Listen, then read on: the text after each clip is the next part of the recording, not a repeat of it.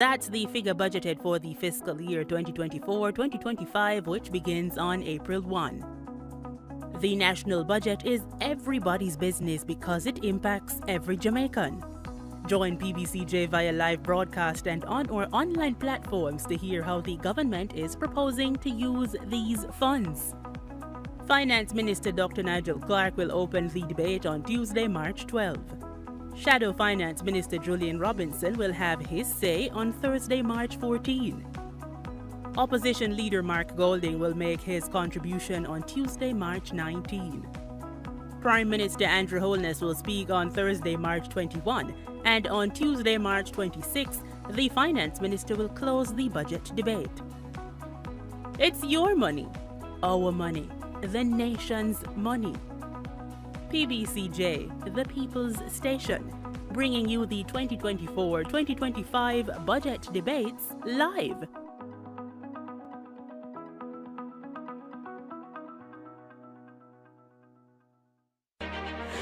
Jamaica and its workforce are advancing quickly. Life-changing opportunities are arising. You need training and support. We are the Renewed Heart NSTA Trust, committed to providing new and emerging skills training and opportunities. Come to Heart. We'll help you claim your place in the workforce of the future. I am Jamaican. You are Jamaican. We are Jamaican. And the national budget is our business because it impacts every Jamaican. From healthcare to education to the road conditions to security for my family. The national budget is my business. No, sister. It is our business. The national budget is everybody's business because it impacts every Jamaican. Visit the Ministry of Finance's website at mof.gov.jm for more information.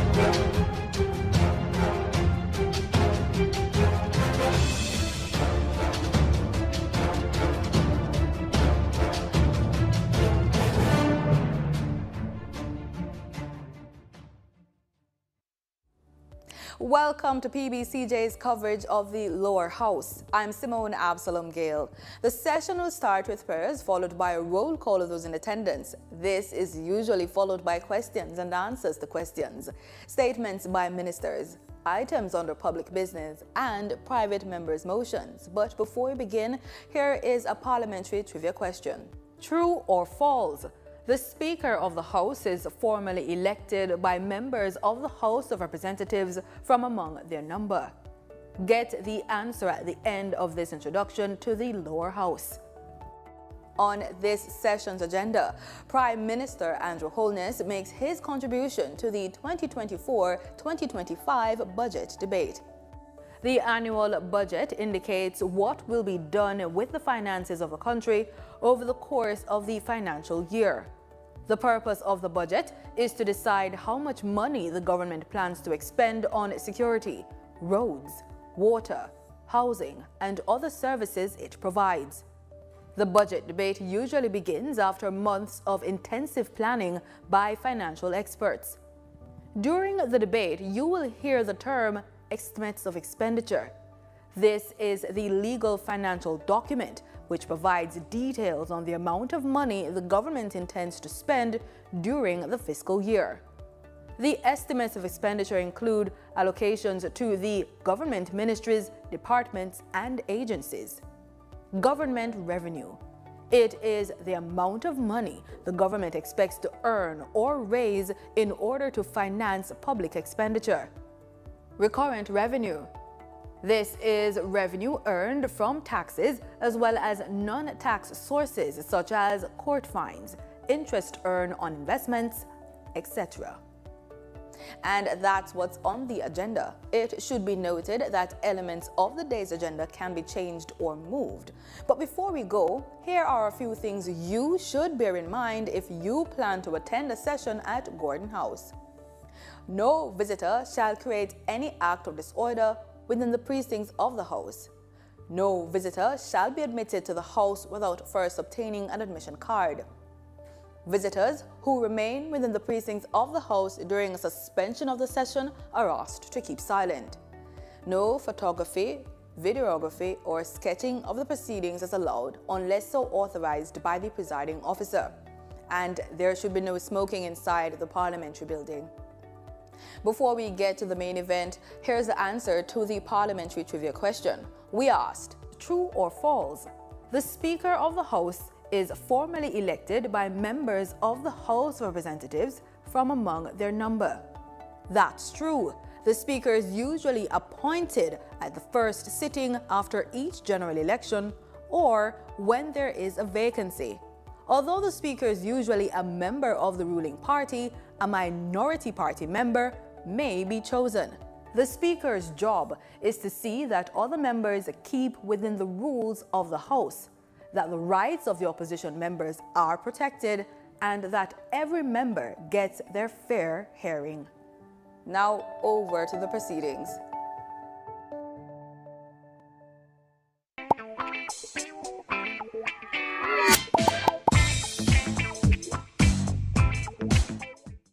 I am Jamaican. You are Jamaican.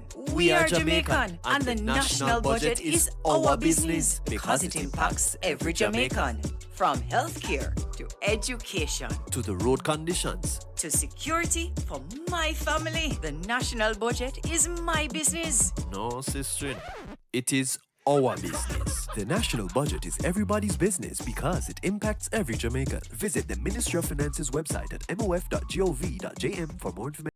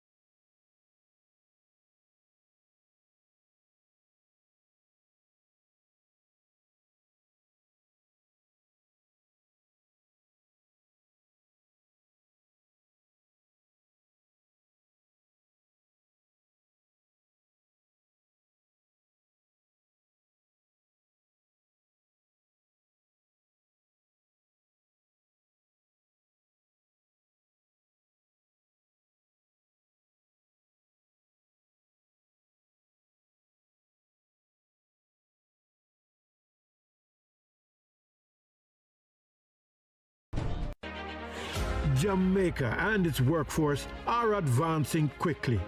Life-changing opportunities are arising. You need training and support. We are the Renewed Heart NSTA Trust, committed to providing new and emerging skills training and opportunities. Come to Heart.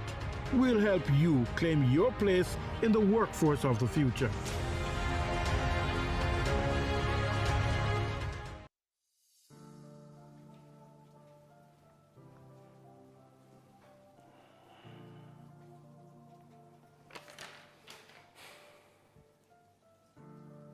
Brutality isn't a legality.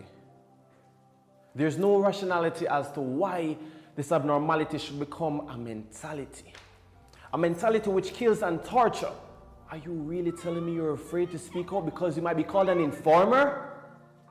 Let us break the barrier of brutality and enforce it with alacrity.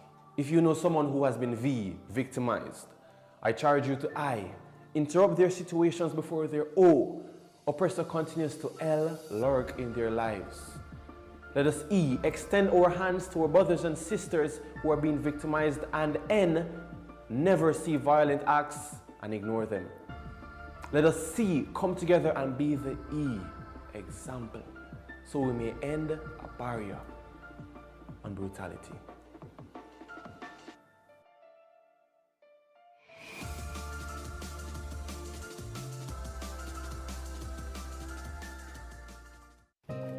What if they knew that you abused her? Her family? Mr. Jones.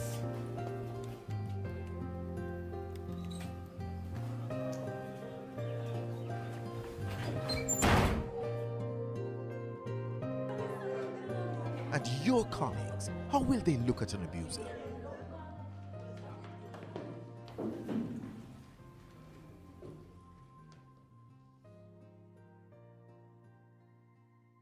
When the law comes knocking, you'll have nowhere to run. Mr. Brown, you're under arrest. Please get up, hands behind your head and interlock your fingers. Turn your back on abusers. Report gender-based violence to the police. There's no excuse for abuse.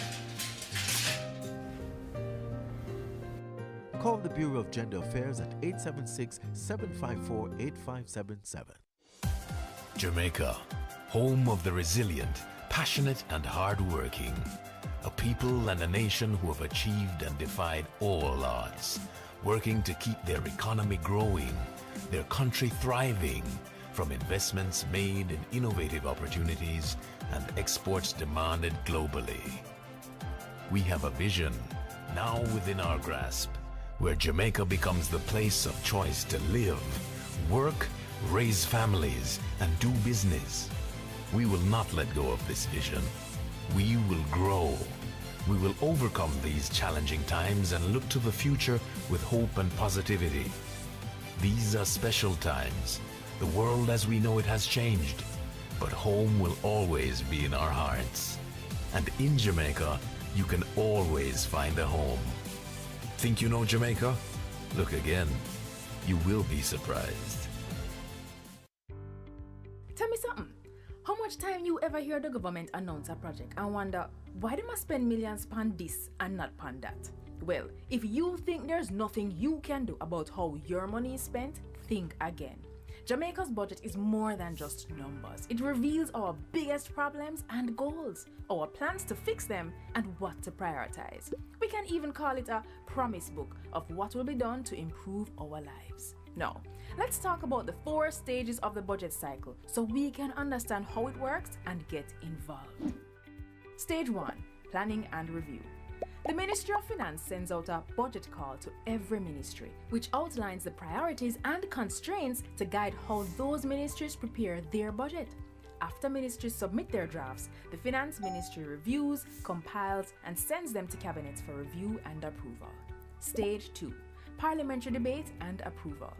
The Finance Minister tables all budget documents in the House of Representatives. The Standing Finance Committee, which is all 63 MPs, sits to examine the budget documents, and each minister presents their budget and answers concerns the committee has. The committee's report is then tabled in the House, followed by the estimated expenditure, which is tabled as legislation called the Appropriations Bill. That's right, the budget of Jamaica is law.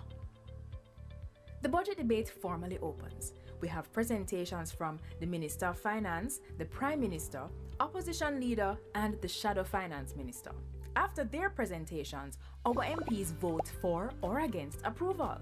Like all legislation, it goes to the Senate for their approval and then to the Governor General for his royal assent. No later than March 31st, end of the financial year. Stage 3, implementation. The new financial year begins and approved budgets are sent to ministries. Collecting taxes, borrowing loans, and receiving grants begin.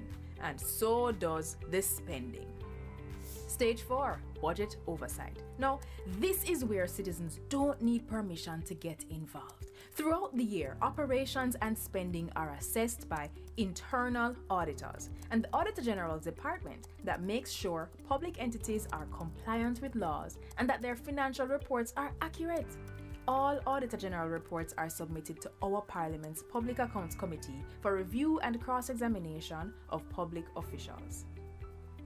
The Ministry of Finance, Integrity Commission, and MOCA also monitor government spending to guard against poor financial management and corruption. It is our job to review these reports, check the findings in the newspaper, and look up if breaches are fixed at jampja.org. If not, ask your MP what he or she has done to ensure public officials are held to account. No more 9-day wonders. So, did the government follow through on their spending and investment promises last year? What promises will next year's budget have? How will they affect you, and how can you ensure that you get what is promised? For access to the national budget, check out JAMP's easy digital version and contact info for your MP at jampja.org. Then link your MP and see what progress is being made throughout the entire budget cycle. Support JAMP. Let's do our job to make Jamaica land we love, Jamaica land we own, and Jamaica land we run well. A message from the Jamaica Accountability Meter Portal, funded by the European Union in partnership with the Private Sector Organization of Jamaica. Get involved to fight climate change. Come make we engage to fight climate change. Get involved. Too much carbon dioxide a release a contribute to climate change. Severe weather and strong hurricanes. Out the season rainfall and the place turn river long jokes. And it make the temperature hotter. We have to use up the sun, the wind and rivers to get cheaper and better energy. Plant more trees, preserve the forest, practice proper disposal of garbage. European Union and Jamaica are partnering for a sustainable future. Latin America and the Caribbean recorded progress in reducing hunger and food insecurity compared to other regions of the world, according to the latest estimates presented by the Food and Agriculture Organization. However, the scenario continues to be worrisome, with 43.2 million people suffering from hunger. The reasons are multiple: poverty, climate change, the socio-economic consequences of the pandemic, and conflicts, among other factors, continue to affect the most vulnerable. It is time to move from commitment to action. In March 2024, the 38th FAO Regional Conference for Latin America and the Caribbean will be held in Georgetown, Guyana. For 3 days, heads of state and government, ministers, parliamentarians, representatives of civil society and the private sector from FAO's 33 member countries in Latin America and the Caribbean will meet to address regional priorities, translated into FAO's mandate as an objective, clear, and realistic response to combat hunger in the region. Multiple actors from across the region have forged synergies to contribute to national efforts towards more efficient, inclusive, resilient, and sustainable agri-food systems, and support the 2030 agenda promoting better production, better nutrition, a better environment, and a better life. We can create a new reality and build a Latin America and the Caribbean free of poverty, hunger, and inequality, leaving no one behind.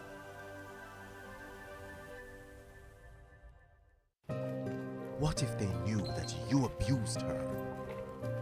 Her family? Mr. Jones.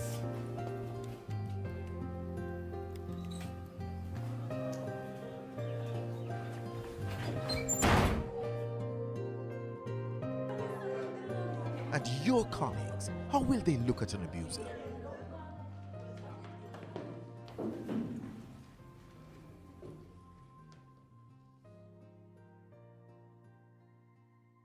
When the law comes knocking, you'll have nowhere to run. Mr. Brown, you're under arrest. Please get up, hands behind your head and interlock your fingers. Turn your back on abusers. Report gender-based violence to the police. There's no excuse for abuse. Call the Bureau of Gender Affairs at 876-754-8577. I am Jamaican. You are Jamaican.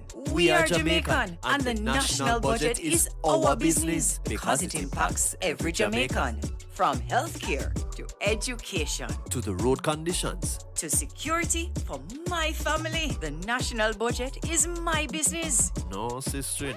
It is our business. The national budget is everybody's business because it impacts every Jamaican. Visit the Ministry of Finance's website at mof.gov.jm for more information. $1.3 trillion. That's the figure budgeted for the fiscal year 2024-2025, which begins on April 1. The national budget is everybody's business because it impacts every Jamaican. Join PBCJ via live broadcast and on our online platforms to hear how the government is proposing to use these funds. Finance Minister Dr. Nigel Clark will open the debate on Tuesday, March 12. Shadow Finance Minister Julian Robinson will have his say on Thursday, March 14. Opposition leader Mark Golding will make his contribution on Tuesday, March 19. Prime Minister Andrew Holness will speak on Thursday, March 21, and on Tuesday, March 26, the Finance Minister will close the budget debate. It's your money, our money, the nation's money. PBCJ, the People's Station, bringing you the 2024-2025 budget debates live.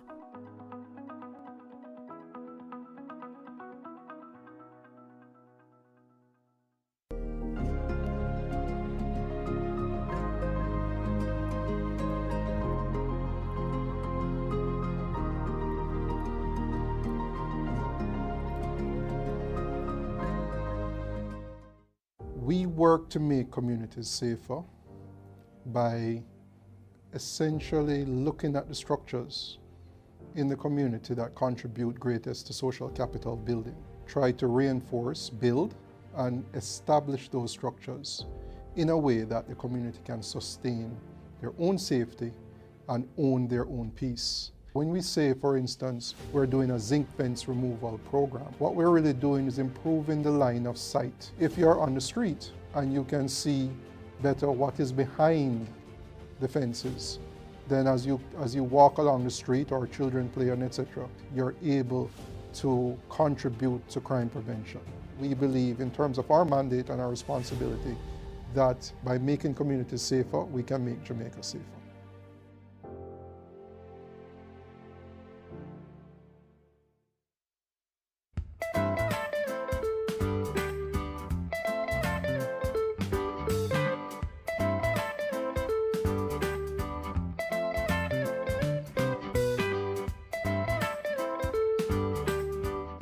Let us resolve our family disputes peacefully. A family is a circle of love, support, and strength. Violence has no place. The proceeding was brought to you by the Office of the Prime Minister. The National Family Planning Board now presents a parenting tip from Nelson Mandela. History will judge us by the difference we make in the everyday lives of children. Children live what they love. Mommy? Yes, Zoe? Can we read this book? It will only take 10 minutes. Sure, sit down. Every spring, Madame Angel Wing arranges. Do you have 10 minutes? Read with your child today. Reading with your children for just 10 minutes each day helps develop their language and listening skills, stimulates their imagination, and expands their understanding of the world. So, start reading with your child today. What can a little germs do?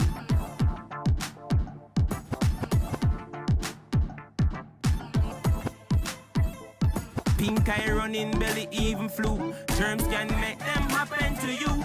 Put germs on our manners with these. Cover your mouth when you cough and sneeze. Always wash your hand with water and soap. Keep dirty hands from your eyes and your nose and your mouth. You don't want to be sick, take care. Practice every day, no germs round here. A message from the Ministry of Health. Here's how we sign the alphabet.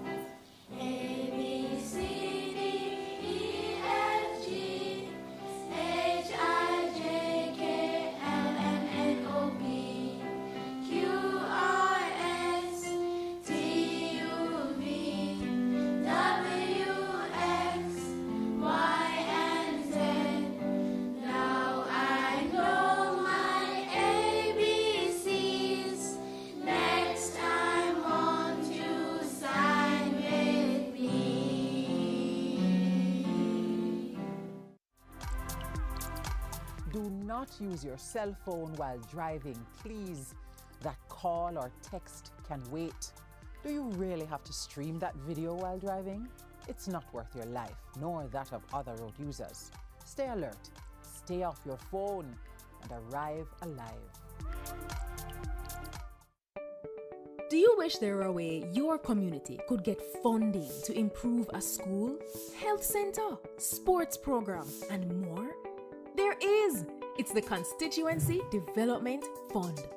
Here are a few things you probably didn't know about the CDF and how you can make it work better for you. The CDF policy promotes citizen participation in community development and protection of taxpayers' funds. It outlines that MPs are to meet with citizens at least once every 2 years to agree on the projects needed. You know, it used to be once a year? We should really go back to that. Projects developed without community consultation are not to be approved by the bipartisan CDF Parliamentary Committee. There are 26 government agencies that implement projects, usually for a small fee. Funds are provided directly from the Office of the Prime Minister to the implementing agency, not through the Member of Parliament. The CDF unit monitors project costs and implementation, so if you have questions about how the CDF are run in your community, contact them. To ensure no one project or community gets all the funds, there are 6 project categories with spending limits for each. There must be no less than 5 and no more than 20 projects each year. To learn more, visit jampja.org to view your MP's CDF info and tell them how this fund has impacted you. If you don't see your MP's CDF reports, then put them under little pressure, man. Call, tweet, email. Ask them when they'll submit it and when is the next CDF meeting. Change is possible. It's already happening. What we need is you. A message from the Jamaica Accountability Meter Portal, funded by the European Union and the Inter-American Development Bank in partnership with the Private Sector Organization of Jamaica. The national tourism debates are on, and PBCJ is the place to watch them. See students from schools all across the island match wits and tackle complex issues affecting our nation. Watch as future leaders and thinkers solve problems with innovative arguments. Tune in on Mondays and Thursdays at 5 p.m. with a repeat on Saturdays from 1:30 to 3:30 p.m. Watch the national tourism debates on PBCJ, the People's Station.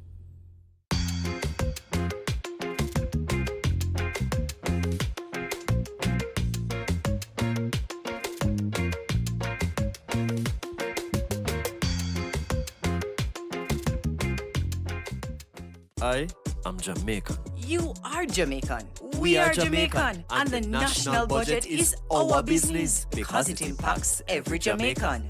From healthcare to education To the road conditions. to security for my family. The national budget is my business. No, sister. It is our business. The national budget is everybody's business because it impacts every Jamaican. Visit the Ministry of Finance's website at mof.gov.jm for more information.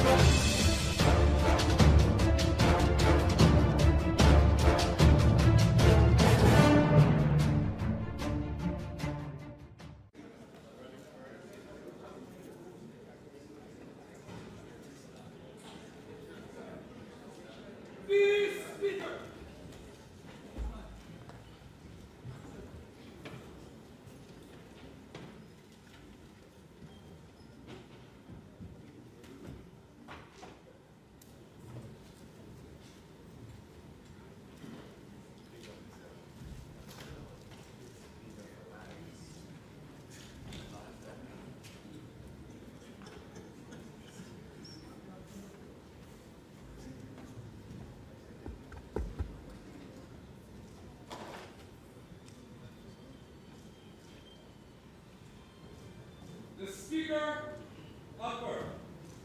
Almighty God, by whom alone kings reign and princes decree justice, and from whom alone cometh all counsel, wisdom, and understanding, we, thine unworthy servants, here gathered together in thy name, do most humbly beseech thee, to send down thine heavenly wisdom from above to direct and guide us in all our consultations.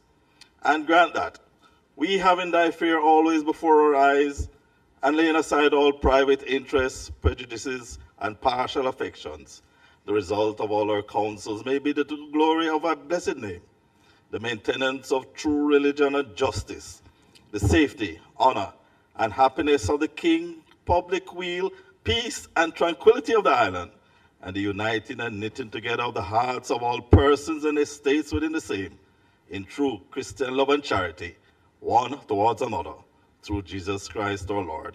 Amen.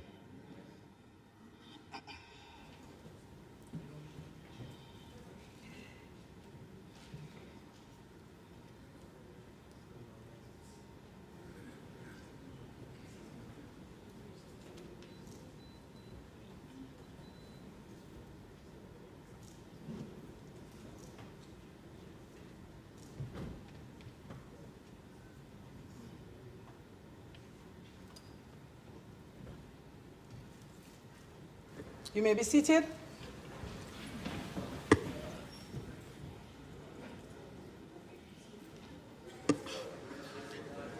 Members, let me first apologize for the later than usual start. I would like to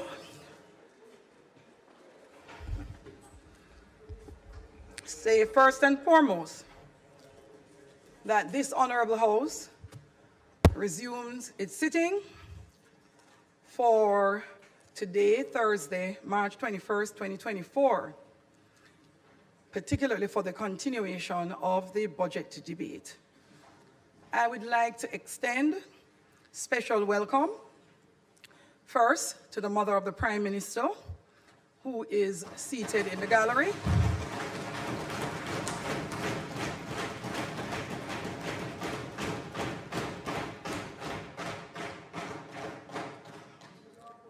Cabinet Secretary, Honorable Audrey Sewell.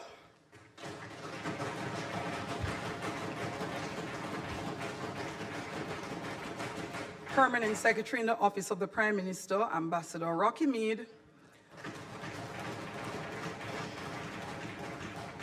Permanent Secretary in the Ministry of Economic Growth and Job Creation, Mrs. Arlene Williams.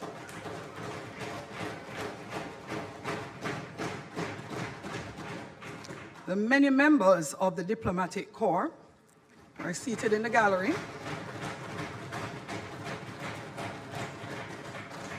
Our own President of the Senate and other members of the Senate.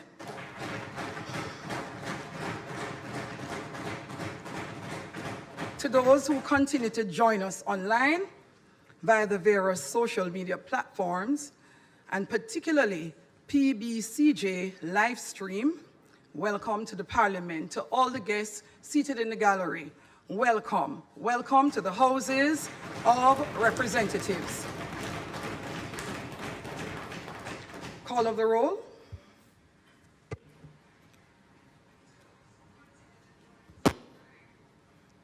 Mr. Clark. Here. Mr. Bartlett. Mr. Holness. Here. Dr. Clark. Present. Dr. Chang. Present. Ms. Grange. Mrs. Williams, Mrs. Malawu Fort, Dr. Tufton, Mr. McKenzie, Mr. Chuck, Mr. Vaz, Mr. Charles, Mr. Green, Mr. Morgan, Mr. Hutchinson, Mr. Terradong, Ms. Smith, Dr. Dunn, Mrs. Cuthbert Flynn, Mr. Main, Mr. Davis, Mr. Witter, Mr. Brown, Dr. Brown-Burke,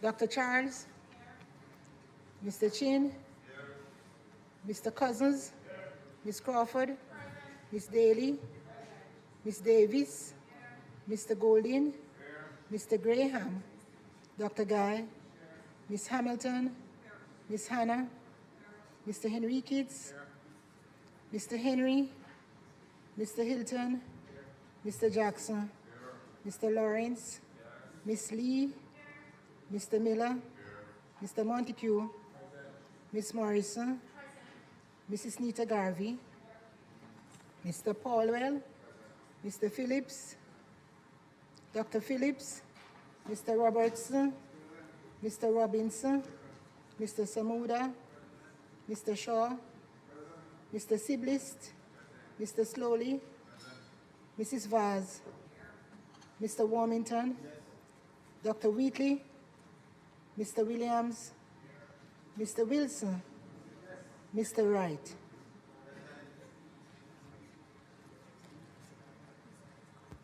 Thank you. Bills brought from the Senate, petitions, papers. House Leader, I'm rushing along, I'm sure, because of our late start. Madam Speaker, Clark, could you please turn your mic We'd off? like to join you in welcoming the mother of our Prime Minister here to welcome.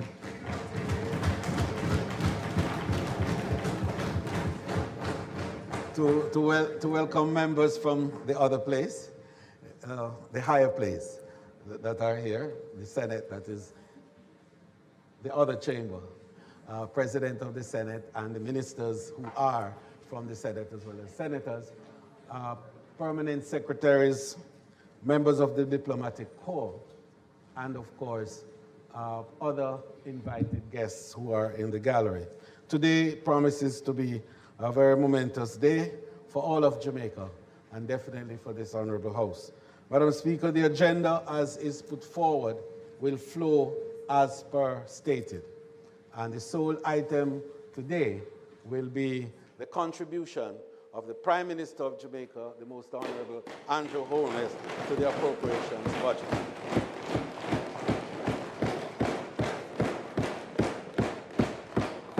In that context, Madam Speaker, I invite you to proceed with the matters of business. Thank you, House Leader. Statement by ministers, bills brought from the Senate, petitions, papers, reports from committees, notices of motions given orally, questions and answers to questions, motions that may be made at the commencement of public business requiring notice, motions relating to the sitting of the House, motion for leave to introduce bills, presentation of bills without leave of the House first obtained. House Leader, I would like to go directly to public business as it relates to the budget, and if there are, in fact, any documents additionally to be tabled, then we will recommit announcements as required. Thank you, House Leader. I concur fully with that procedural approach, and may I invite you to ask the Prime Minister to make his contribution at this time.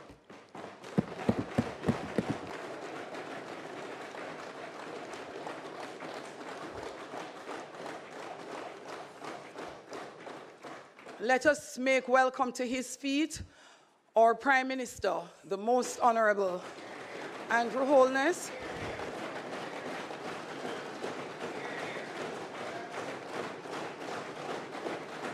Minister of Defense,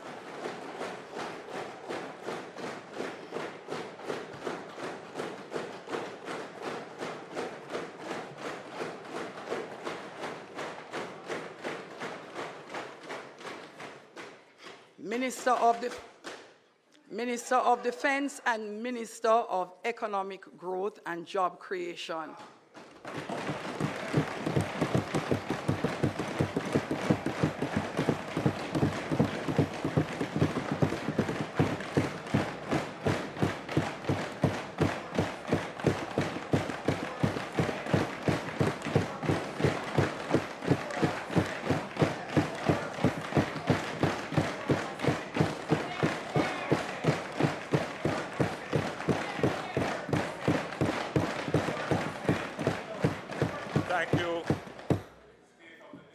Thank you, Madam Speaker. Thank you, honorable members, senators and former members seated in the well, excellencies in the diplomatic corps, Jamaicans here and in the diaspora, listening, watching, and following on various social media platforms, distinguished ladies and gentlemen in the gallery. I thank the Almighty God for sparing us to see another day. We rejoice and we are glad in it. We give thanks for his countless blessings in our lives individually and on Jamaica as a collective. I want to thank my family for their love and support. Every time. In particular, Juliet.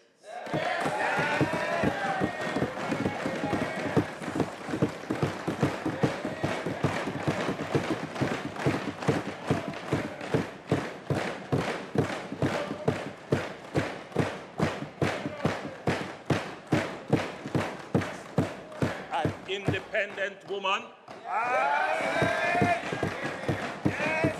A self-made woman. Who has achieved all that she has on her own effort, in her own right.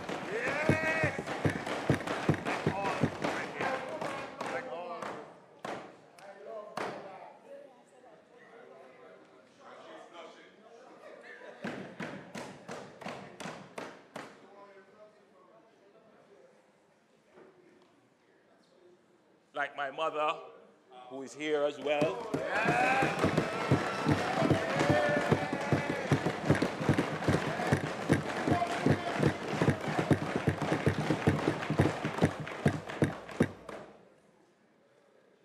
They know struggle. Yes. They know sacrifice. Yes. They know hard work. Yes. And they know achievement. Yes.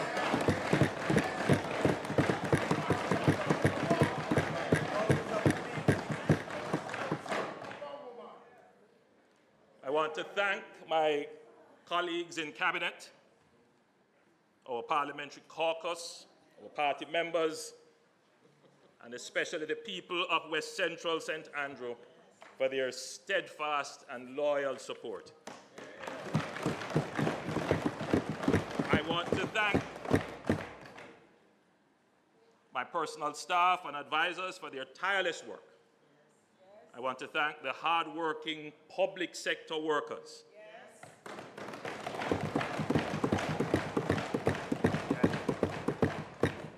I want to make special mention of our board members who give voluntary service to oversee the governance of public entities. They are indeed greatly responsible for the achievements of the government, and I want to especially thank them for their service.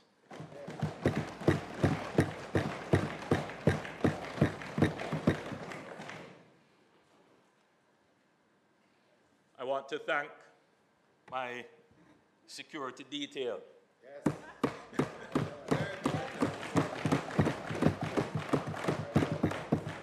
Let me say they work just as hard as I do. I also want to acknowledge me on social media. I read some of your messages. I must tell you directly, I do. And I appreciate your support, your feedback, your critique and criticism. You know, there's one gentleman called Papa Nana. And there are many others, but I'll just call his name because he was very vocal in saying, I want to talk to the Prime Minister to alert me to the things that concerned him in the country. And I think Papa Nana may be very well here with us today in the gallery.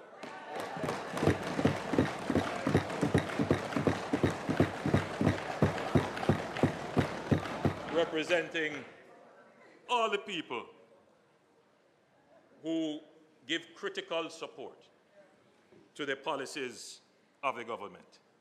Again, I want to thank them for their encouragement and their support. I say to you, keep on support, keep on making your critiques and your comments. I do appreciate them. It means a lot. and it makes me stronger.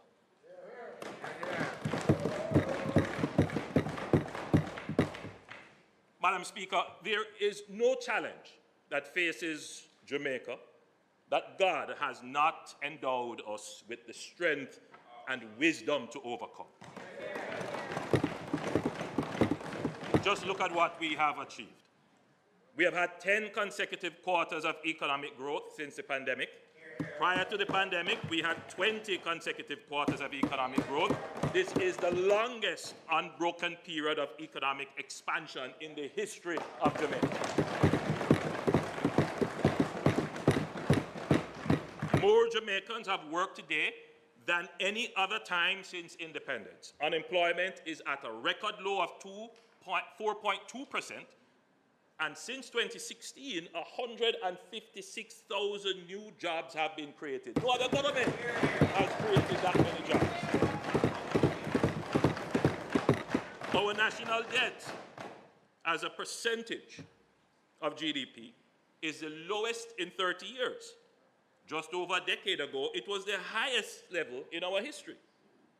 All three major rating agencies, Standard & Poor's, Moody's, and Fitch, have upgraded their ratings to the highest levels in our history. 2 weeks ago, Fitch stated that robust fiscal management has contributed to a turnaround in creditworthiness following the 2013 distressed debt exchange that Fitch considered a default. Fitch went on to say that this represents the third largest decline in debt burden among all rated sovereigns over this period. Only Ireland and Iceland experienced a larger decline. There is no developing country that has achieved our rate of debt burden reduction over the last decade than what Jamaica has done. Jamaica is viewed as a shining star in this regard.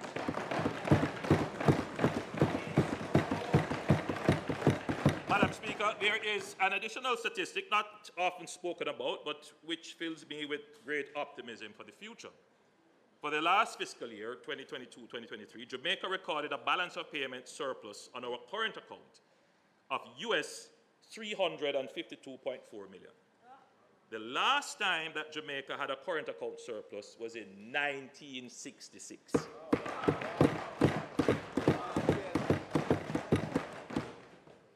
What this means is that for the first time since 1966, our exports plus net remittances exceeded imports.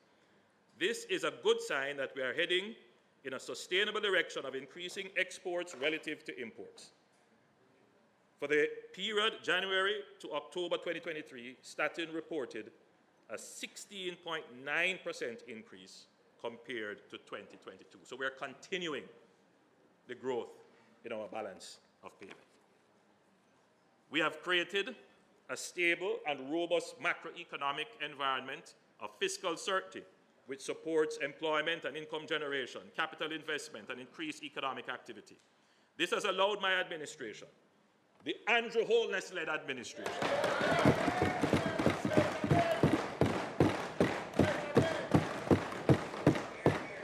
to present 9 consecutive budgets with no net new taxes.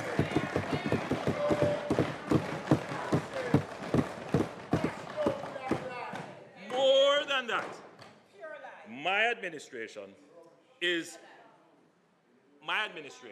has actively reduced the tax burden on the people of the country. My administration has actively reduced the tax burden on the people of the country. In the 2016-2017 budget, we announced an increase in the income tax threshold from $592,800 to $1,272,000 effective July 1, 2016, and from $1,272,000 to $1.5 million effective April 1, 2017. We did that. That's the largest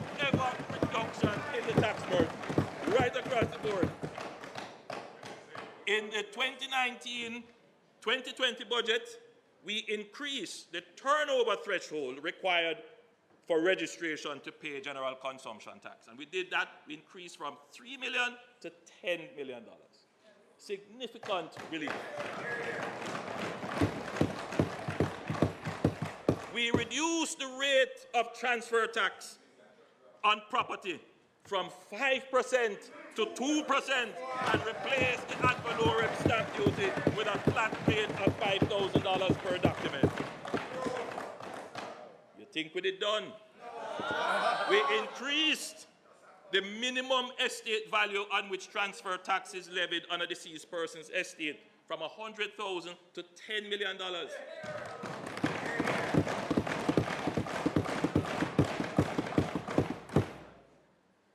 We abolished the asset tax payable by non-financial institutions. We abolished the minimum business tax of $60,000 per annum. In the 2020 to 2021 budget, we reduced GCT from 16.5% to 15%. A massive reduction. Facts. We reduced the rate of asset tax on financial institutions from 0.25% to 0.125%. In 2020-21 to the 2022 budget, we removed the custom administration fee, the CAF, on export declarations with an export value of less than $500. And in this budget, we have again increased the income tax threshold from 1.5 million to 1.7 million and increased the pension relief and age relief from $80,000 each to $250,000. We also increased the de minimis value of imported goods for custom purposes from US $50 to US $100 and the duty-free allowance for inbound passengers from $500 to $1,000 US dollars.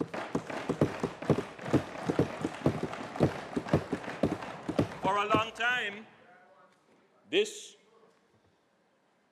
this country, the population approached the budget season with dread and trepidation, wondering what additional taxes the government is going to impose on them.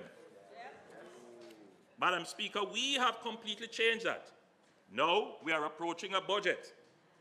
The question is being asked, what goodies the government is going to announce? That is a massive change. There's no fear of the budget. The budget is filled with great expectations.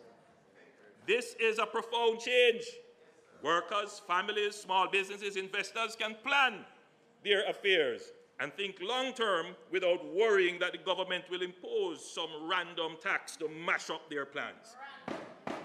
Government is no longer a burden on the people of Jamaica.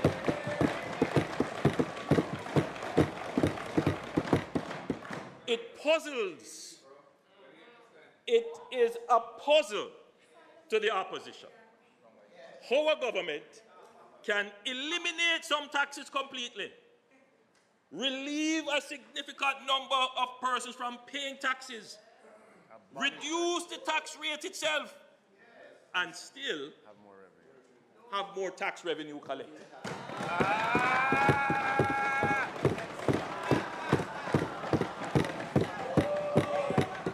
It's a mystery to them, Madam Speaker, a mystery. They don't understand it. They don't understand it. So I understand when they come and say, you know, they've never done it. They have now resorted to spreading an outright lie.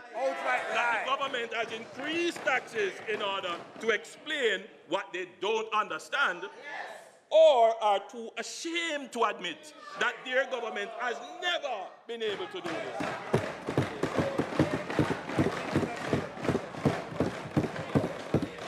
They cannot admit that more Jamaicans are employed now than at any other time in the country's history.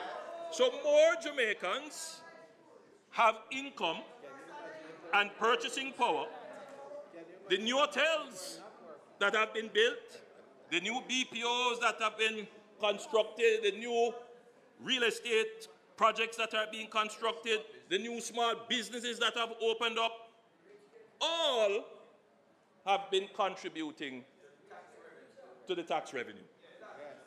Moreover, wage levels have increased, and more persons are seeing the benefit of joining the formal economy by being compliant and contributing to the tax pool. The government, in turn, takes these tax revenues and returns it to the citizens in ways that increase the quality of life. We have increased public sector wages. We have increased expenditure on national security, health, education, water, pensions, and social security. Moreover, we have used your taxes to bring down debt servicing, which creates more room to spend on the things that matter.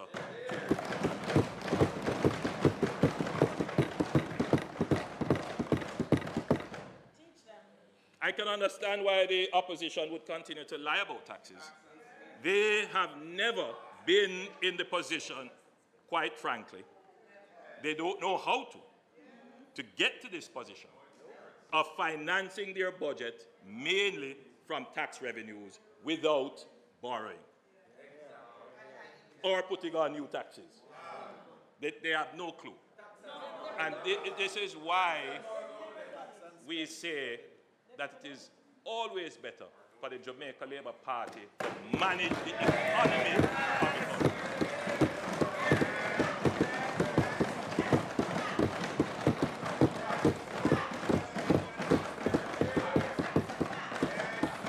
The debate has now moved on to how the dividends of good stewardship of the economy should be spent. Yes. That's where the debate is at now. They will never come and tell you how they will earn the revenue. What they will come and tell you is how to spend the revenue.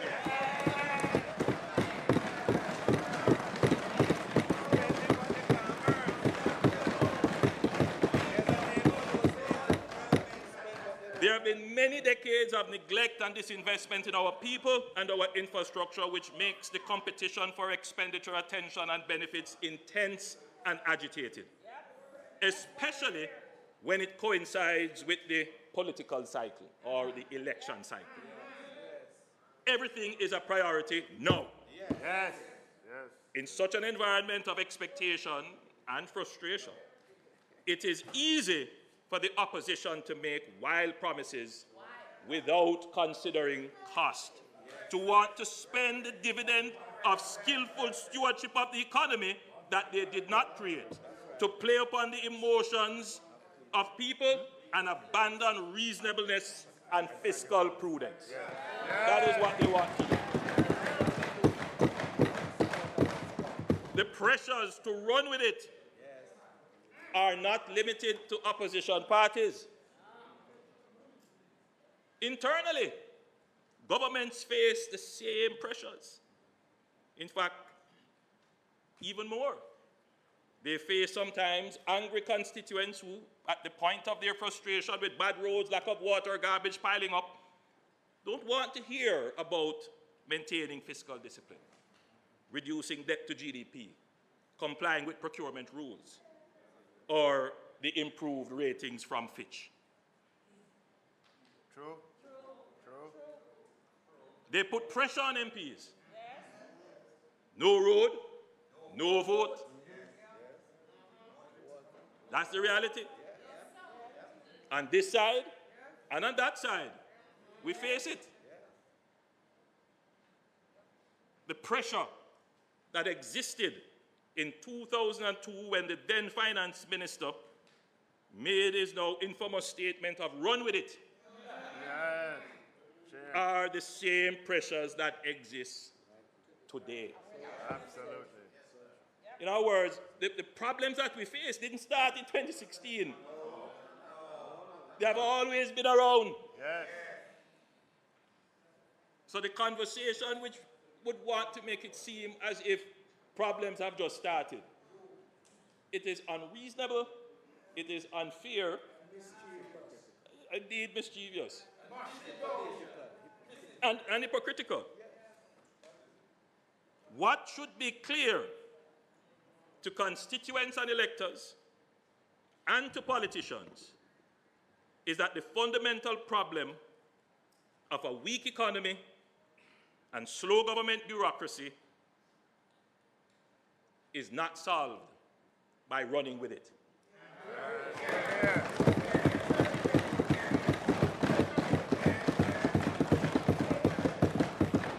If anything, it makes the problem worse. Because they ran with it then. Yes, and where did it get us? And we are back here, where we now have to take the problem and take a different approach to solving it. 22 years later, what is different? Today, you have a responsible government who have been good stewards of your affairs. Today, you have a government who is not only interested in power, but is truly interested in people.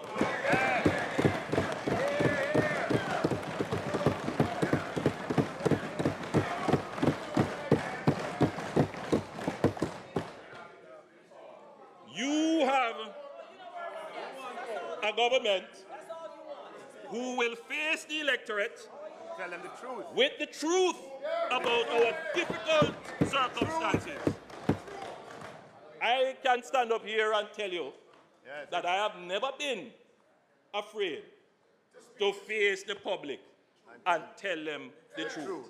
Absolutely. I am the only one to have done it. Yes.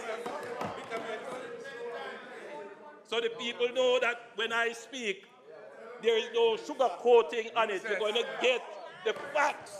You're going to get it as it is.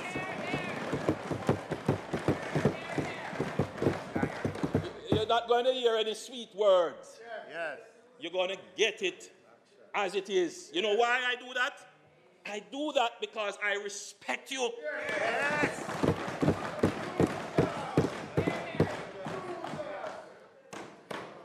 Yes, I respect your ability to understand the situation, unlike the Samphai opposition who tries to twist the narrative because they belittle your understanding. Samphai. Trickery. Deception. Today, Madam Speaker, Samphai. you have a government who creates wealth and well-being. Yes.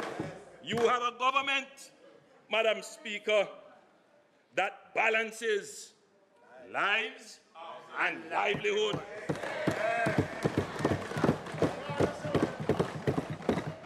But I know you will like this one. You have a government that balances work and wages. Yes.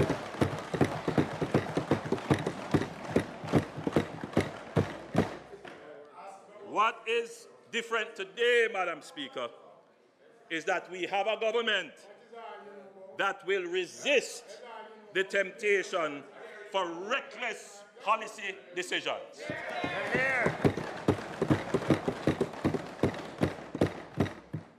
Madam Speaker, we have a government that creates the cash it uses to care.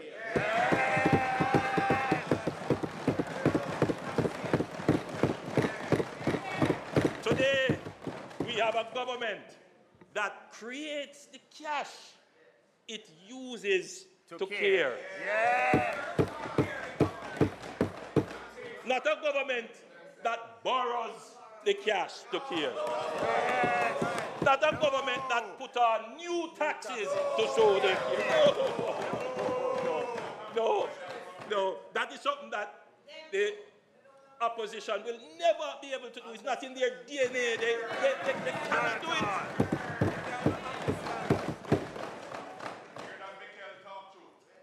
This This is high science for them. But hear what, Madam Speaker. Hear this one now. We have a government that truly puts people first.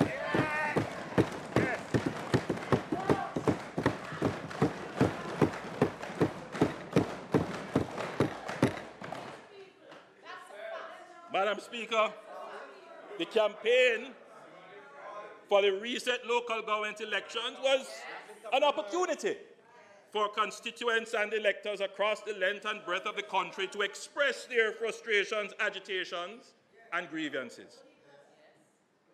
There were two clear, consistent messages from the people. The first message was that while most constituents appreciated, to varying extent, the importance of macroeconomic growth and stability, they want to see the macroeconomic success translated into meaningful benefits at the micro level, in their households and communities. They are happy to see the highways being built, but they want to see the road to their community fixed. And that is a fact. This government can't argue with that. I hear you loud and clear, Papa Nana, and other faithful callers and bloggers and people who send message to the government. I hear you. We are listening. We are a listening government. We are a learning government. But above all, we are a caring and responsive government. We will continue on the path of fiscal responsibility to build a strong and vibrant economy that generates surpluses, and we will use these surpluses to care for the people's needs. The Jamaica Labour Party that I lead does not subscribe to trickle-down economics. Exactly. I want that to be stated for the record. Stated for the record. At the 2012 conference of the Jamaica Labour Party, it is on YouTube. You can go and just type in Jamaica Labour Party Conference 2012. Go and look it up. I outlined our policy thinking to the Jamaican people. I said then that the Jamaica Labour Party does, and I'm quoting, I hate to quote myself, but in this instant case I have to. I said then that the Jamaica Labour Party does not believe in trickle-down theory, and we do not believe that because there is economic growth, people are automatically going to benefit. That was laid out very clearly as to the policy platform of the Jamaica Labour Party. I declared that as a political organization, we believe in social activism. We put in place policies to ensure that while the economy is growing, the people are benefiting. There are those who talk about putting people first. We are the government that has actually put people first.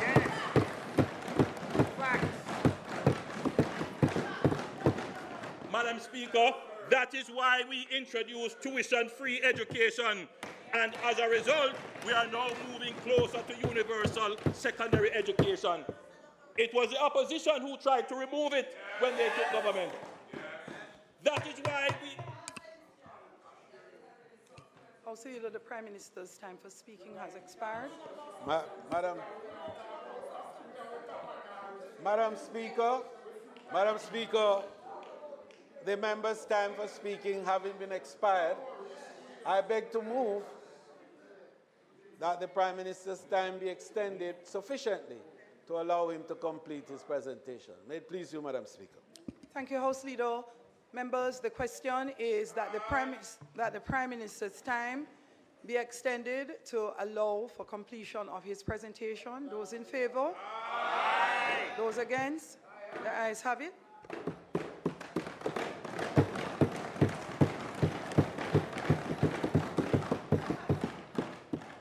Madam Speaker, that is why We introduced free access to health care that improved the health-seeking behavior of Jamaicans. That is why we made technical and vocational training free at the Heart Trust NSTA, where now over 120,000 young people are registered since the removal of fees. That is why we have consistently increased the various tax thresholds to free more Jamaicans from taxation. That is why we introduced a social pension for seniors over 75 who are not NIS contributors. That is why we are introducing unemployment insurance. That is why we have removed the guarantors from student loans. That is why we give a subsidy on bus fares to cushion the impact of inflation on commuting public.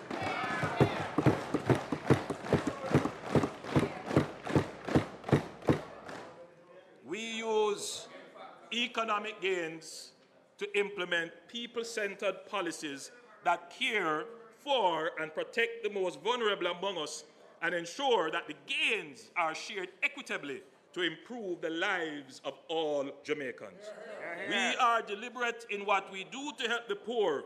We are the government that cares for the poor and working class, not just in talk, but in action.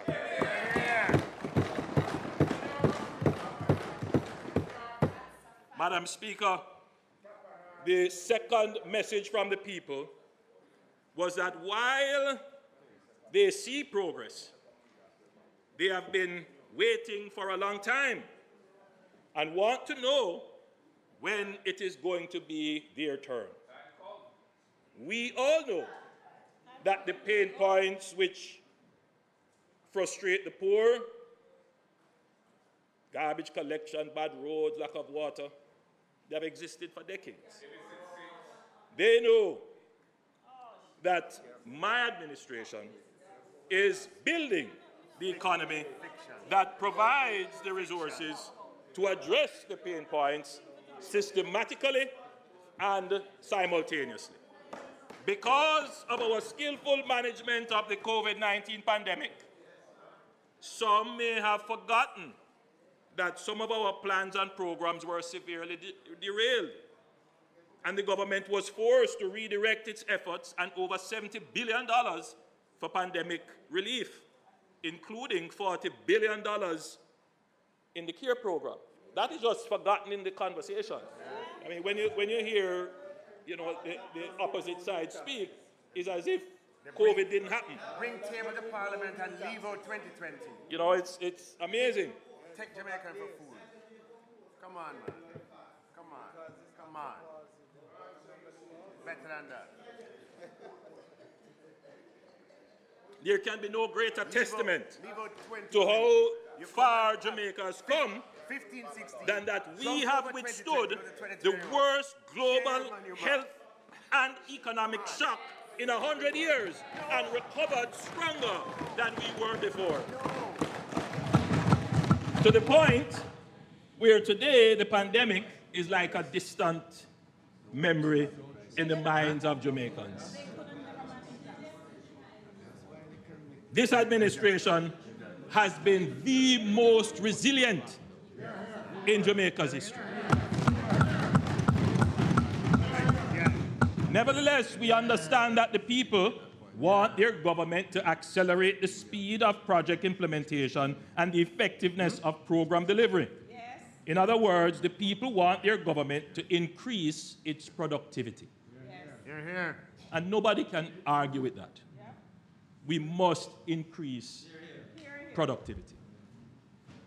I have long recognized this, and I started the year with a mantra that Jamaica must focus on the twin path of building peace and increasing productivity to create a virtuous cycle of prosperity.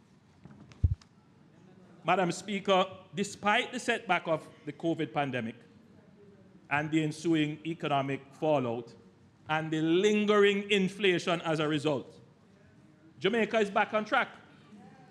We are now entering a period of the largest and most sustained public investment in the history of Jamaica.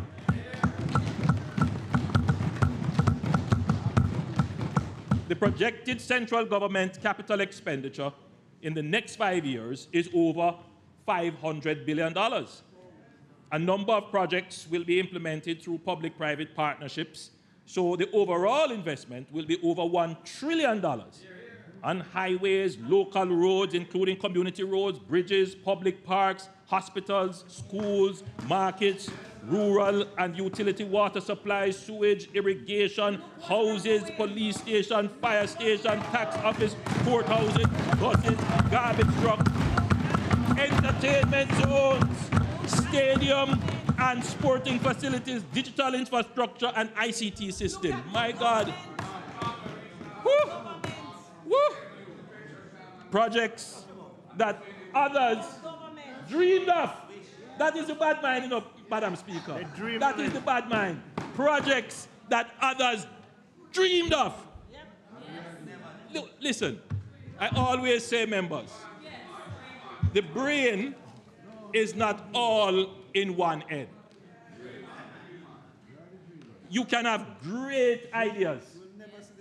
And if you have great ideas, I am a person that respects ideas. What I do, I give credit. But if you have a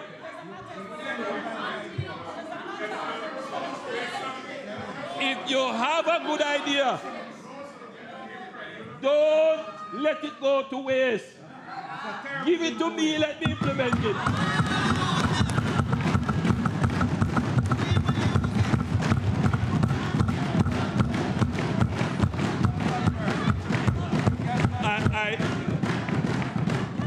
I thought about using an analogy, but let me try it and see if it works. I am the best baby father for ideas.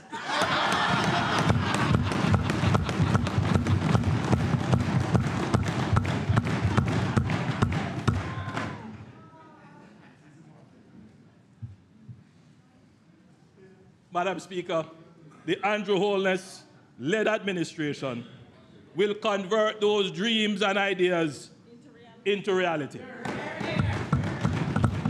And I will outline some of these plans and projects this afternoon. Madam Speaker, over the past few years, the pace of project implementation has been such that we have struggled to spend the capital budget. Let me repeat that, because I don't think people would understand what we're saying. The pace of public sector implementation has been such that we can't spend quickly, efficiently, the amount that we allocate for capital expenditure. Two things are happening there, Madam Speaker. The first thing is that we have increased rapidly, this administration, we have increased rapidly the capital allocation. Secondly, we assume that the current state of the public sector would automatically adjust to this new pace. That is not the case. Government has to be instrumental in how it engages the public sector to move it to a new level of administration to match the capital expenditure that is coming. So I want to spend a little time here, Madam Speaker.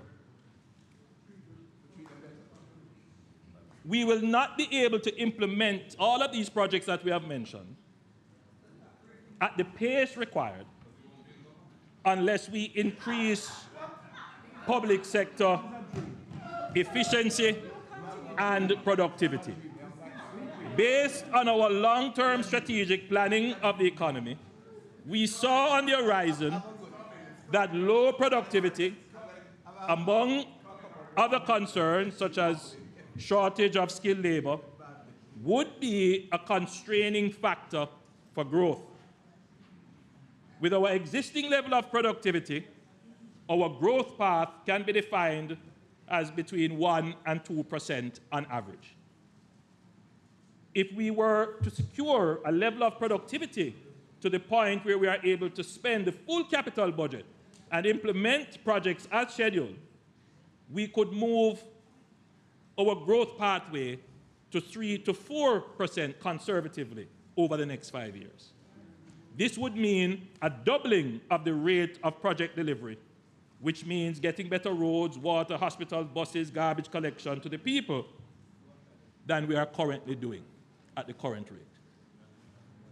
We knew that if we are to effectively deal with the productivity issue, we must address wages. Everyone knows that Jamaica has long been trapped in a vicious cycle of low wage, leading to low output, leading to low growth economy, which can only sustain low wages. You see that vicious cycle. Low wage, low output, low growth can only sustain low wages.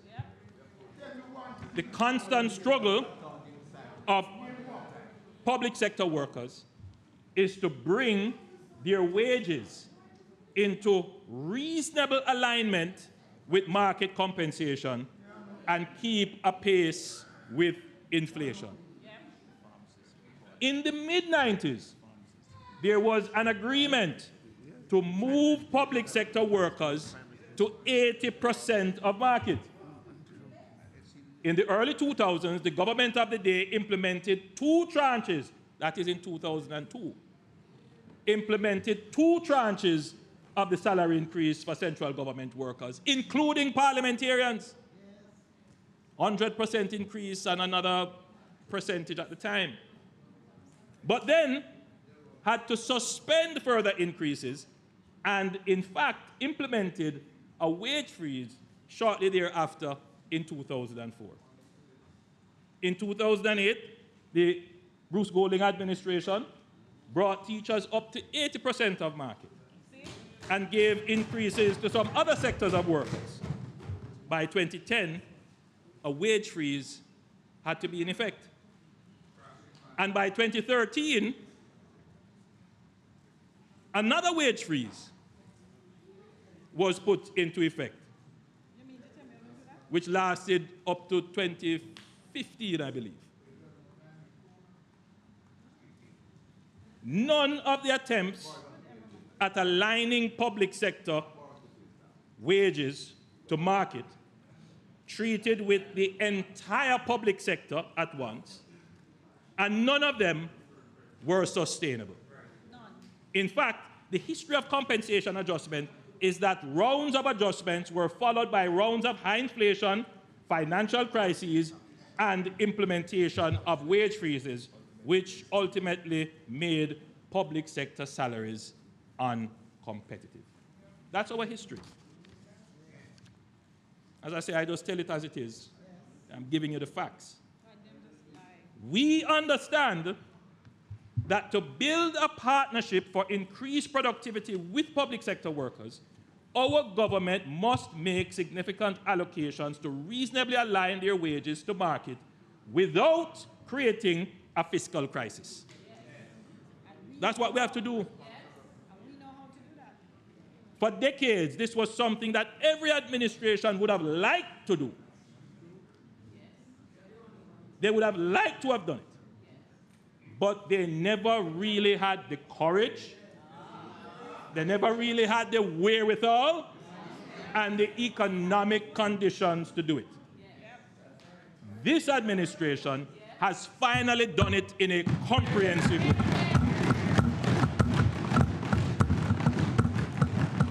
That is not to say that everything is now perfect. No, this is not what we're saying.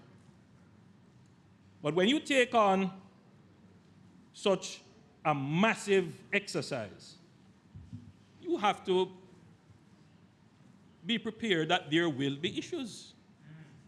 There will be anomalies that arise affecting certain individuals or certain groups. Now, I understand the frustration that can be generated when sometimes there is miscommunication, misunderstanding, or slow responses between the Ministry of Finance and bargaining groups. This should not, however, take away from this major accomplishment. The workers and the country should know that work to complete the adjustment program and implement the other elements of the compensation review continues. It is a work in progress. And the government is committed to resolving all the anomalies. We are committed. Madam Speaker, I want the country to understand the magnitude of the investment of the government in our public service. The graph now being displayed on the screen shows a total public sector wage bill from 1988-1999 financial year to 2024-2025, the budgeted financial year. And you can see the increase in wages. What stands out, Madam Speaker, the graph shows that the wage bill over 22 years from 1999, 2000 to 2021, 2022 basically followed a trend line, which is the red dotted line.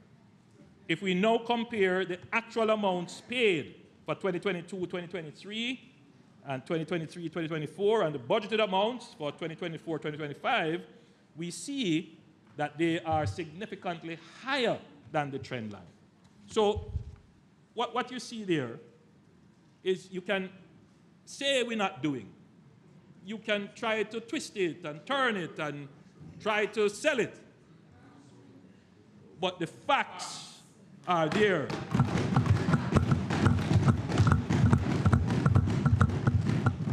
The compensation review was carried out over 3 years, 2022, 2023, 2023, 2024, and 2024, 2025. So the full impact of the restructuring is reflected in the budget for 2024, 2025.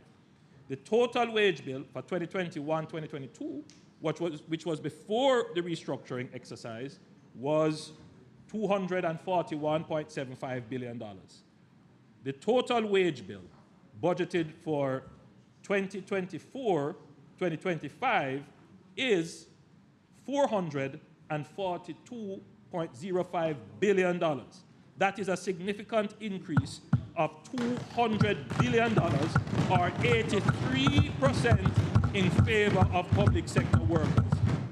The effect of this is not only the immediate change in remuneration, but the restructured salaries create a larger base for pensions for public sector workers when they retire. The conversation currently going on doesn't take into account the better position that our public sector workers will be with a totally higher level of pension when they retire.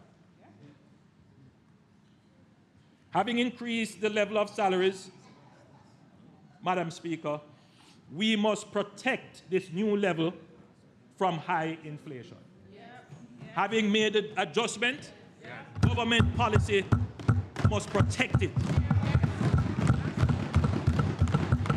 Because ultimately, that is what the public sector workers want. That's what every worker wants. They want their salary to be protected from inflation. It is a difficult balancing act because there are pressures that sometimes are forcing you to do things that could be inflationary. So government have to have, the discretion of Solomon, the wisdom of Solomon to manage this. But I want to say to public sector workers, we understand the issues, and we are doing all that we can to ensure that we meet your expectations without creating frustration and disappointment in the future. As I've said, whenever we give increases in the past, almost a year or two later, there is a financial crisis. We have to go back into wage freeze. Let's do it in a sustainable way. That is what we want to do. Let's do it in a sustainable way. So having increased the level of salary, we must now protect this new level of salary from inflation. While our inflation targeting policy is working, the greatest protection against inflation is increased productivity. which translates into greater output, greater growth, greater revenues, which can sustain higher wages, which lead to greater productivity. Every worker, on a personal level, should embrace the virtuous cycle of productivity and see increasing productivity as being in their own best interest to protect the value of their current income and secure future increases. So this is the virtuous cycle that we want to create, and we want a partnership with our public sector workers in creating this virtuous cycle of increasing output, which increases growth, which increases the ability of government revenues to sustain higher wage levels. And higher wage levels generate their own productivity, which again generates more growth, and that virtuous cycle continues. And that is what we are asking all our public sector workers to buy into. It is in your best interest, it is in the country's best interest for us to have this partnership for productivity. I know whenever the issue of productivity is raised, there is a tendency to want to blame or highlight shortcomings of the workers. Indeed, I'd raised the subject before, and somebody called me and said, Prime Minister, I don't want you to touch the subject because it's going to look like you blame the workers. Indeed, that is how the conversation has gone historically in Jamaica. When we talk about productivity, we never really talk about total factor productivity. We always talk about worker productivity. I want to change that, Madam Speaker. I want to shift Jamaica into a new mindset and a new consciousness around productivity. While there are issues, I know that when the Jamaican worker is motivated and the industrial relations atmosphere is copacetic, you will not find a more industrious and committed worker than our Jamaicans.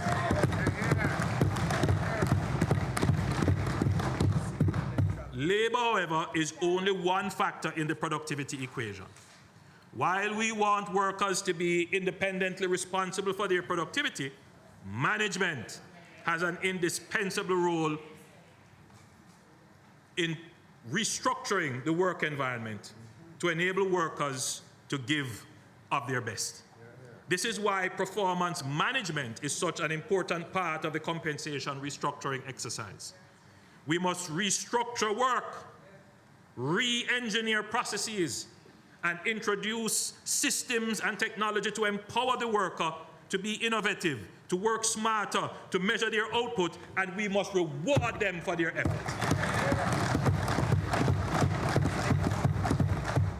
We want to build a new public sector bureaucracy that can adequately serve the Jamaican people, that can adequately serve the new version of Jamaica that is emerging. A public sector in which the worker can feel that the compensable elements of their job reasonably and dynamically approximate market alignment, and that the value of their compensation will keep pace with inflation. In addition, we want to encourage a new dominant mindset where the public sector worker embraces performance and productivity management systems and sees their efforts as not only the basis for reward, but their contribution to building a growing, prosperous, and fair economy. I want every public sector worker to feel that in doing their job faster and better, it will increase growth, and they will share equitably in that growth. Madam Speaker, Jamaica is rapidly building out our rules-based institutions. This has created a complex web of laws, regulations, policies, circulars, and guidelines which can slow down, if not paralyze, the government. You know, Madam Speaker, several years ago, when I used to visit the lunchroom downstairs. A member from that side, who was then a minister, said this very thing to me. I have never forgotten it. I have written it down, and I've used it several times. In effect, these are not my words. These are words that were said to me by a member, a former member, not in the House anymore, a former member on that side. Because it is, there may be the belief that there is some political bias in the public sector. The issues for the public sector are structural. They are structural issues. And when we seek to correct them, you can't go with a political lens. We have to look at the real root causes of the problem, because the problem affects whoever is the government. Because I have heard that side complain as well about the structure of the public service. So we complain about it, but we are the ones with the authority to do something about it. And so if we have the authority, let's use it. And that is what I am doing. You can't quarrel with me that I'm not doing anything. You can quarrel about what I'm doing, but you can be sure that something is going to be done.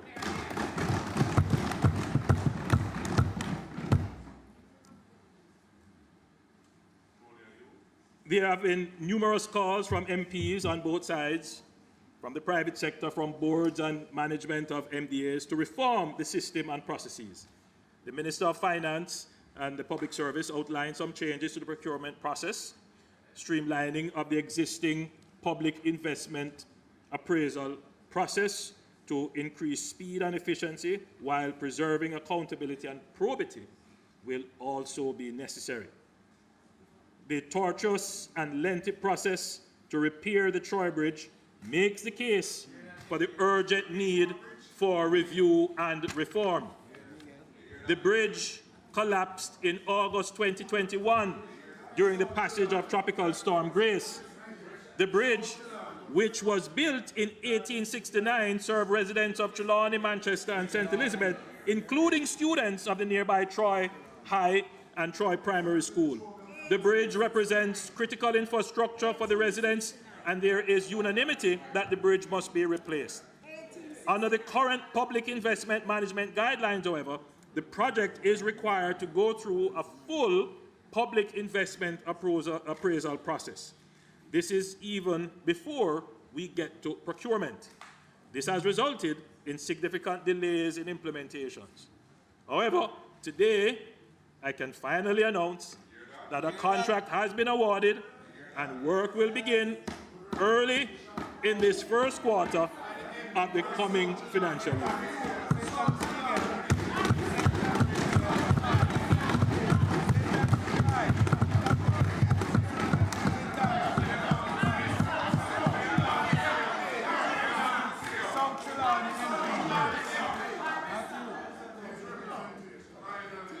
Madam Speaker, this administration is pursuing productivity gains through digital transformation of government services.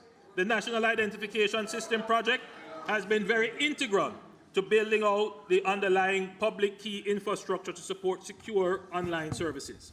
The NIDS project has supported the rollout of the e-passport, many people didn't know that, and the electronic immigration gates, which are now fully operational at the Sangster International Airport, and has assisted greatly in speeding up passenger flow through those airports. The e-gates are now being tested in the Norman Manley International Airport. The NIDS project made all of that possible. The regulations pursuant to the National Identification and Registration Act are ready and will be taken to Parliament for consideration next month. The Board of the National Identification and Registration Authority, NERA, chaired by the Honourable Custos Conrad Pitkin, is in place to oversee the operations of the National Identification System. So we are well now advanced in implementing NIDS. Madam Speaker, to roll out the National ID, 23 post offices across Jamaica will be renovated and used as NIDS enrollment sites. The procurement process for 8 of these, Montego Bay, Black River, Maypen, Santa Cruz, Falmouth, St. Anne's Bay, and Ocherius, and Mandeville, has been completed and work will begin shortly.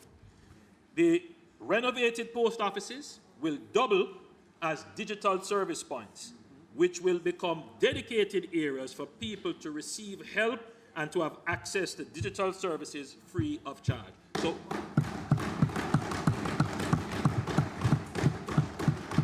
what came out of our surveys in the implementation of NIDS is that, there is some fear that people have of the term digital. And a part of it is they don't understand it, they are not native to it. But what we do find, and we saw this during COVID, is that once they get used to it, you can't get them off the phone. Particularly our elderly. Once they get accustomed to it, it is something that is fascinating to them, and they use it quite consistently. So, Madam Speaker, the strategy is that we're going to be bringing digital services to the people, and we're going to help them to be able to articulate and maneuver in the digital world. So, instead of having the post office being about paper, the post office will now become a digital service center. So you will go and register for this, but you will learn here about the digital world. The NIDS project, in conjunction with the Registrar General Department, have digitally scanned and stored 1.4 million civil registration documents. At the end of this exercise, we would have scanned 2.246 million birth, death, marriage, adoption, and deed of poll records, thereby creating a database of documents that would not require physical retrieval and enable several online services. So we are moving the RGD totally online, totally digital with its services. Madam Speaker, a functional Data Protection Act and operational body is a prerequisite for the rollout of the national ID. Last year, significant provisions of the Data Protection Act came into force, including the requirement of data controllers to register. Data controllers are people who have custody and make decisions about the use of people's personal and private information. And they are now, under the law, required to register with the Office of the Information Commissioner. So the Office of the Information Commissioner has launched its official portal through which data controllers can register. We know that the new Data Protection Act requirements are a concern for many businesses, especially medium, small, and micro enterprises. Last year, we granted a further 6 months extension for data controllers to prepare for compliance with the provisions of the Act. We are now actively exploring how we can provide further time, especially for MSMEs.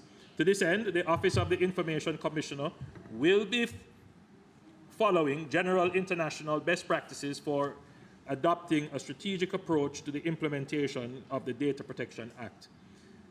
Upon the end of the grace period in June 2024, the Office of the Information Commissioner will only commence registration with controllers in the following categories: ministries, departments, and agencies of government, high-risk sectors such as financial, health, education, tourism, and ICT services, other businesses that conduct data processing on a large scale or that have a significant risk of prejudice to a large number of data subjects, and data controllers who are required to appoint a data protection officer.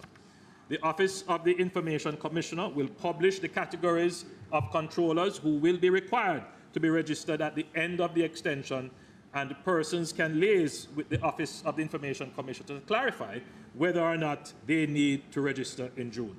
Madam Speaker, we believe this approach balances the rights and interests of the people without placing an unnecessary regulatory burden on small businesses. We are a listening government, and we are doing what we can to address the concerns raised by implementing the Data Protection Act in a strategic and responsible manner.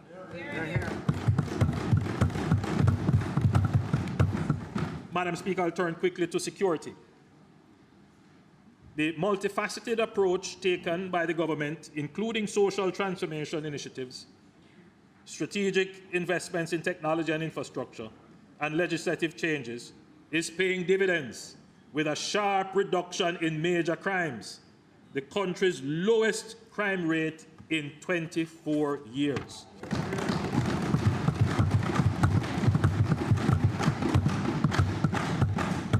Jamaica recorded a 10% reduction in major crimes, murders, shooting, rapes, robberies, aggravated assaults, and break-ins in 2023 when compared to 2022, and the downward trend has continued in 2024.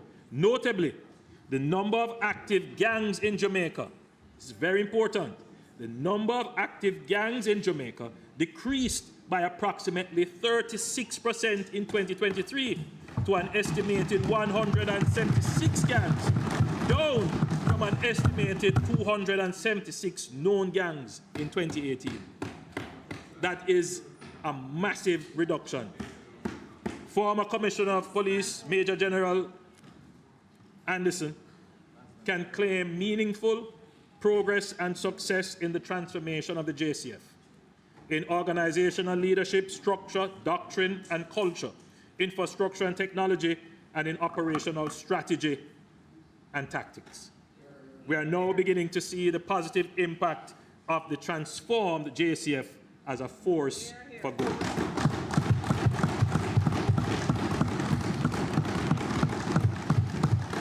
Madam Speaker, let me express our appreciation and commendation to Major General Anderson for a career of effective leadership and sterling service to Jamaica's national security.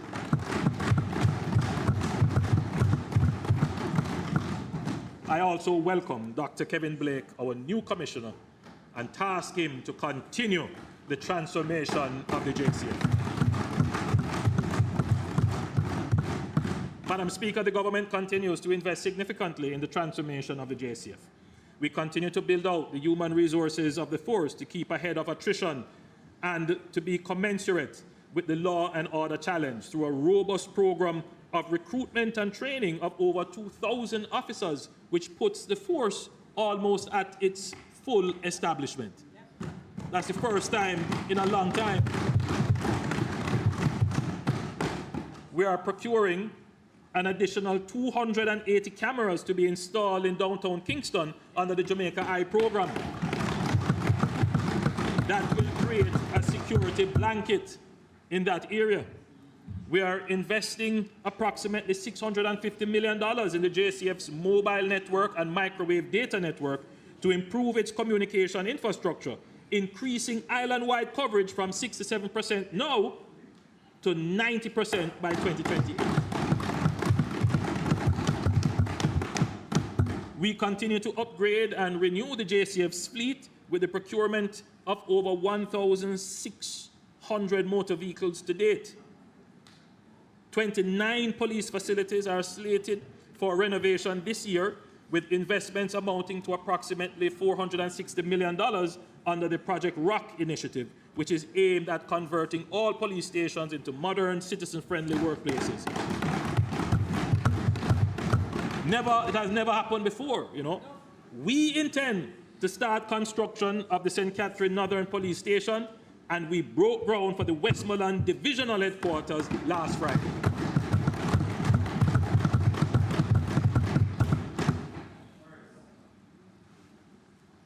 These, Madam Speaker, are massive investments.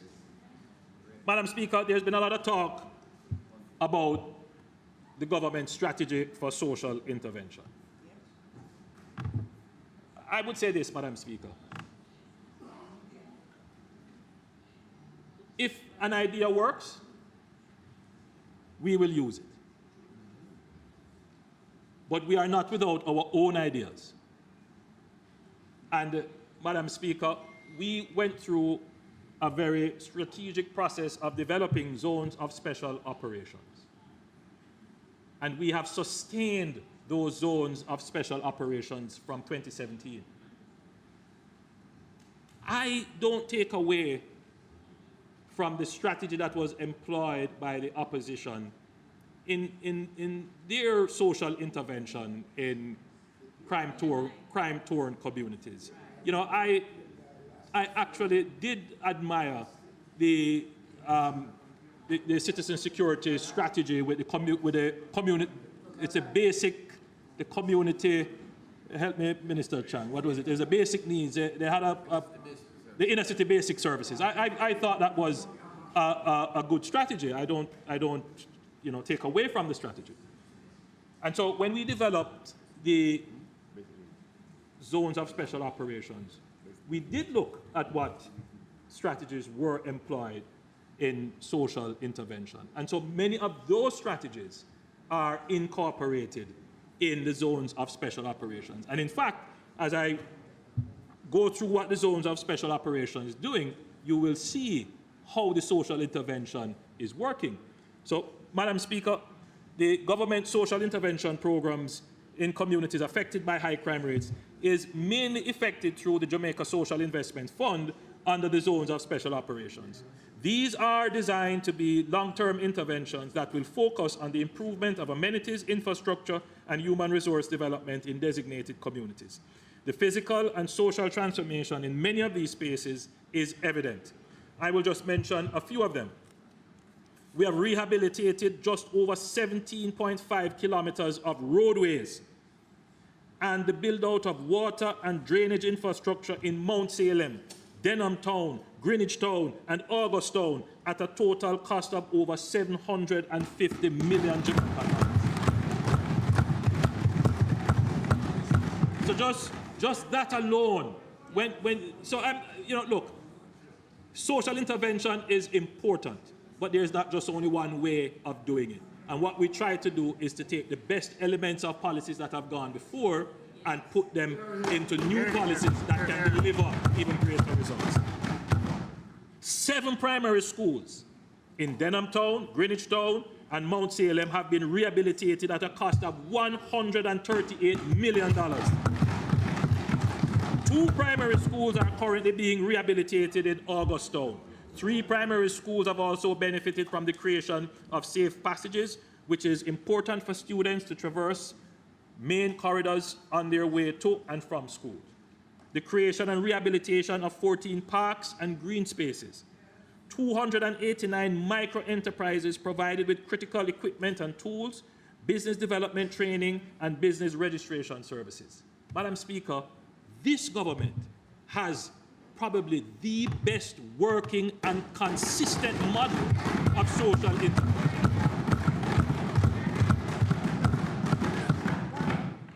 The zones of special operation have yielded success in the reduction of murders in 7 of the designated communities, namely Mount Salem, Denham Town, Greenwich Town, August Town, Norwood, Parade Gardens, and Savannah Mar.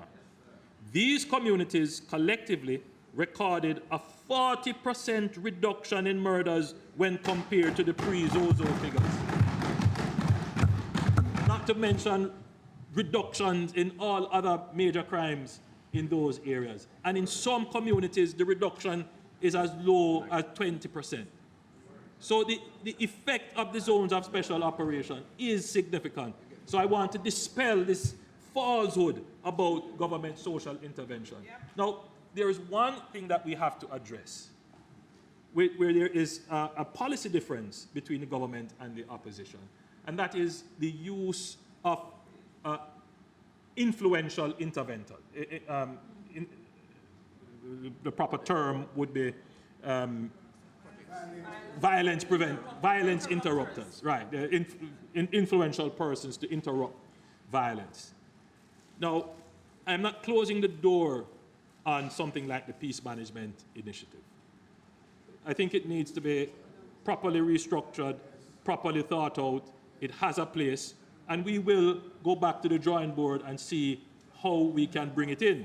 What we don't want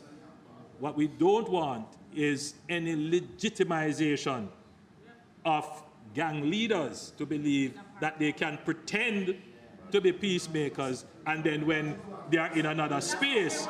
So that's the only. So I think, Madam Speaker, if the opposition is strong on the point, we are willing to sit with them to work out how we can address that issue and restructure and re-establish the violence interrupters in a way that absolutely rejects criminals trying to parade as community leaders.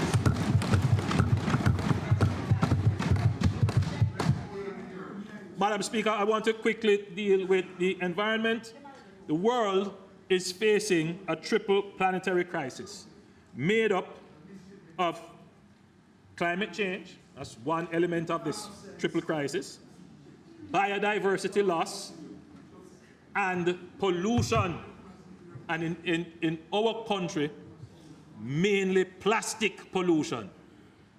I mean, I don't know if you are as disgusted as I am to drive on our roads or look in our rivers and gullies and to go to even some pristine beaches and see plastic. It is a real challenge. Jamaica is not immune to any element of this crisis. This is why the government has pursued a progressive green agenda. Though our suite of policies and legislative actions have been acknowledged both locally and internationally, we continue to work diligently to ensure that our governance framework is fit for purpose to deal with the environmental and climatic challenges we face while also creating an enabling investment environment. Madam Speaker, planning, which facilitates orderly development, is a critical pillar to sound environmental management.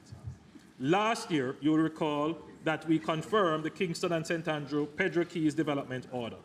We are actively working to complete the parish development orders for St. Thomas, St. Elizabeth, Hanover, and St. James. I'm happy to report the promulgation of the Portmore confirmed development order. I'm also happy to report that NEPA has completed the master plans for Constant Spring, Halfway Tree, and Negril. Madam Speaker, I want to say a few words on beach access. Coming to that. I'm pleased to report that the beach access and management policy is complete and will be tabled at the next sitting of the House.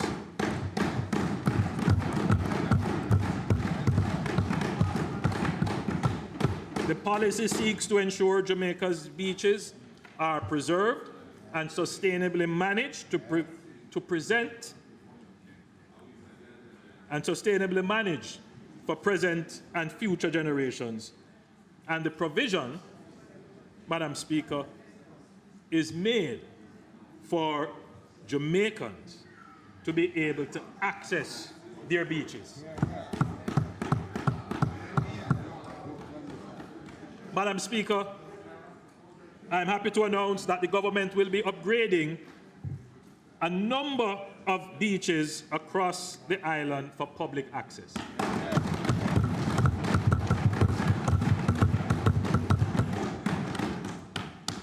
You know, Madam Speaker,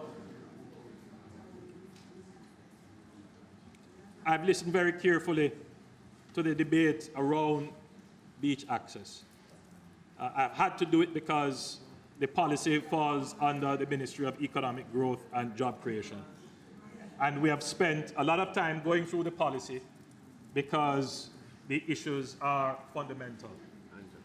We are dealing with the rights of the people. We are dealing with people's prescriptive rights.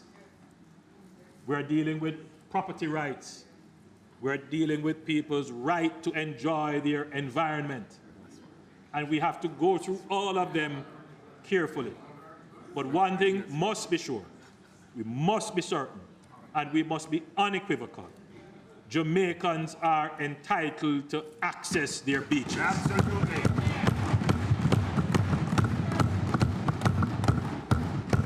But one thing we know, Madam Speaker, there is one thing to speak about access. There is another thing, Madam Speaker, to actually do it. Enable access. So we believe everybody must have access, but we go a step further. Madam Speaker, I am happy to announce that the government will be upgrading a number of beaches across the island for public access.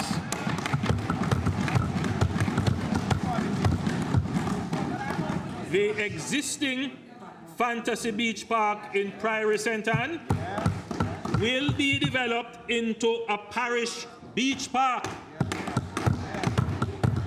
similar to the Harmony Park in Montego Bay. The government will be upgrading another 9 free community beaches this year. Beyond 2024-2025 budget year, we will develop the Boston Beach Park in Portland.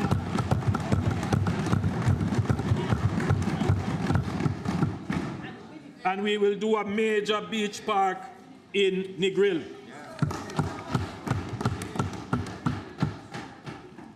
So others talk about beach access.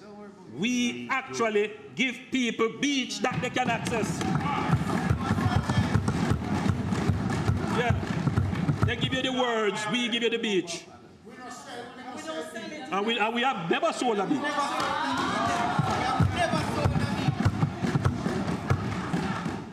Where is Cornwall Beach?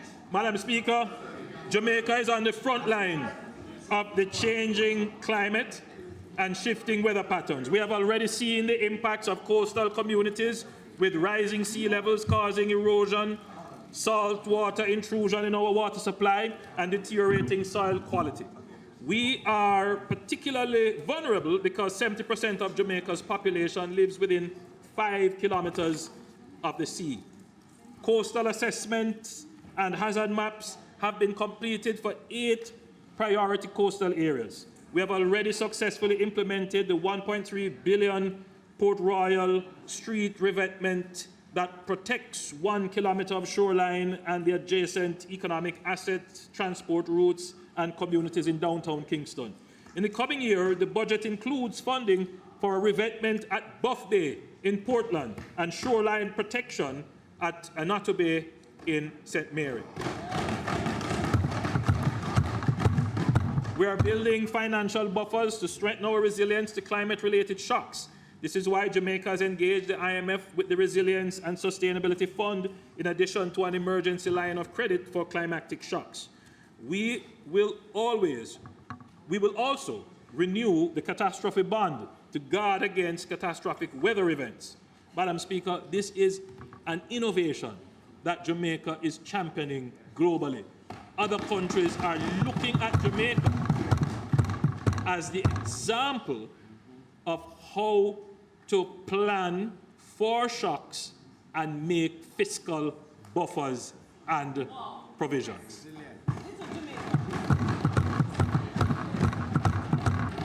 Madam Speaker, the global community has an established structure for how it makes climate finance available to developing countries. Jamaica continues to call for reform.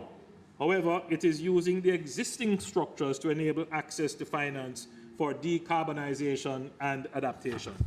Madam Speaker, I'm proud to report that our Development Bank of Jamaica has been accredited by the Green Climate Fund as a national direct access entity that allows for application and implementation of large climate projects of over US $250 million. This accreditation is the largest received for any national entity within the Caribbean. Madam Speaker, that the Climate Fund can look at our little Jamaica, our little development bank, and say, you guys have done so well. We can put money with you. That's a big endorsement. As I said earlier, we are not all satisfied with the heavy bureaucratic process. But you know what, Madam Speaker? We have complied with it. We have demonstrated that we have the capacity to comply, and that is the reward for developing that capacity. So yes, it is a torturous process. But once you have developed that capacity, at the end of it, you will get the rewards. Madam Speaker, one of the most, and what it means is that we now need to actually develop the capacity to develop the projects to benefit from the funding. That's the next step now. Because the government will develop projects, and I'm sure other entities will develop projects, but these projects have to be at a very high standard. And so we have to develop that capacity now. And I'm sure that we will do it. So you're going to see more expenditure within our economy that is climate related. And that's a good thing. It's excellent. Madam Speaker, one of the most significant steps that can be taken to halt the reverse of biodiversity loss, to halt and reverse biodiversity loss, is the protection of both 30% of our terrestrial landmass and territorial waters. The 30 by 30 target was established in the Kunming-Montreal Global Biodiversity Framework adopted in December 2022. Jamaica is well poised to complete declarations facilitating legal protection of more than 30% of our landmass by 2025, as we are currently at approximately 25%. This has been made possible by the declaration last year of the Black River and Pedro Keys protected areas, both declared under the NRCA Act. I'm happy to announce that today I will table Jamaica's Omnibus Protected Areas Green Policy Paper. Madam Speaker, and you have them there. Madam Speaker, in the coming fiscal year, we will complete declarations of protection under the NRCA Act for the following 5 areas: Canoe Valley, which borders Manchester and Clarendon; Montpelier in St. James; Long Mountain, St. Andrew; Industry Cove, Hanover; and Bengal, St. Anne. Madam Speaker, all of the areas identified were designated as ecologically sensitive areas during my last presentation in the budget debate. Additionally, your government will declare 23 parcels of Crown land as forest reserves or forest management areas under the Forestry Act in 2024-2025. Madam Speaker, it is also to be noted that we completed our protected areas regulations in this fiscal year, solidifying the framework to be used for management of these areas. Madam Speaker, the Ministry of Economic Growth and Job Creation will collaborate with the Ministry of Agriculture, Fisheries and Mining to increase the island's network of fish sanctuaries by expanding existing ones and establishing new sanctuaries under the Fisheries Act. We will also pursue amendment for the marine park regulations to simplify the administration of user fees. In response to the increasing challenges posed to the island's natural waterways, the government will commence work on the development of a national wetlands and freshwater policy for Jamaica. Madam Speaker, the issue of pollution is complex. Our economic and social activities generate waste, whether solid, liquid, or air pollutants. Though we cannot dive into each of these today, there are 2 areas where I will highlight some steps being taken to reduce pollution in Jamaica. First, the issue of plastics within our waste stream. Madam Speaker, in 2019 and 2020, Jamaica led the region with the first phases of a ban on specific types of single-use plastics. Jamaica is happy with the progress of the International Negotiating Committee to develop a global plastic treaty. We are, however, working to ensure that when this treaty is finalized, Jamaica is well ahead of its target and requirements. As such, allow me to highlight the suite of measures that will be taken in the coming financial year. Jamaica will complete its national policy on the environmentally sound management of single-use plastics. We will this year begin a separate waste. Sorry, let me repeat this. This year, we will begin the separation of waste, in particular plastic waste, at all government facilities nationally.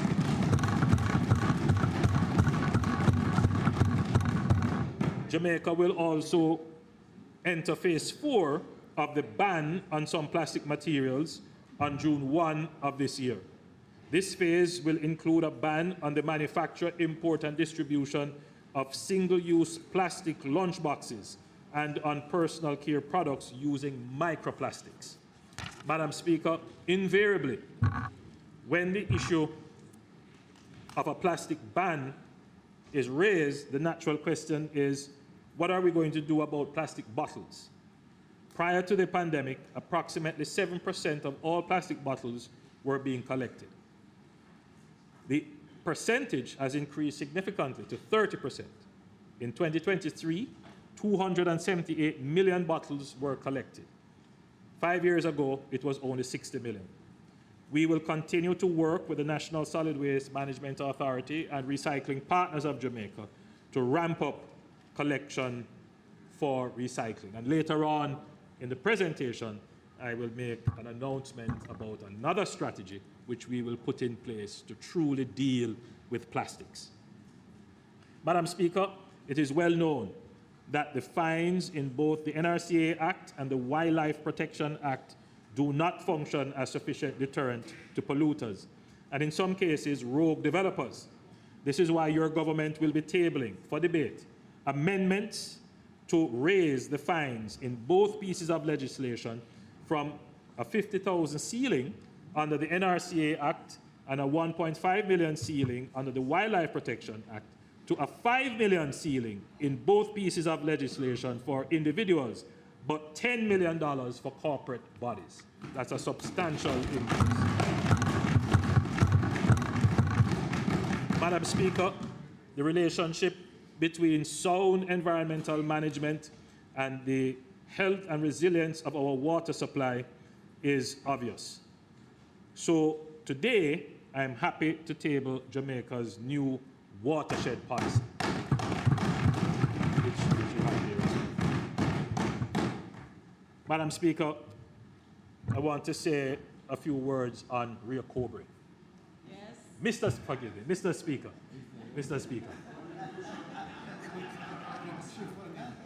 I want to say a few words on Rio Cobre.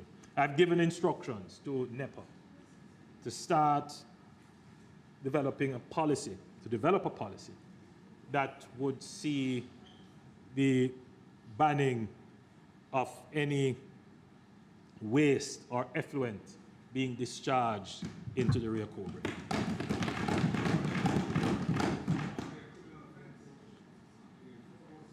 No, so, Madam Speaker, there are, Mr. Speaker, forgive me. There are some factories and operations which do have authority, permit, and permission to discharge. What we're looking for is to prevent any discharge into the Rio Cobre.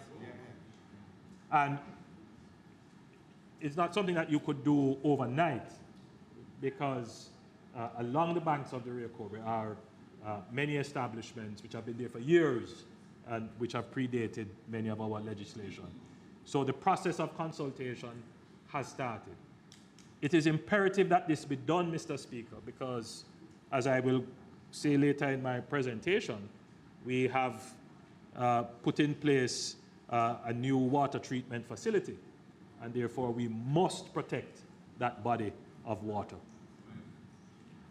Madam Speaker, Mr. Speaker, I want to turn to education and skills. We can all agree that education is a key enabler of a productive and caring economy. Our growth trajectory is limited by the level of our human resource development. There is no doubt that our education system produces some of the brightest minds, pro-social, pro-growth, emotionally intelligent, and skilled citizens worker. The problem is that the education system is not even and consistent across the society in creating the human resources necessary to enable Jamaica to move to a higher growth trajectory. And the problem is exacerbated by a significant percentage of our best trained human resources migrating to build other economies. It is easy to make the observation that Jamaica has a low-wage economy. The more difficult question is, how do we attract higher paying jobs? That's the real question. A part of the answer to this question is that we need to increase the level of socio-emotional intelligence throughout our society. And we must increase the level of market-aligned skills our workers possess.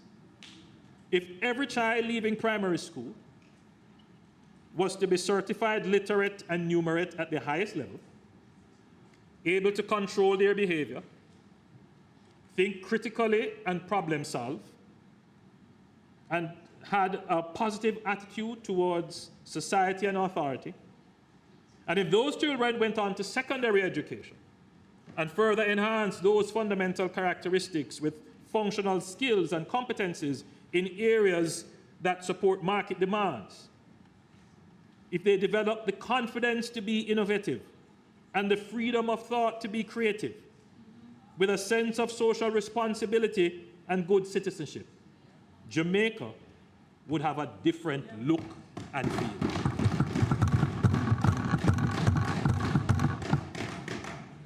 And we would be able to attract and sustain higher order industries and jobs on a wider scale. This is why we undertook a review of the education and training system to inform our plans to transform it. The transformation of the education system is underway. An implementation plan has been broken down into 365 recommendations under the Pattison Report in short, medium, and long-term initiatives that span several pillars: governance and accountability, early childhood development, teaching, curriculum, and teacher training, tertiary sector, TVET in Jamaica, infrastructure and technology, and finance. Madam Speaker, I want all stakeholders to appreciate that transformation of the education system is a massive undertaking. The system comprises 1,010 public schools, 2,400 early childhood institutions, 500 prep and private schools, 21 tertiary institutions, 600,000 students, 25,000 teachers, and more. There have been several attempts at transformation over the years with varying degrees of success. We have learned from these past efforts. The comprehensive transformation that we are all seeking is going to take time, and we are proceeding in a structured and sustainable way.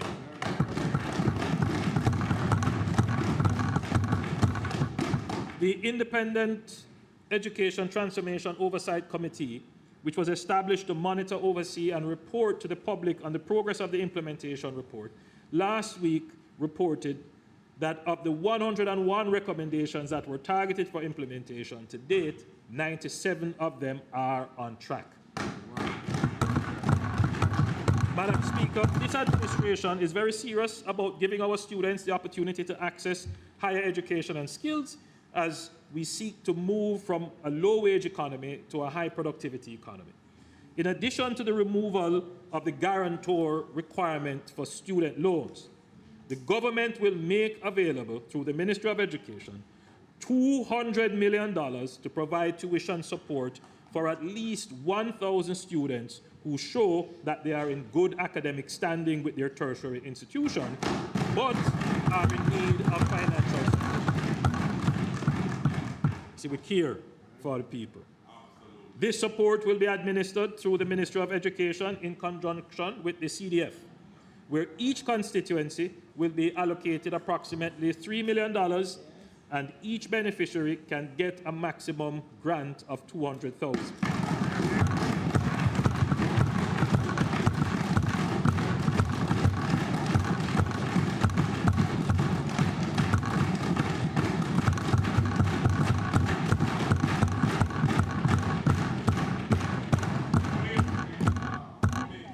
Madam Speaker, I now turn our focus on Heart Trust NSDA. The Heart Trust was conceptualized by the Most Honorable Edward Seaga in 1982 with the mission to reduce unemployment and create a dynamic and skilled labor force in Jamaica. Even though unemployment today is at a record low of 4.2%, the mission remains as relevant today as it was in 1982.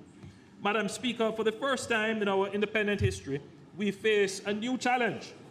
On the one hand, we have a myriad of business leaders speaking to the shortage of labor in growing sectors of the economy. On the other hand, we have too many persons across the length and breadth of Jamaica who are not sufficiently engaged in meaningful work. For the first time in our independent history, we can say to every Jamaican youth, if you are willing to work and acquire a skill, there is a job for you. When we say every youth is a star, that is not a pipe dream in Jamaica today. It can truly be achieved. The Heart Trust has a pivotal role to play in this. Madam Speaker, we are revitalizing and re-energizing Heart, and we are putting the heart back in Heart.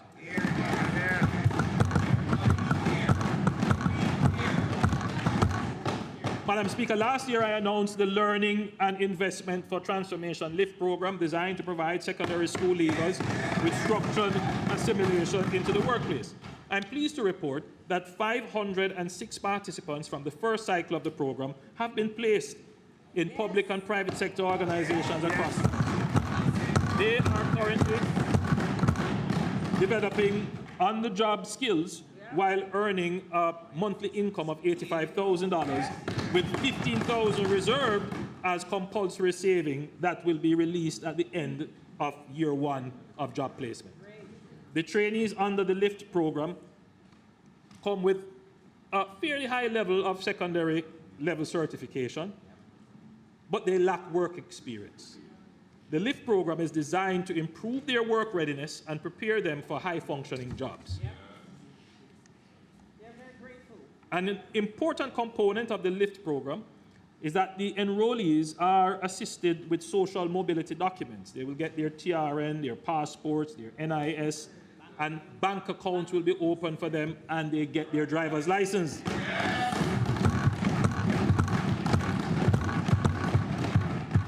Madam Speaker, I'm pleased to acknowledge one of our LIFT students in the gallery. As you know, the LIFT participants are taken from all 63 constituencies, and the program was oversubscribed. With us today is Akila Simpson, who is from my constituency.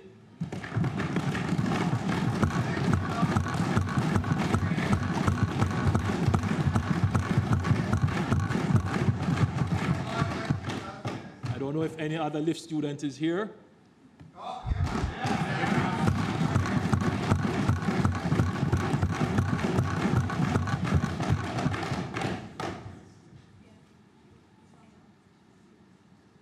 I gather that our LIFT student is from the constituency of the Leader of the Opposition.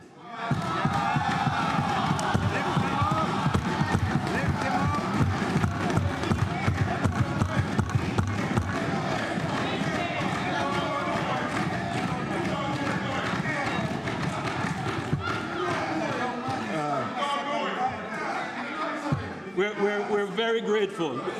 Yes, you would have submitted the name. Yes, yes. It's very important, and I just depart from my script here just for a minute, because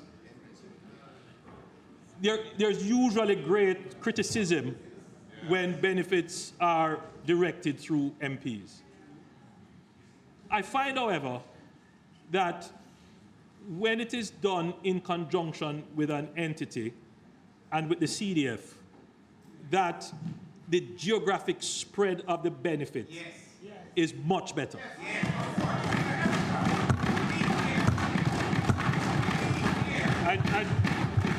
I don't want to in any way suggest that MPs can replace the central government in the distribution of welfare. But there are some projects where the MPs have a much better sense of what the need is. And so we have strategically done it in that way. And I find that sometimes the MPs are also very good motivators, because the entities oftentimes need somebody to intervene when there is a problem. So sometimes someone may apply for a benefit, they get the benefit, but then they stop coming. who do you call to get them to come back? It's usually good when your member of parliament can get in touch and say, no man, I got you.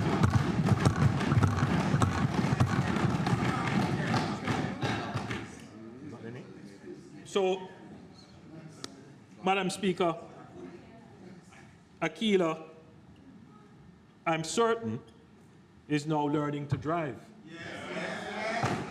And she will get her driver's license. The program has been a success, and we are getting ready for another intake under the program.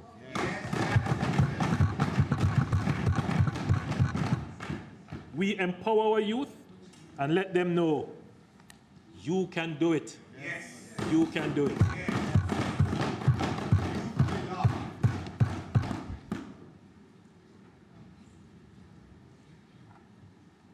Alric is also here from the leader of the opposition's constituency. Alric, I'm certain you're also learning to drive. Yes. Very good.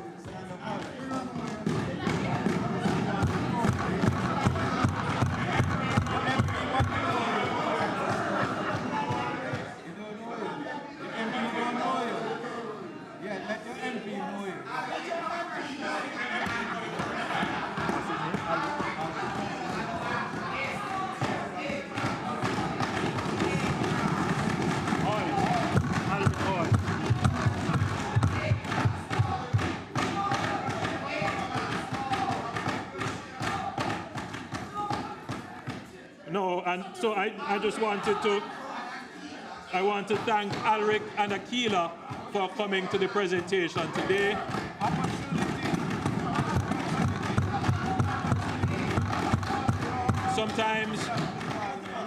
Sometimes when we announce these programs, the public listening can't identify with it. They think it's just an announcement, it's not real. But these programs are real. These are real people. So we're very happy that you have come to show the public that, yes, these are real people. When I say 506, there are 506 of Alric and Akila who are here.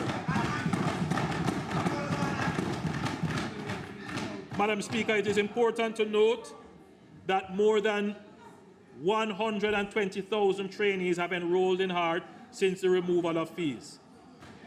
Using Statin's October 2023 figures, our labor force stands at 1,377,600 out of a working age population of 14 years or older of 2.1 million. This gives a relatively large labor force participation rate of 65%.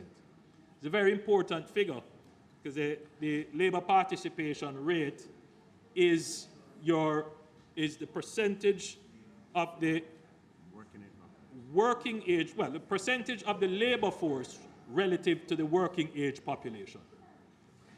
So 65% of our working age population is in the labor force. The last figures I looked at for a comparative economy like Trinidad was about 60%. The United States, maybe a little bit lower, maybe at about 60, 62, 63%. But our labor participation rate is actually very high and is inching up. Madam Speaker, there are 724,600 persons. And even though these numbers seem fairly precise, the methodology yields these numbers, but they are estimates.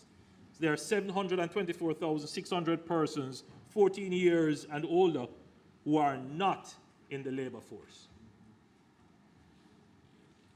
Meaning, these are persons who are registered in schools or training institutions, retired and elderly persons, persons taking care of their households and families, and persons who, for other reasons, are not available for work, such as persons who are incarcerated or disabled, and persons who have not made themselves available, who say, I am not going to work. It should be noted that 95.8% of the labor force, or 1.32 million persons, are employed.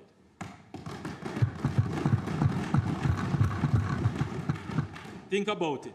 95.8% of everyone who is able, capable, and seeking a job is in a job.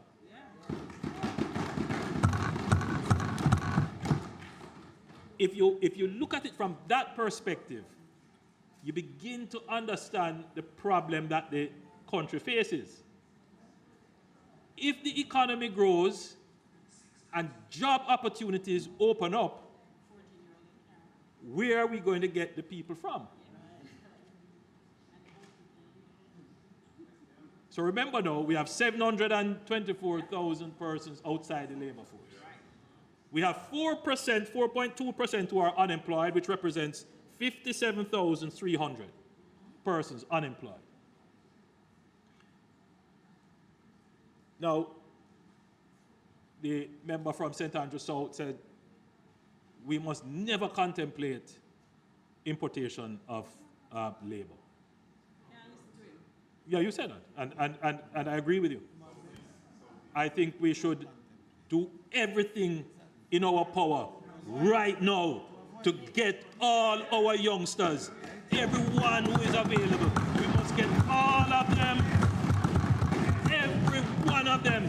We must get them into our labor force. We have too many of them. Too many.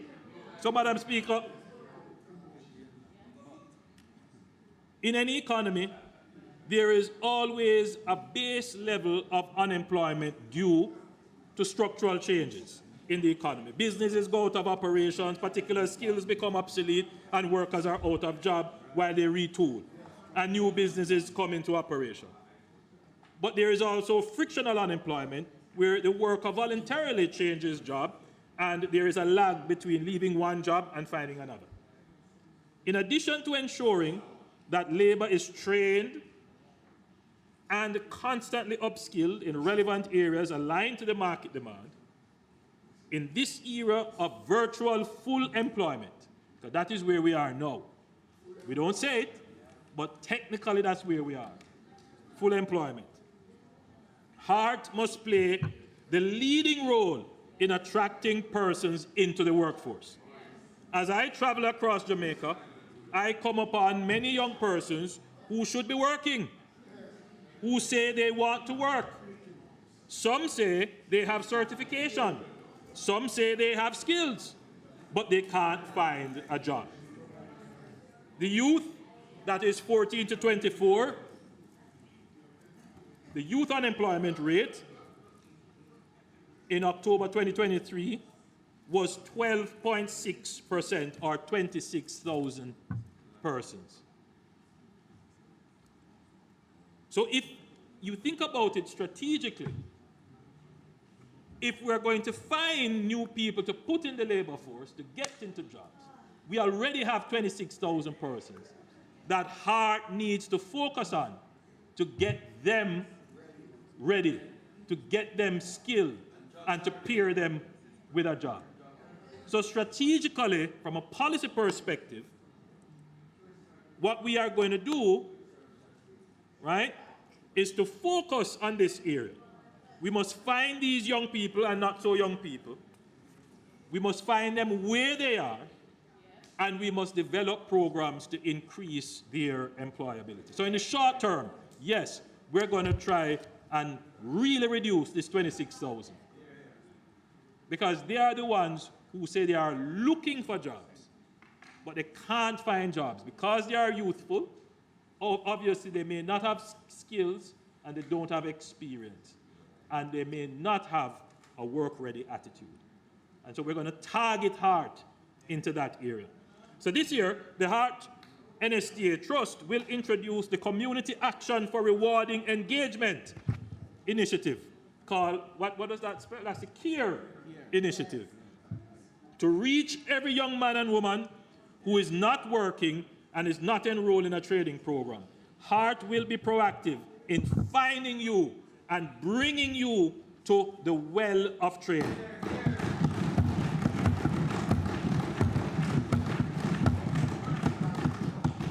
If our economy is to grow, we need every able-bodied man and woman who is able and capable of working to join the labor force. The CARE initiative will be activated in all 63 constituencies. Each member of parliament will be asked to identify 30 young persons from their constituency using predetermined selection parameters set by the program. A specialized team in Heart will go to their houses or meet them on the corner if necessary to engage with them and enroll them into the program that will enhance their employability.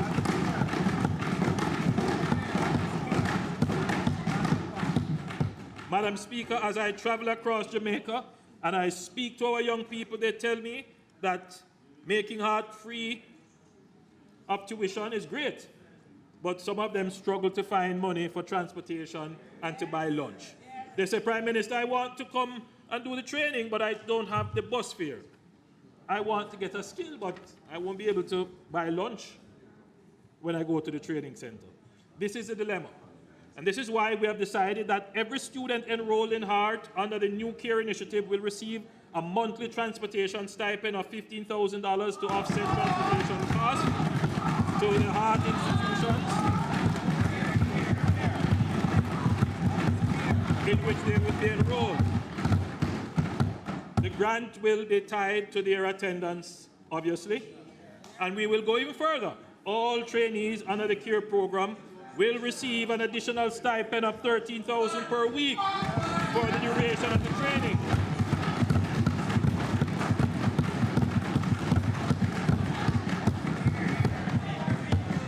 For some persons who will reach through this program, extensive training may not be required. A lot of them that I have met, they tell me they have certificates. They are a welder, they are this, they are that. But you realize that in speaking to them, what may have been the challenge? Because they tell you, they go to interviews, there might be the challenge of the work ethic, the challenge of the interpersonal skills, the work readiness, and the workplace ethic skills. Those are things that we may have to work on. So the program may not necessarily have to cater to intensive training, but more work readiness skills. And if that is the case, this will also be done quite easily.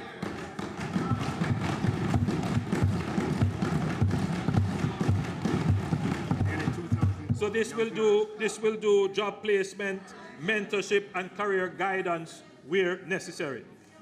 We recognize the urgent nature of the problem of shortage of skilled labor.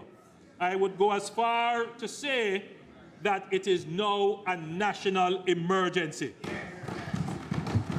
We need to do everything possible, including moral suasion and incentivization, to bring more Jamaicans back into the labor force. In this regard, though Heart must lead the effort, it cannot do it alone.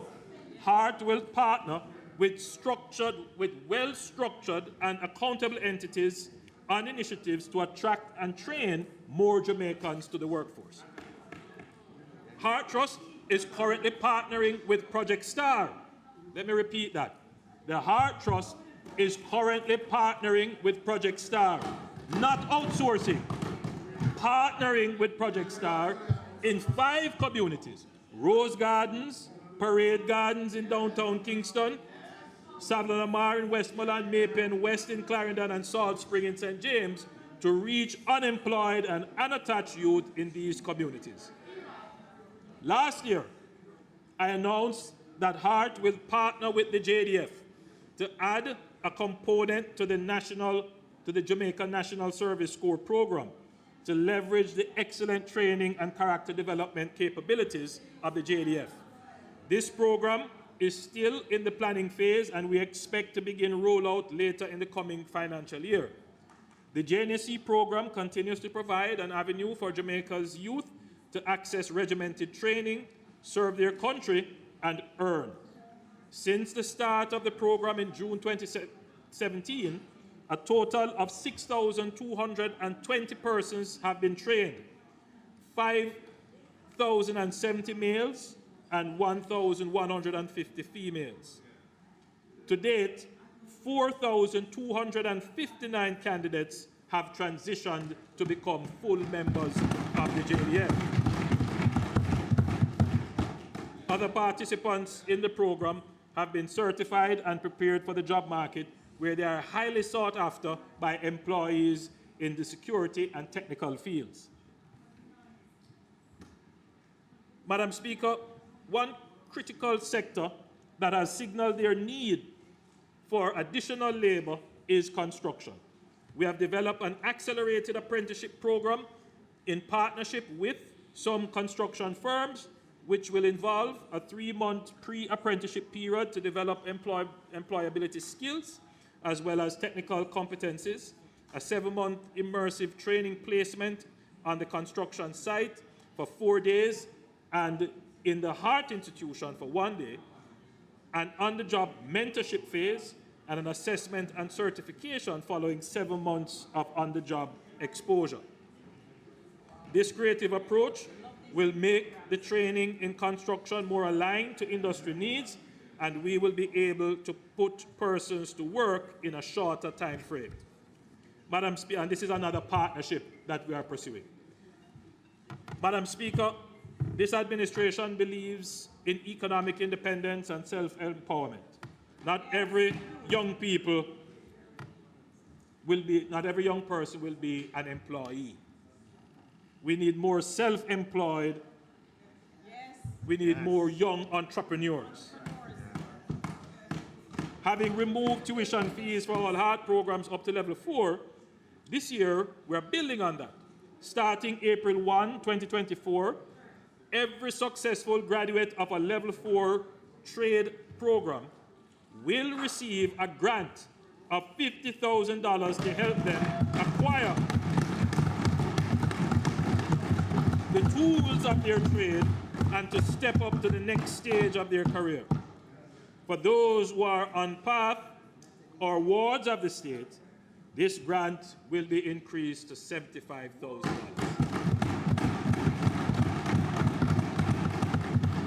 Additionally, starting next financial year, the Heart NSTA Trust will open a special grant facility of up to $100,000 for Heart certified trainees who have registered a trade or business that has been operating for more than a year.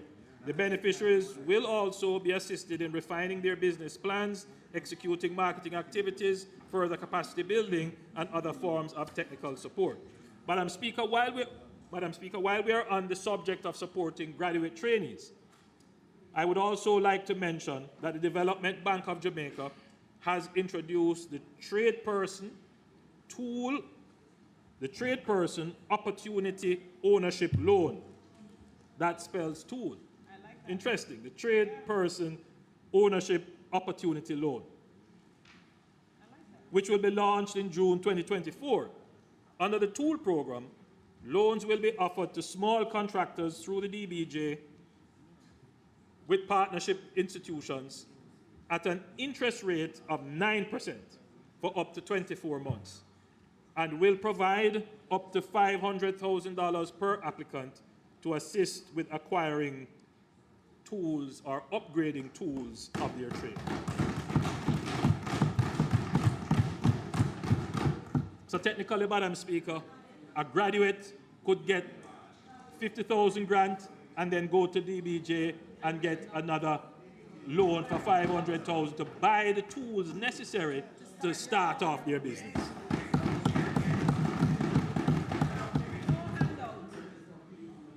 These grants and technical assistance are a deliberate effort to provide our trainees and small businesses with meaningful support to increase their productivity and grow their businesses. Madam Speaker, this year the Heart Trust will launch the Skills on Demand portal, which will connect skilled professionals with potential employers and clients.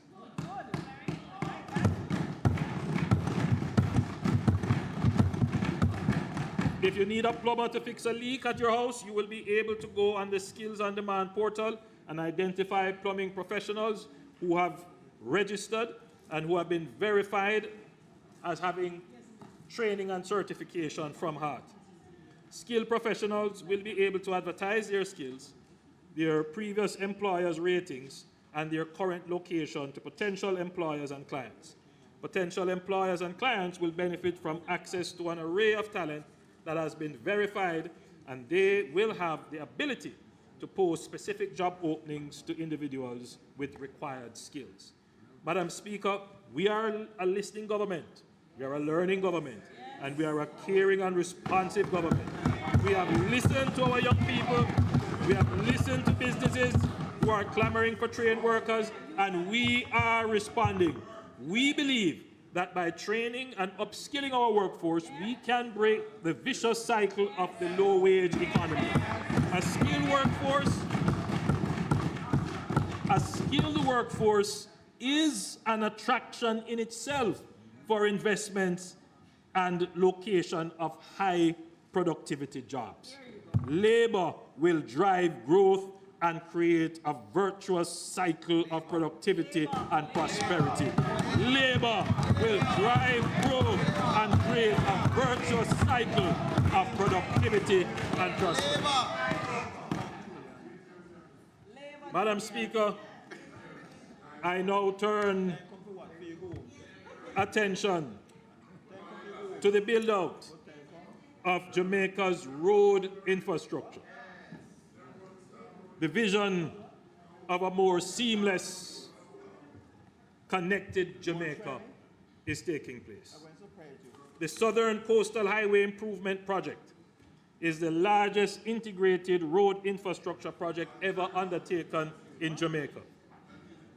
The Harbour View to Yallah's Bridge leg of the highway was officially opened in February of this year.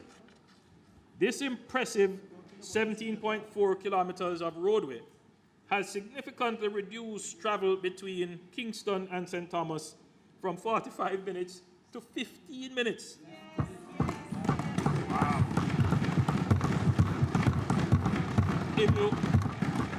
If you talk about increasing productivity, That's what it looks like. along the roadway, there has been the installation of approximately 28 kilometers of water lines, 350 meters of sewer lines, and 17.8 meters of fiber optic ducts, benefiting some 348 properties. The government, Madam Speaker, we get things done. At the completion of the works on the stretch of road leading to Morant Bay, I intend to officially name the highway the Right Excellent Paul Bogle Highway in honor of our national hero who gave his life in the struggle against oppression and injustice in Jamaica. When the chapter of our history is written about St. Thomas, it will show that this administration has done the most for the people of St. Thomas. That we have brought roads, water, jobs, industries, and development to what is now being called the Renaissance Parish. The government is now focused on completing the Yallah's Bridge to Port Antonio and the Morant Bay to Cedar Valley legs of the highway, which will open up the corridor with water, broadband, and sewer lines in some areas. The government, Madam Speaker, is now concentrating efforts on commencing the Port Antonio bypass project in the coming fiscal year. The bypass will unfold in two phases. The phase one, which is from Norwich to Turtle Crawl Harbour, which is 7 kilometers, and phase two from Turtle Crawl Harbour to Boston Bay, 11 kilometers, aligning with the goals of the Southern Coastal Highway Improvement Project. Currently, the government of Jamaica is exploring phase 1, estimated at approximately US $82 million, with a duration of 24 months, aiming to improve access to the growing town and to mitigate against coastal risks. Madam Speaker, the long-awaited Maypen to Williamsfield leg of the highway was opened in September 2023. This 27-kilometer stretch has not only slashed travel times from Maypen to Williamsfield to approximately 15 minutes, but has also ignited interest in development along its path. Private sector interest is growing in developing land along the corridor for housing and agriculture, and we're seeing great opportunities for economic growth. The security forces and the fire brigade have also welcomed this vital artery because it facilitates easier access to communities which were once difficult to police and give services. Moreover, the strengthened link between the Mandeville Regional Hospital and the University Hospital of the West Indies and the KPH in Kingston has reduced transportation times, saving precious lives. Madam Speaker, Trans-Jamaica Highway Limited, which operates the East-West Highway from Caymanas to Maypen under a concession agreement, has a right of first refusal to operate the new Maypen to Williamsfield Highway. The Trans-Jamaica Highway has exercised their right under the concession agreement by making an offer to the government of Jamaica. This offer is being evaluated by independent financial advisors, and negotiations are ongoing. In order to facilitate conclusion of these negotiations, the toll period is being extended until July 1, 2024.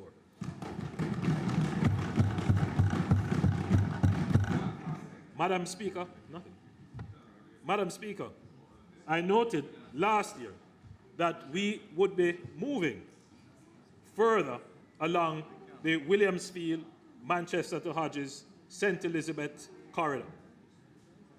This extension will also include a northern Mandeville bypass, a spur tree bypass, and I know a lot of people will be happy for that, a spur tree bypass, a Southfield bypass, and a Black River bypass. Value engineering exercises have been performed to reduce the project cost and at the same time increase its functionality. Madam Speaker, the residents of South St. Elizabeth will be part of the stakeholder consultation process to ensure their input is obtained and incorporated from the design stage to project delivery. Madam Speaker, I am happy to report that the Montego Bay Perimeter Road is progressing steadily and is already 30% complete.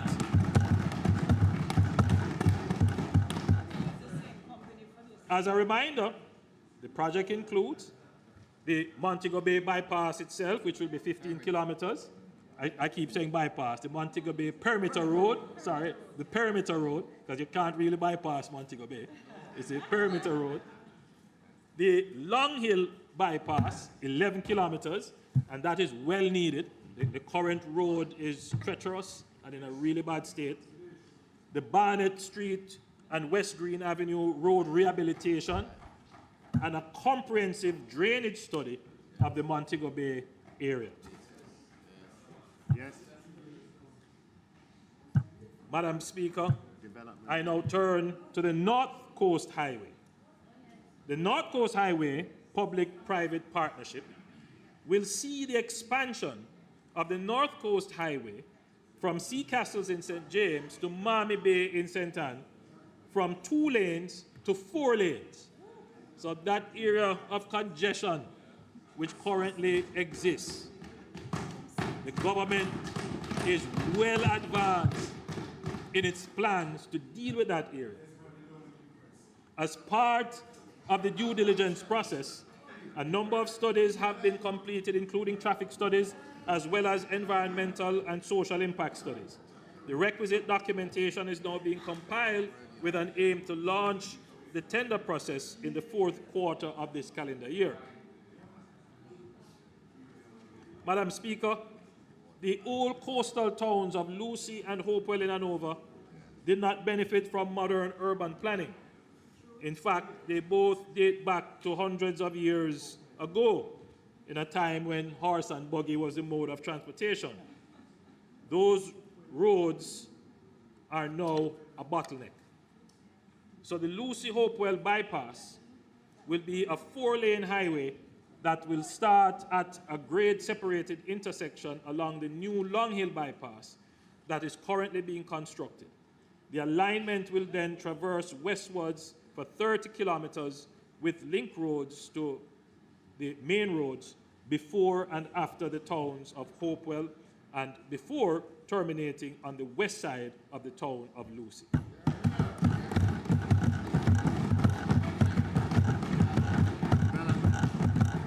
Madam Speaker, the KMA is an area of focus for the government. It's the area of largest population, it's the capital, it has the largest traffic flow. In 2024-2025, the government will look at improving the Washington Boulevard corridor, stretching from New Haven to Dunrabin. The NWA has been tasked with developing detailed engineering designs to enhance this corridor. The project scope encompasses not only traffic flow optimization, but also endeavors to elevate visual appeal, recognizing its pivotal role as a gateway into our capital city. Moreover, essential infrastructure installations such as water networks and fiber optic cabling will be facilitated to augment the services that are carried on that road. Madam Speaker, a year or so ago, I had made the commitment that we would upgrade Washington Boulevard. It's as it is now, it is not a good reflection on the entry into Kingston. And it is a very difficult piece of road to navigate. It really does need serious attention.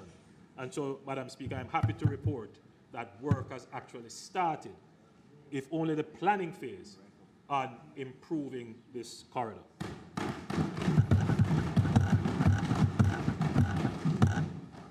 Madam Speaker, I know Jamaicans are listening to my presentation with concerns about their community roads. The issue of roads is often a pain point with complaints of dodging potholes and having to replace front ends. Over the past few weeks on the campaign trail, one of the most frequent questions asked was, Prime Minister, where are you about the road? The point must be made that the deplorable state of our roads has not happened since 2016, and I must repeat that over and over and over. It is the result of decades of neglect and inadequate maintenance even before our independence.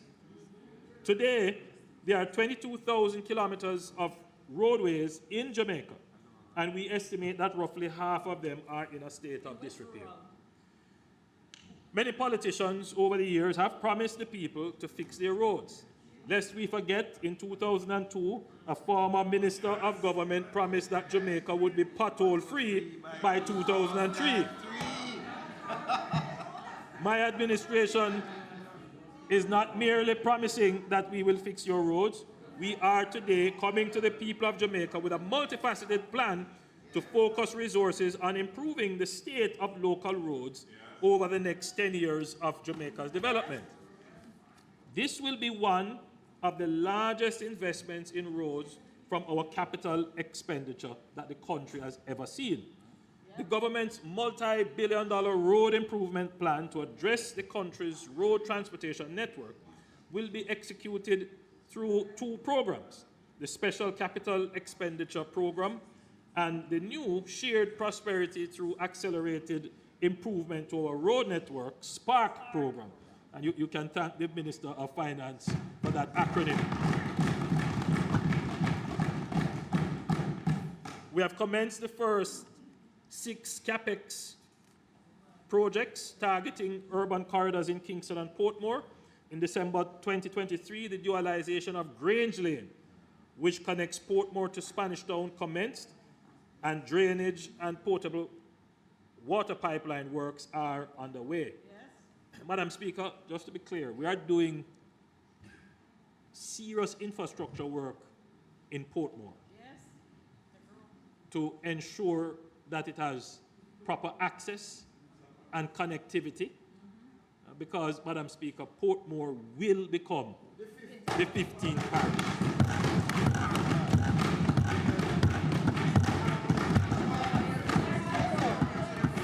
The remaining 5 projects are East King's House, Lady Musgrave Road, Brayton, Helshaw Road, Arthur Wint Drive, Tom Redcombe Avenue, Camp Road, and, Madam Speaker, a new access to Portmore, coming off the Mandela Highway will be built, and the Sandy Gully Bridge widening project are all expected to complete the procurement investment appraisal process during the first and third quarter of fiscal year 2024-2025 and head into procurement immediately thereafter. In the coming fiscal year, we will begin the rollout of the Spark program, which is an allocation of over $40 billion over 2 years. Of the overall total of $40 billion, $20 billion has been earmarked for secondary, community, and parish council roads in every constituency. $20 billion will be allocated to constituencies as follows. Approximately half will be divided equally per constituency. That is $150 million per constituency.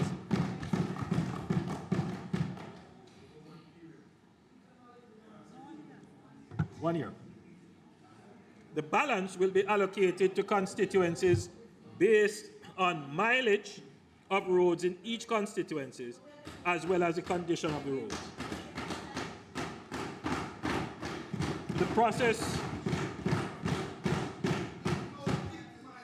The process will require mapping and on-the-ground assessment, as in some cases, Madam Speaker, the data on the roads do not exist.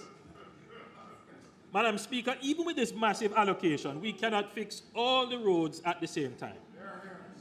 Therefore, the people will have an opportunity to express their views as to which roads get fixed first, through a fair, transparent, and accountable process. It is imperative that the people, represented by their elected representative, their elected official, play a significant role in the identification and selection of roads. Instead of having people protesting and blocking roads, let's all come together in a democratic process to determine the priority for roads to be repaired. Madam Speaker, I have seen and I've heard that MPs have already started to submit their list of priority roads.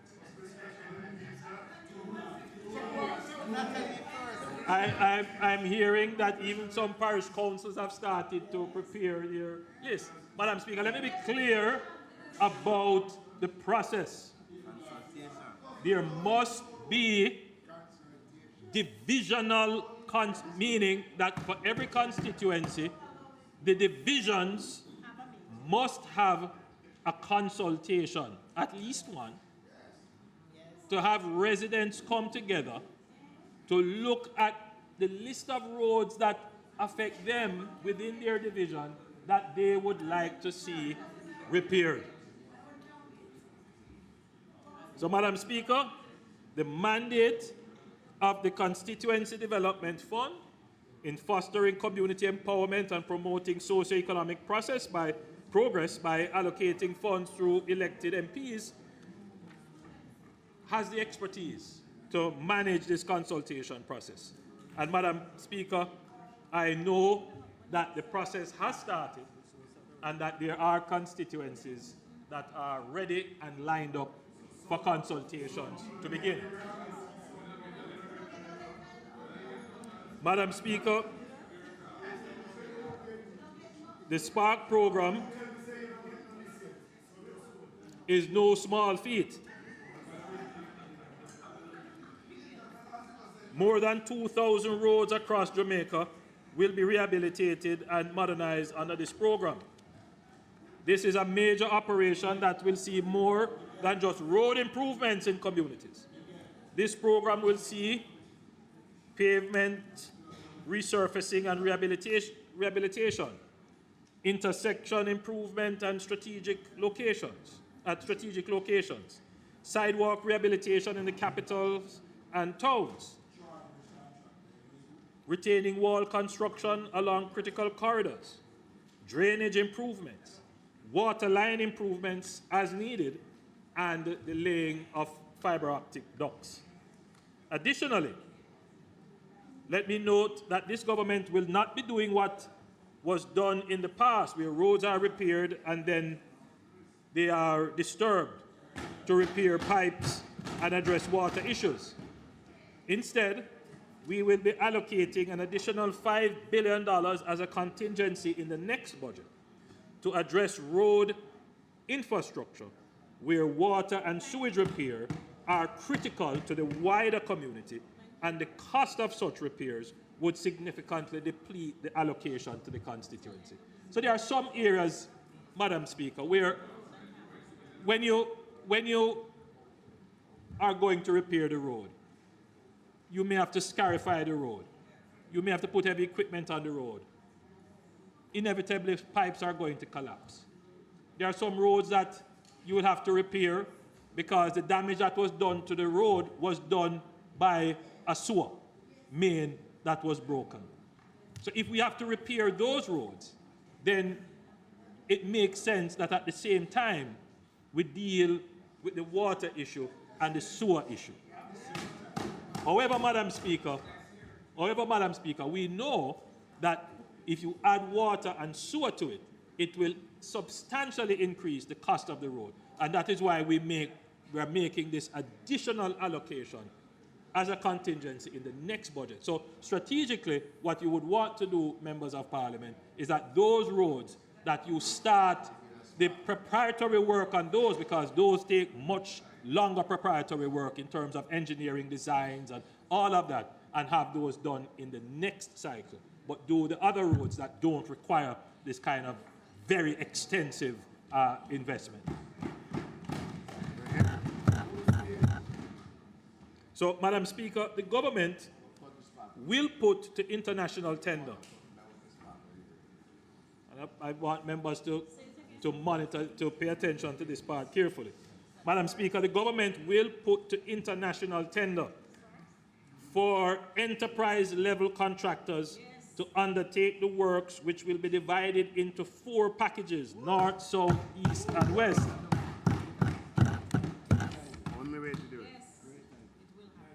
The relevant rate-based request for proposal documents have already been completed, and consultations with the Ministry of Finance and the Public Procurement Commission are ongoing to ensure the process, when launched, is seamless.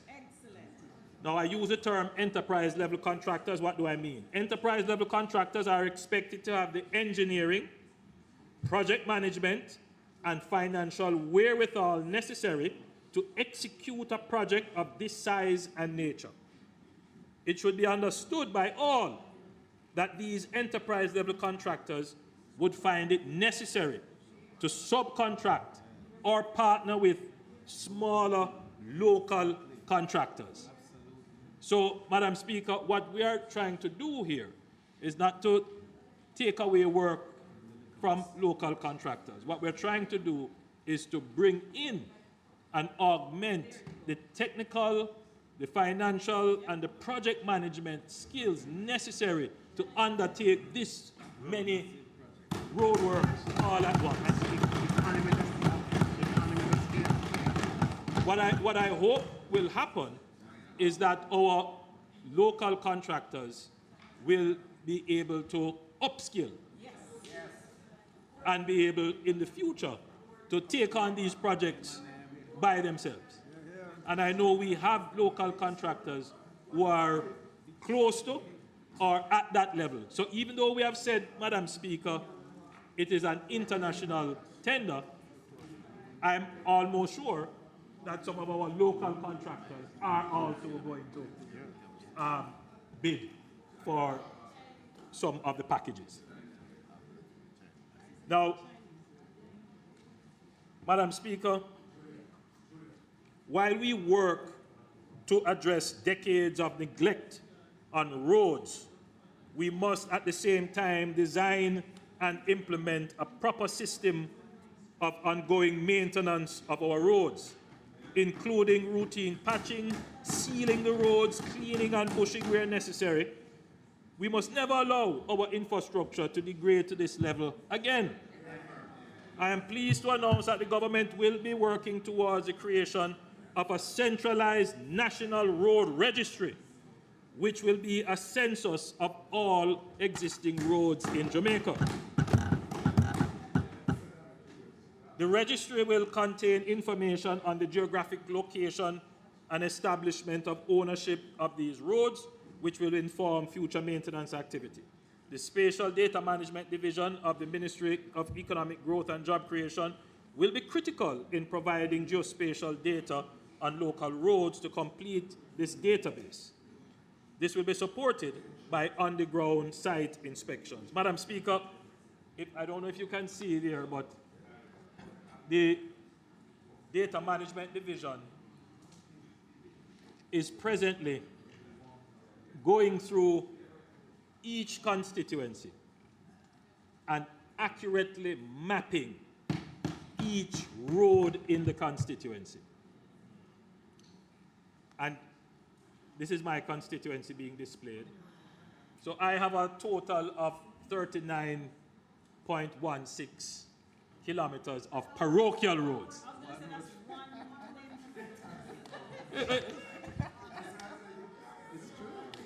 Which is why we have done it the way in which we have done it. We have done it in a fair way. So there's a base distribution where everybody gets equally, and then the balance is distributed by the relative kilometers of roads that you have. So it's fair. So Madam Speaker,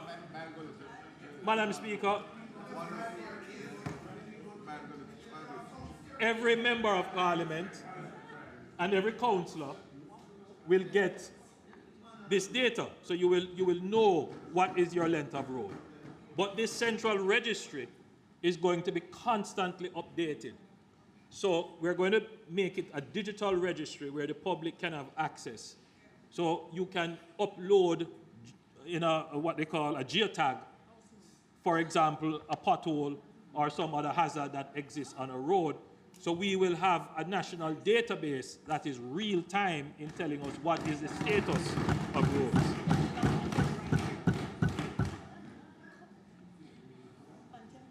Madam Speaker,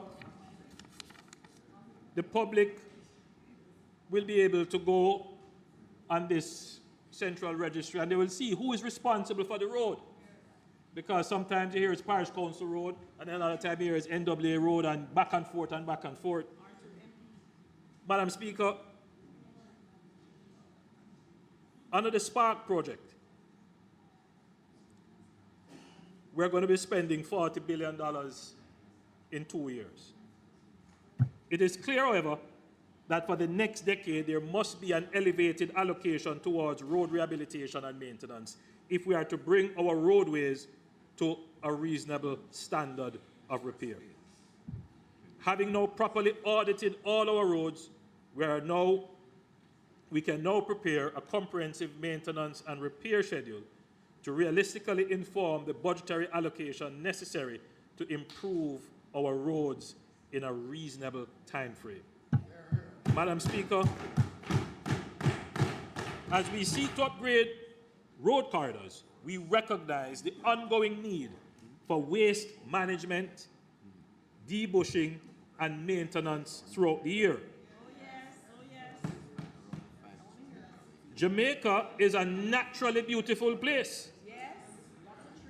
But our country is being uglified by plastic and other forms of waste on our roadways, in our gullies and drains. Yes. To this end, we will allocate 2.5 billion Jamaican dollars to clean major gullies and drains and roadways across Jamaica.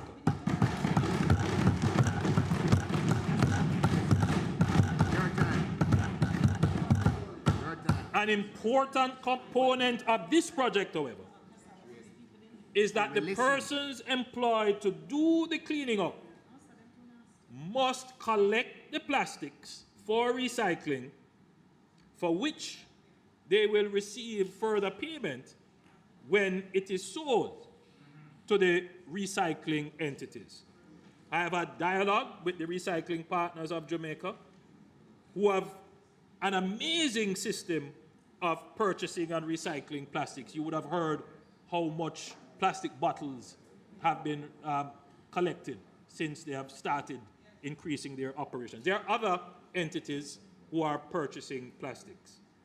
In fact, the recycling partners have a very good system where they register their collectors and they are not paid in cash. They get a special card and their card is credited. So that's an existing system. So what we are doing, Madam Speaker, is we are incentivizing cleaning and beautification through recycling. What happens, Madam Speaker, and I've seen it before, we pay using the Christmas work, as we call it, the year-end beautification, and they bush the roads, and they leave the plastics right there.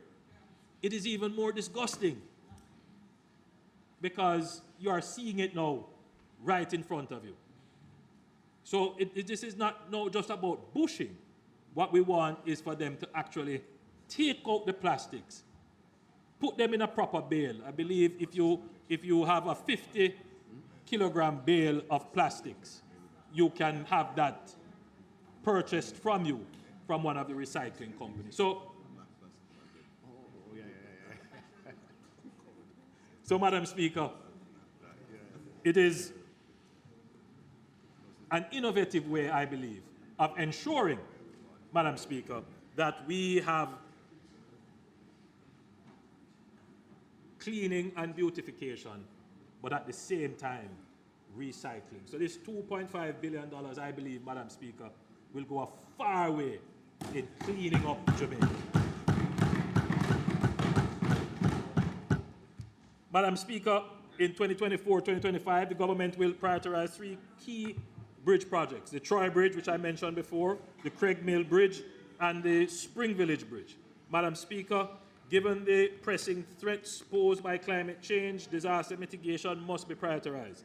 I am pleased to announce the allocation of $762 million for river training, drain and gully cleaning, and drain improvement initiatives.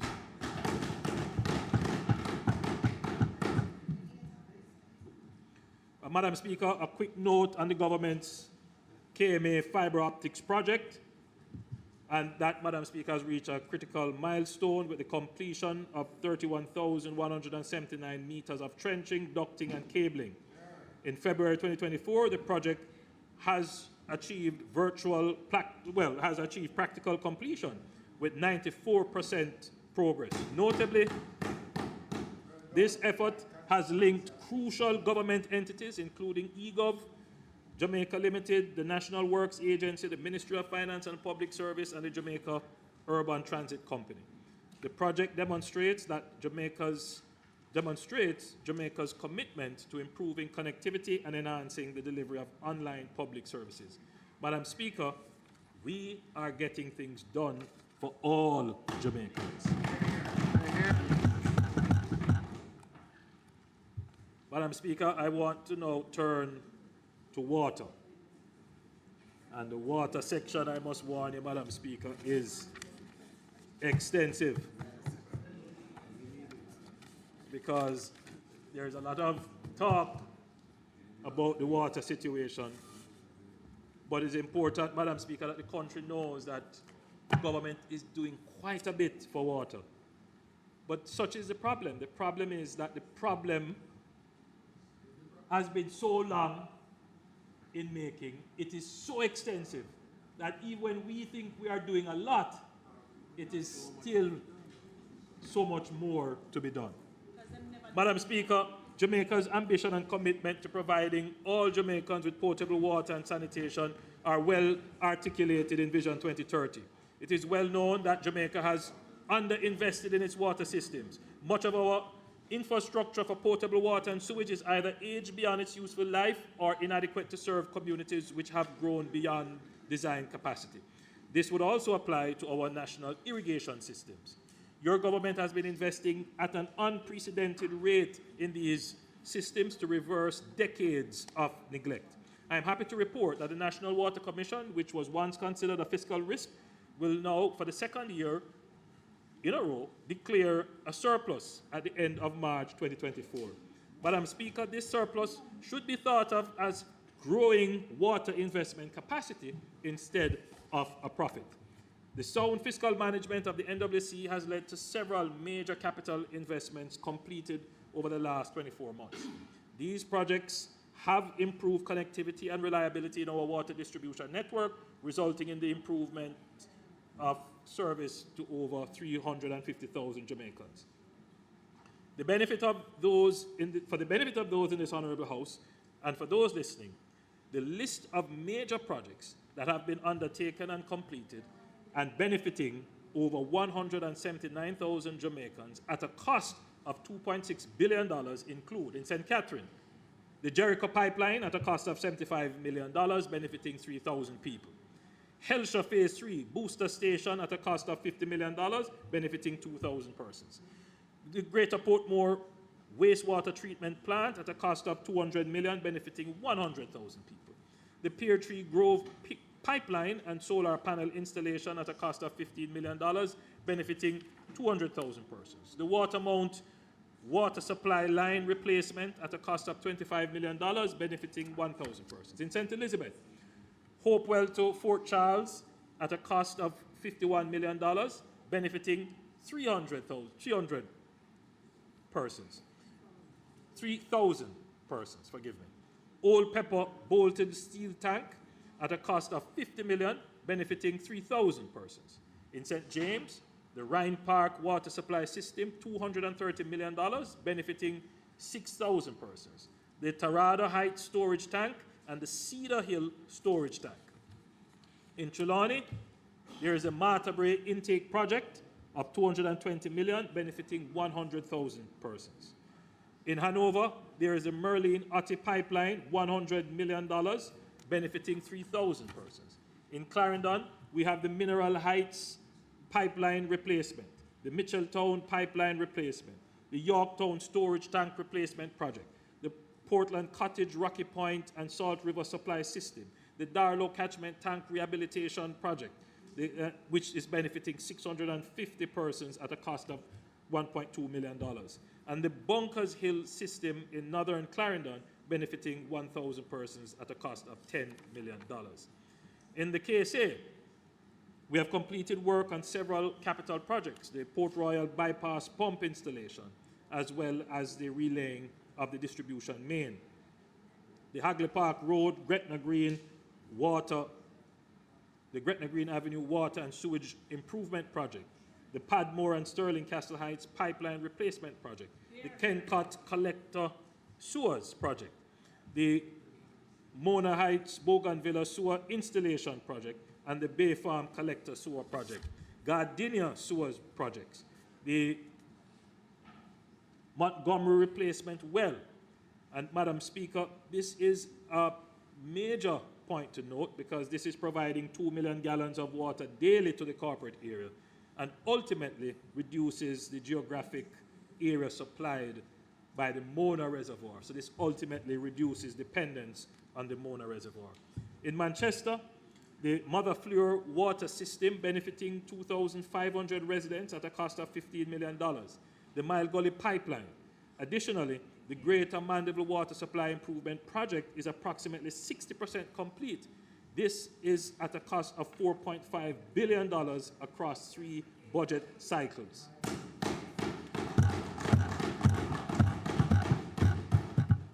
Last year, in the midst of Jamaica's worst drought, the corporate area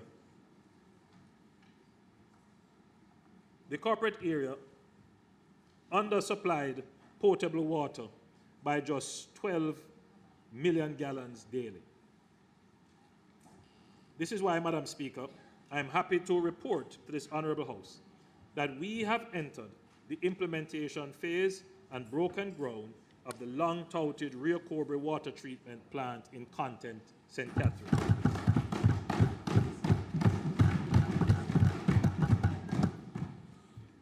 When completed, in 2 years, this plant will provide 15.5 million gallons daily, supporting distribution in the KSA, Portmore, and Spanish Town. This US $78 million PPP project will move us closer to our 2030 goal. Madam Speaker, this is a major project.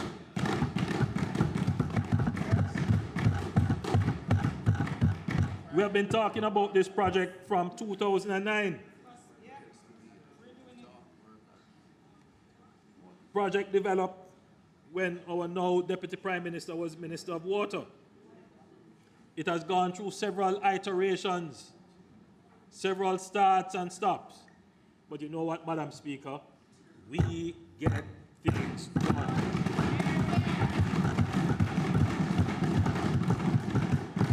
Madam Speaker, we will continue to make major investments in capital works in the coming fiscal year. Over $5 billion is expected to be spent this fiscal year, benefiting more than 165,000 Jamaicans. Additionally, more than $2.5 billion will be invested in sewage infrastructure work. Madam Speaker, outside of this massive portfolio just outlined, let me mention a few other strategic projects. Madam Speaker, the CDB-funded projects, which have been long in coming, over 20 years in some cases, this project targets upgrading the water supply system in 5 parishes and has been added to the public sector investment program. This will benefit from a US $30 million loan from the CDB, with the government of Jamaica providing $6 million US. And this will be executed over 4 years. The projects include the Agualta Vale Jordan Run Water Scheme for Southeast St. Mary, the Mason Hall Scheme in Western St. Mary, Albert Town to Ulster Spring Scheme in Southern Trelawney, Union Balaclava Scheme in Northeastern St. Elizabeth, the Port Morant Erie Castle Scheme in Eastern St. Thomas, and the Green Park Higginstown Bamboo Scheme in Southeastern and Northwestern St. Anne. This year, the project management unit will be established and commence the project procurement phase at a cost of US 85 million Jamaican dollars. Land acquisition will also be covered this year. Madam Speaker, the growing demand for reliable potable water in the Black River and immediate surrounding communities, compounded by the undersized pump at the source, the age and undersized distribution pipes necessitates upgrading works to the source and distribution network in this area. This project will see the upgrading of the production capacity of the Rock River Spring, the protection and rehabilitation of the on-site facilities, and the improvement of reliable water supply at the Rock River and surrounding communities by installing new distribution pipelines to serve just over 6,000 residents. The estimated cost of the project is $140 million. And I know, Madam Speaker, that the member for North Central Clarendon will be very happy for this project. I've toured it several times with him. The people there have been very patient, and they have, Madam Speaker, I think they have endured quite a bit no fault of their own environmental issues. There was a well there, but the well was compromised. We have tried to put other solutions which hasn't worked, but I think we have now come up with this, I think, complete solution of $140 million, which will bring water to the people of Rock River in North Central. Madam Speaker, we understand the issue of water security, and we understand it is a big issue, Madam Speaker, particularly in Negril and its environs. The Negril Water Improvement Project will see the construction of a 10 million gallons daily water treatment plant in the Roaring River in Westmoreland at an estimated cost of US $20 million. The overall effectiveness of this intervention must be complemented by improvement activities to those systems adjacent to the focal target area. This will ensure the sustainability of the intervention as well as, in the medium to long term, adequacy of supply to current and future demands. In light of this, the activities to be undertaken as part of the project are contiguous for an effective and long-lasting intervention. Madam Speaker, energy usage in the water sector is heavy, with the NWC being the largest customer of the JPS in terms of electricity usage. We have had months when the energy bill for the NWC exceeded $1 billion Jamaican dollars. As such, the NWC has embarked on several projects that will reduce energy consumption and ultimately create more fiscal space for capital investment and keep prices to consumers stable. The projects include the development of a 350 kilowatt solar generation facility at the Forest Hills Relief Station in Kingston and St. Andrew. And the construction for this will start in July at a cost of 68 million Jamaican dollars. The development of a 350 kilowatt solar generation facility at the Leaders Avenue Terminal Pumping Station in Montego Bay, St. James, and construction is also expected to start in July at a cost of $68 million. In Fraser's Content in St. Catherine, we will construct a 100 kilowatt solar generation facility at a cost of 55 million Jamaican dollars. The project will commence construction in August of this year. The major energy project for the NWC is a 62 million US dollar PPP for the installation of a 45 megawatt floating solar generation facility at the Mona Reservoir. Having received cabinet approval in November 2022, the pilot phase is now complete. As such, we will enter the implementation phase this year. We will deliver in excess of 1 billion Jamaican dollars in value to the NWC once the project is complete.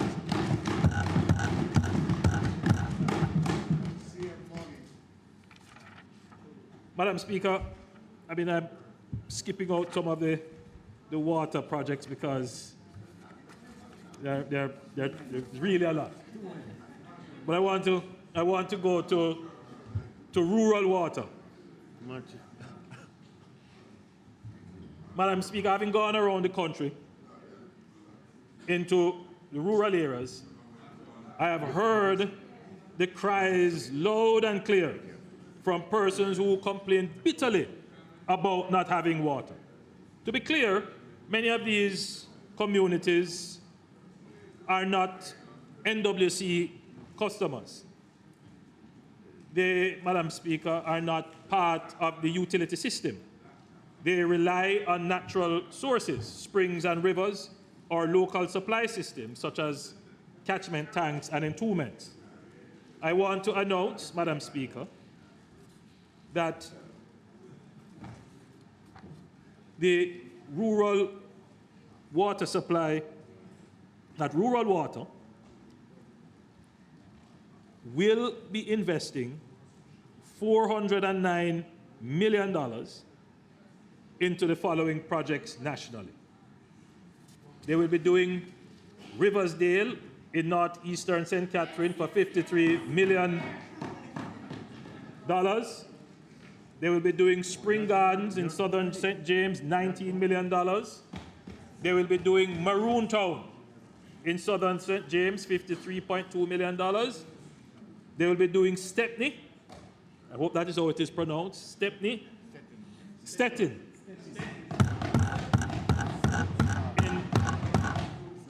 Well, this says southwestern St. Anne, $45.6 million.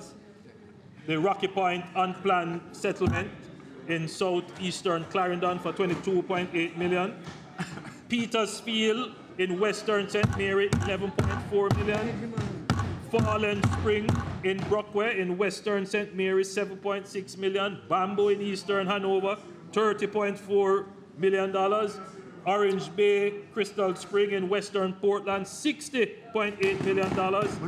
Cascade Section in western Portland, $19 million. None Such in eastern Portland, $26 million. Low River Mendes Town in southern Trelawney, $20.37 million. And the purchasing of pipes to assist the NWC in doing all of this, $40 million. So this is all, Madam Speaker, that was programmed. But, Madam Speaker, as I've said, having gone around and seeing the complaints, it's very difficult, when, they're not part of a utility system, that their water source sometimes is non-existent. Sometimes the water source dries up. They have no way of getting water. So, Madam Speaker, what we're going to do is to make an additional allocation of $1 billion to rural water.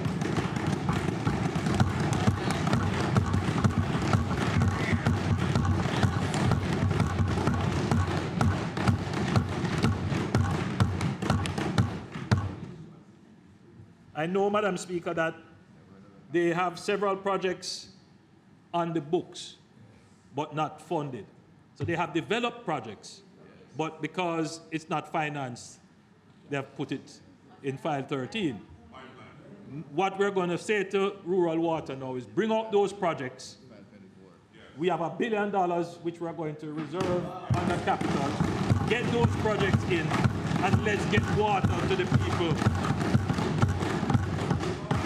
Madam Speaker, I'm thinking of a community called Chestnook in Cessnock in western Hanover, where a lady who is a returning resident tackled me about her water situation and how long she hasn't had water, and it really was touching, Madam Speaker.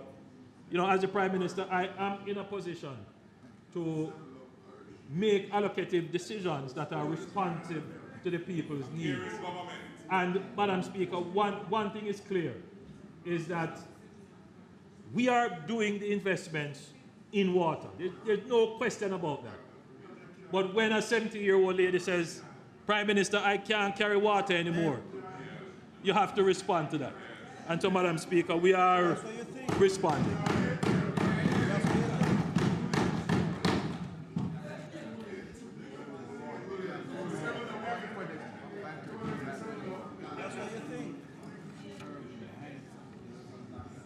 Madam Speaker, it is not just investment in potable water and sewage. We are making massive investments in irrigation, and I just want to mention, Madam Speaker, what we are doing in Essex Valley. We're spending 1.9 billion Jamaican dollars to complete the installation of irrigation pipes, fittings, and meters to supply and install a renewable energy plant to power the irrigation system and to construct storage and distribution facilities. In addition, as part of the project, our farmers in the Essex Valley will benefit from 27 kilometers of roads which are now currently being rehabilitated. In the Southern Plains Irrigation Scheme, in Parnassus in Clarendon and both Amity Hall and Bridgepen in St. Catherine, we are investing over $1.5 billion to provide access to irrigation water on the fallow sugar lands to increase agricultural productivity. And, Madam Speaker, last year I announced that after 5 decades of announcement, the Pedro Plains Irrigation Scheme would finally become a reality. We have committed to its designation as a national strategic project. This life-changing initiative will use water from the Black River to irrigate the plains and farmlands in the parish. Thousands of farmers across communities such as Flaggerman, Greenfield, Barbary Hall, Southfield, and Top Hill will benefit from the project. Madam Speaker, we have now entered the implementation phase. So this is not just announcements because it's been announced and announced and announced. We have started. Cadastral mapping of the parcels of land to be impacted by the distribution network is underway. A direct result of this work is that over 1,000 titles will be produced this year under the project. Madam Speaker, we are getting things done.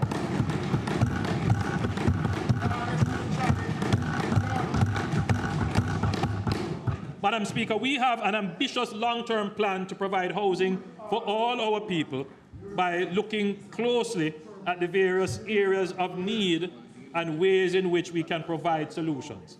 Let me remind this Honourable House of the different agencies through which government is working to provide affordable housing solutions to people. The new social housing program under the Ministry of Economic Growth and Job Creation. I heard some disparaging remarks about the social housing program. Shame. Someone like you. Shame. Madam Speaker, the new social housing program replaced a program we inherited from the previous administration. Under that program, each MP was promised a certain number of houses. I believe it was something like 5 houses? Per year. 5 houses per year. Some MPs got maybe 2 or 3. But if you check most MPs, they didn't get any. I believe the project would have been under Jeep. My recollection is that it was a Jeep project. I may be mistaken. No, it wasn't? There's something that said it was, but I stand to be corrected. So, Madam Speaker, it's a partnership with Food for the Poor, yes, but I believe precisely it was under the Jeep Secretary. That's what my recollection. So Madam Speaker, the program was well-intentioned. I make no criticism on that. But like many other programs, it was not properly executed. We took over the program, Madam Speaker, and we recrafted the program. We put in far more robust systems to ensure that the program will be delivered. We started out very slowly because we had to understand the bureaucratic layer of the land in getting it done.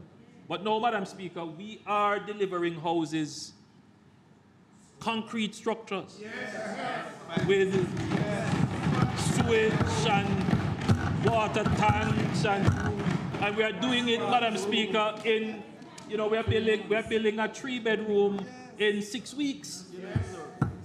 So we have increased the pace of the delivery. Madam Speaker, almost every week for the past 6 months, I'm delivering 1, 2, 3, 4 houses. So we have reached now just over 200 houses under the new social housing program. There is no other social housing program like this which has had this pace of delivery. And what will happen, Madam Speaker, is that the pace of delivery is going to increase rapidly. So, Madam Speaker, the program was developed to improve the housing condition of the country's poorest and most disadvantaged population, and to provide quality housing for them. The implementation modalities are, we have an indigent housing, which is across 63 constituencies. We have a relocation of vulnerable communities as a modality, and we have the upgrade of tenement yards, 1 per constituency, up to a maximum of 30 units in the upgrade. As at March 5th, 2024, 213 housing units benefited, 213 housing units benefiting almost 800 individuals across 55 constituencies have been completed. And currently, there are 51 active construction sites across 25 constituencies. In addition, the Tourism Enhancement Fund will, in partnership with the new social housing program, provide 500 million Jamaican dollars to fund housing for tourism workers who live in substandard conditions. Madam Speaker, this is a big deal. Big deal. Because Big deal. this gives us now the opportunity to partner with hotels. So we can leverage the $500 million with contributions from hotels to literally double the number of houses that we can build. So a hotel that has a key worker, for example, that has been with them for a long time, and this worker doesn't have a house for themselves or lives in really substandard condition, they can approach the new social housing program and partner with us to build a social house for that worker.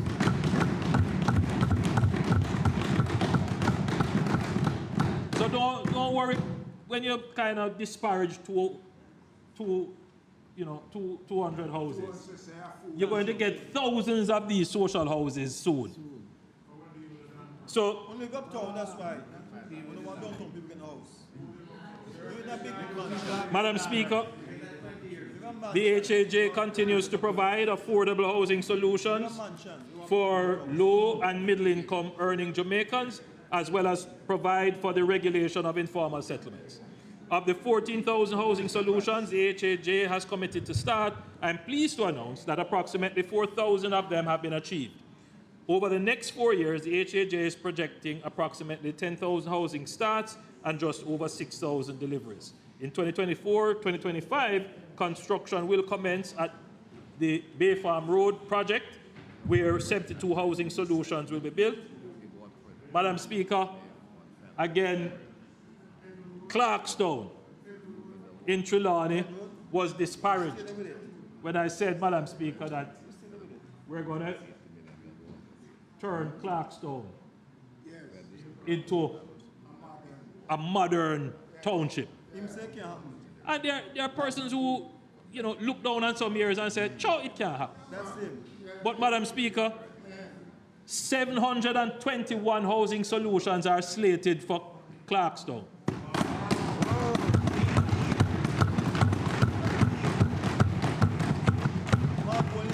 Madam Speaker, there are more lands around Clarkstown. And you're going to see, once these housing developments are built, you're going to see more housing developments attracted to the area. And what you're going to find, Madam Speaker, people are going to want to have conveniences near to them. And once that begins, you start to see the nucleus, the cluster of a new urban center emerging. So some people look at it and say, oh, a rural abandoned area will never come to anything. No, no, no. We look at it and we see opportunity for prosperity. We see opportunity for development. So watch out for Clarkstown. In Luana Gardens, phase 4 in St. Elizabeth, 587 solutions. The Oasis in Montego Bay, 96 solutions. And Grange Pen in St. James, 1,250 solutions through a joint venture. So we have some significant housing starts this year under the HAJ. Madam Speaker, these 5 developments account for 2,726 solutions to address the needs of low-income and middle-income markets. Madam Speaker, the HAJ has been on a path to transform brownfield sites by undertaking infrastructural work in concert with key stakeholders such as the Tourism Enhancement Fund. During the 2023-2024 budget year, the HAJ continued work in the Grange-Pen brownfield development geared towards bringing water, sewage, and infrastructure to households and providing certification of titles for 314 lots. Madam Speaker, this would enable residents within the community to know what it means to finally have real security of tenure. Additionally, brownfield projects to be undertaken in 2024-2025 include retirement in St. James, 1,547 solutions, Eden Park in St. James, 1,400 solutions, and Norwich in Portland, 423 solutions. Madam Speaker, security of tenure of citizens of brownfield sites is of paramount importance to me and the members of this honourable House. Over the 4-year period, the HAJ will be intensifying title issuance and the projection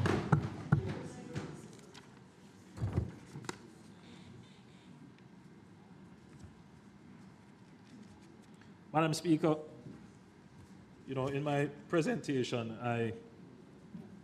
in the rush to try to get through this extensive presentation, I neglected to acknowledge, very important that I do this, a beneficiary of one of the social housing, the new social housing program. Very important that this acknowledgement happened. I want to acknowledge Kayla Hilton from Rock River, who received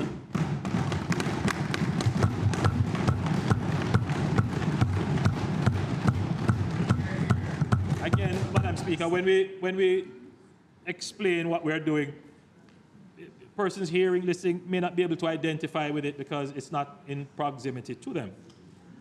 But we have gotten Kayla's permission to tell her story, and her story really needs to be told so that people understand the importance of the social housing. Kayla resided in a small, you could only describe it as a storeroom, which is less than a 10 by 10, with her 2 children, one of whom was stung by a scorpion, which left him paralyzed and speechless for a period of time. And Madam Speaker, it is, you know, cases like these that benefit from the social housing program.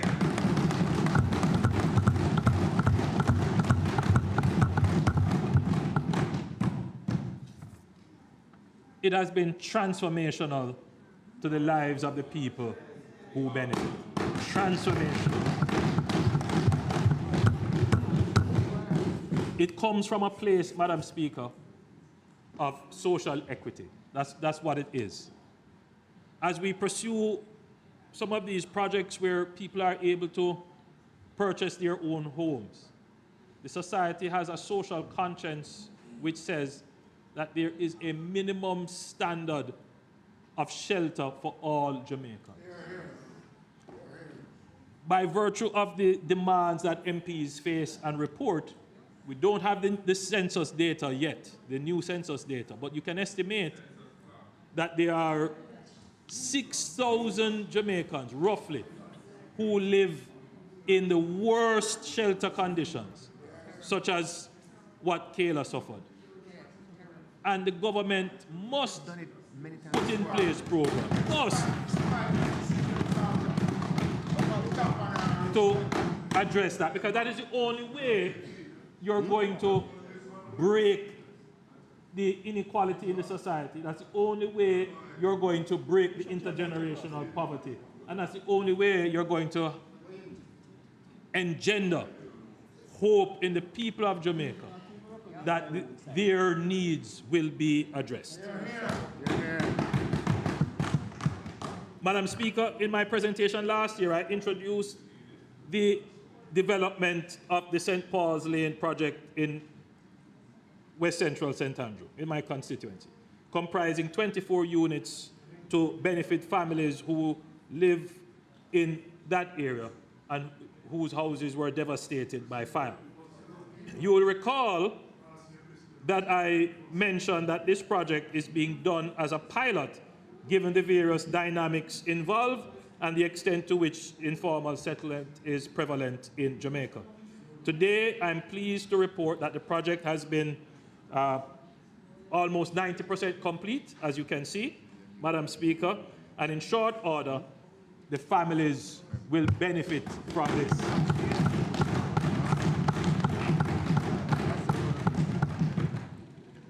Madam Speaker,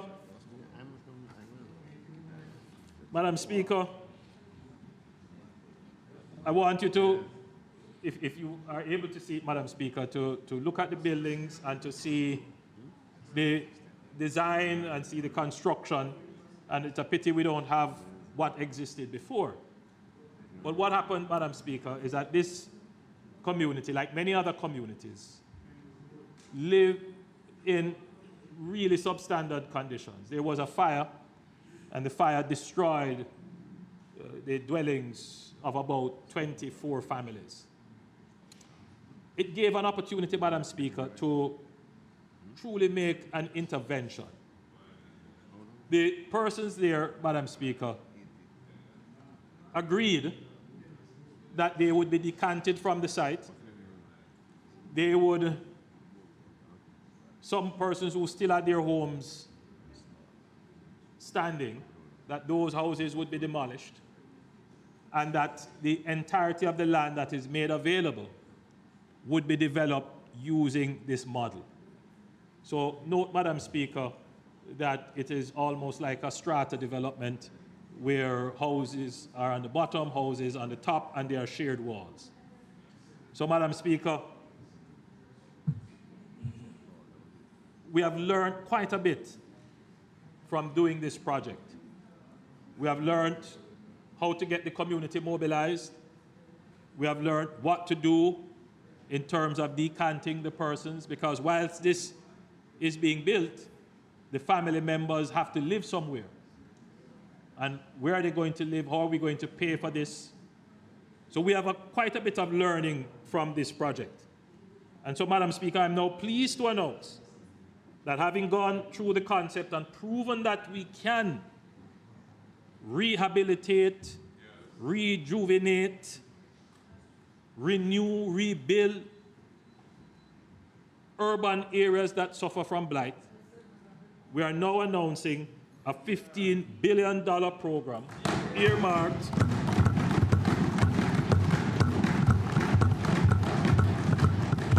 over the next 3 years that will focus, 3 years, 15 billion over 3 years, that will focus on the renewal, redevelopment, reconstruction, whatever term you want to use, of small inner city communities. So this $15 billion, Swallowfield might be a little bit too big, but if you have like a lane, like a little lane. So what we want to do, because the issues that are involved here, Madam Speaker, require the decanting and accommodating persons who live there. You really couldn't take large communities. So, right, no, so this is going to be under the HAJ. So what would happen is, the way in which we intend it to work is that you would apply to the HAJ, MPs, it's because it'll be MP driven. So you bring the small project to the HAJ. The HAJ now has a team that will go, yes, the Housing Agency of Jamaica, that will come assess, do the social survey. What we found, Madam Speaker, is that the social survey was so crucial, because what you find is that families tend to want to split up when they hear about an intervention. So you might have a household which had 10 people in it before. All of a sudden now everybody wants. And so all of these complexities that go into making sure that the project doesn't become unmanageable, so that you don't do it. So there is a proper social intervention learning that has taken place in St. Paul's Lane, which will be applied to projects that fit into the criteria of this $15 billion over 5 years. So there are some small communities. I know there's a community in the Minister of Finance's constituency. I know one in the member from in Barbican. Madam Speaker, if there's one community that I know, one area that we have to make some intervention would be in central Westmoreland, in communities there that need real intervention. Madam Speaker, Spanish Town, Central Kingston, they're all over.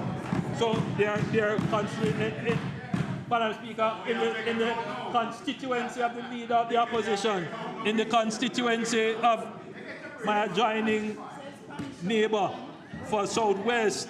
I mean, you can in your Southeast St. Andrew, there are small communities.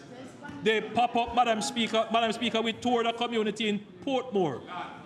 What's the name of it? Land. In Land. And these are communities that fit that criteria.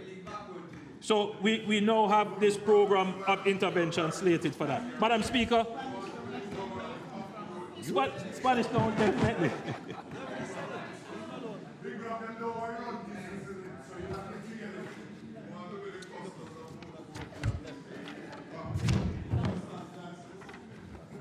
Madam Speaker, I now turn to the NHD. Madam Speaker, the NHD continues to find innovative ways to increase access and affordability for housing for contributors. In 2024-2025, the NHD is projecting to commence construction of 15,000 housing solutions, with more than 96% of these housing solutions geared towards lower middle income to low income contributors. I want to make a point here, Madam Speaker. I want to make a point here. It is said from the opposition that the NHD is not concentrating on producing housing for low income and middle income contributors. That is not the case. The government 3 years ago gave a policy directive to the board of the NHD for the NHD to redirect its resources to focus on lower middle income to low income earners who are NHD contributors. And therefore, Madam Speaker, for the houses that the NHD is involved in its development, we are not taking on houses, Madam Speaker, where the price point is in middle and high. Madam Speaker, there are a few legacy projects which we were committed to, which we can't come out of, and those projects will continue. But we are not taking on any new project that is outside of the policy guideline for low income to lower middle income.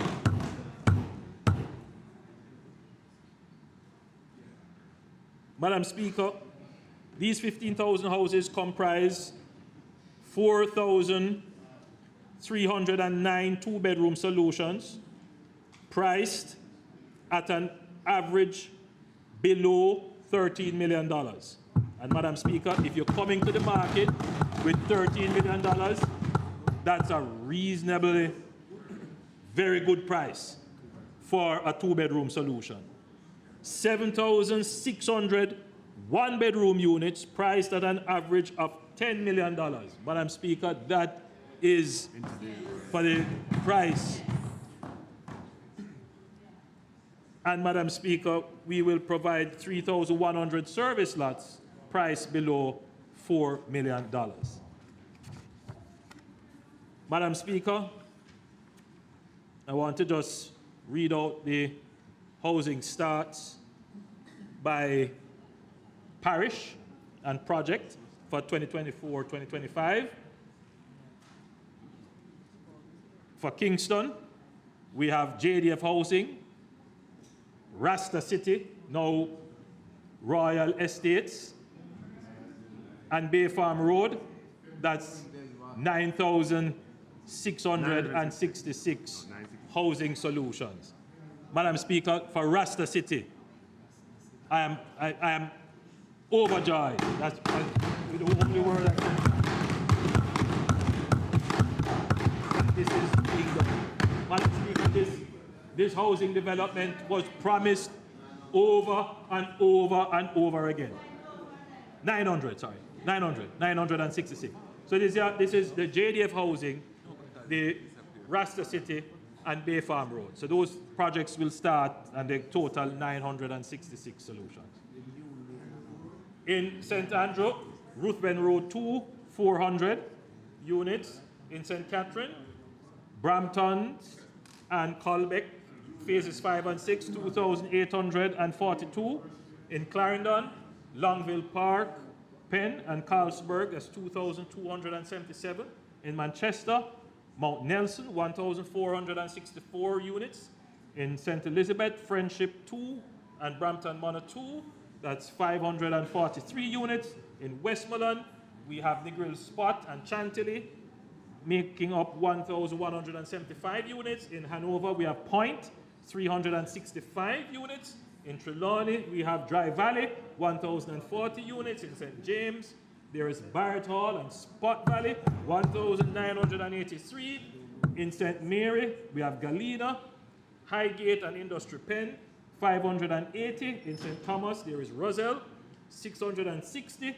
And in all parishes, which includes build and own land, construction loan and homeowners projects, 710.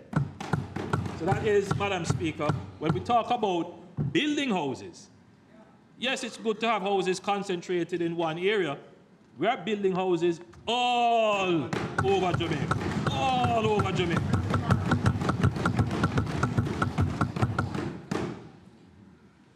In terms of housing completions, the NHD will complete approximately 3,744 housing solutions across the island in the coming financial year, 2024-2025.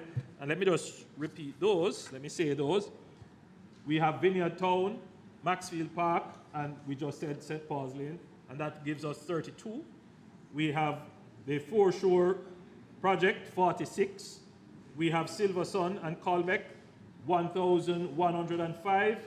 In Clarendon, we have Hummingbird Meadows, Money Musk, 333. In Manchester, Perth 2, 492. In St. Elizabeth, Brampton Manor 2 and Malvern, that comes up to 130. Sheffield Palms in Westmoreland, 60. Winchester in Hanover, that's 120. Windsor in Trelawney, 118. In St. James, we have Irwin, Estuary 2, 524. In St. Mary, Nonsuch, that's 14. In St. Thomas, Roselle, that's 100. And in all parishes, build and own, construction loan, and open market purchases, home owners projects, 670 housing solutions, totaling 3,744. Housing completions continue to be challenged by supply chain disruptions, contractor delays, quality assurance issues, and approvals, and a big complaint, shortage of labor. Another significant challenge, as I've said, that has emerged. Therefore, in addition to the initiatives I mentioned under HEART, the NHD will provide the opportunity for their whole participants to develop their skills and experience and become certified in construction. So the NHD will build out this program in partnership with Heart Trust NSTA by creating an on-the-job training environment with their development partners, that is HEART, in provision of, and they will give them small tools and equipment, and these participants in 2 years will be certified in construction and project management. Another boost, Madam Speaker, for the labor supply of the construction sector is that the NHD will also expand its scholarship program to provide tuition at a maximum of $1 million per annum per student for up to 10 students at the tertiary level pursuing careers in civil engineering, construction management, construction technology, architecture, urban planning, and building technologies and other related fields.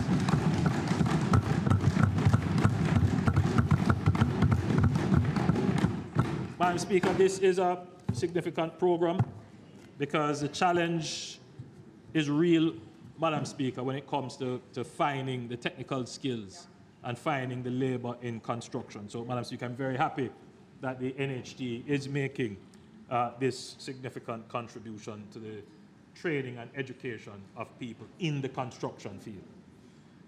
Madam Speaker, since the 2019 announcement of the scheme upgrade program for the improvement of the physical and social infrastructure of housing schemes developed by the NHD in its first 10 years of existence, the Trust has expanded the program to include government-built housing developments and schemes built after the first 10 years on a needs basis. Additionally, the inadequacy of important social infrastructure, such as early childhood facilities and health centers, has been highlighted and will be considered for support as appropriate. The funding available for the program was $4 billion. In 2023, a further $2 billion was committed to the program. To date, projects have been identified and scope of works agreed with the relevant stakeholders for 99 communities.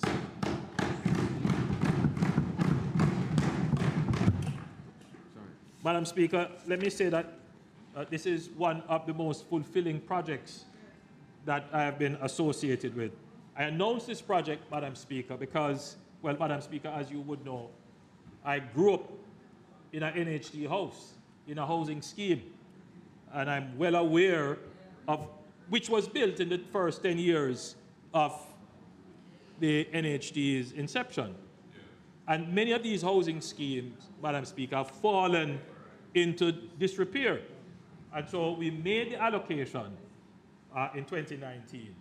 And I'm pleased to say that the Grand Spend housing scheme in St. Andrew, yes, $80 million was spent on upgrading that housing scheme. The sewage will be done in phase 2.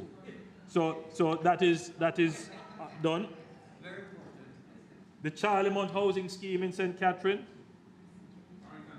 we rehabilitated, well, that wasn't done, anyway. Rehabilitation of roads and drains, $60 million was spent, completed. Arcadia, that's a Gale housing scheme in St. Mary. Rehabilitation of roads and drains, $60 million spent. Corville Gardens Phase 1 in St. Andrew, $56.2 million spent. Rehabilitation of roads and drains. Frontier in St. Mary, rehabilitation of roads and drains, $55.8 million. The Bushy Park housing scheme in Clarendon, rehabilitation of roads and drains, $54.2 million. Portsmouth housing scheme in St. Catherine, rehabilitation of roads and drains, $60 million. The Ito Boreal in St. Mary, rehabilitation of roads and drains, $51.7 million completed. Hulruth Court in St. Andrew, roof repairs and painting of exterior walls, $60 million, practical completion. Madam Speaker, Bellevue Heights in St. Catherine, rehabilitation of roads and drains. Hague Housing Scheme in Trelawney, rehabilitation of roads and drains. Corville Gardens Phase 2, rehabilitation of drains, $60 million. The Preddy Housing Scheme in Clarendon, rehabilitation of roads and drains, $49 million. Seville Housing Scheme in St. Anne, rehabilitation of roads and drains, $49 million. And Culloden Housing Scheme in Westmoreland, rehabilitation of drains, $49 million completed. Madam Speaker, it amazed me when people say nothing is happening. If I were to go through and really list everything, we would be here until, 2 or 3 days. So, Madam Speaker, the NHD in 2019 introduced a program to rehabilitate identified police stations within a 10-mile radius of NHD schemes with the ultimate aim of improving security. A total of 11 police stations have been identified for rehabilitation thus far, of which 5 have been completed to date. $835 million of the $2 billion allocated has been spent. Madam Speaker, through the NHD's work with upgrading of infirmaries, it has identified the need for more supporting shelter services for vulnerable persons in Jamaica. The NHD will, in partnership with the Ministry of Local Government and Community Development, construct 14 homeless shelters on government lands across Jamaica. 14 homeless shelters.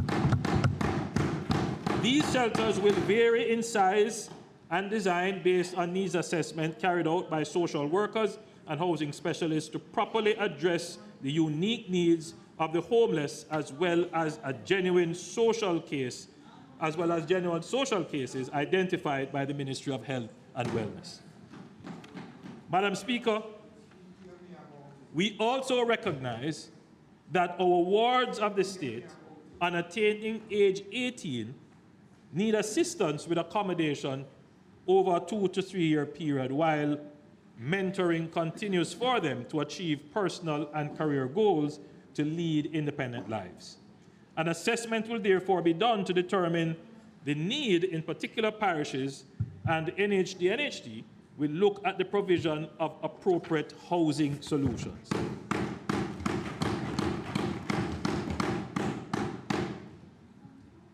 Madam Speaker, currently, public sector workers enjoy a special benefit which allows for access to a home improvement loan from the NHD 10 years after the initial mortgage.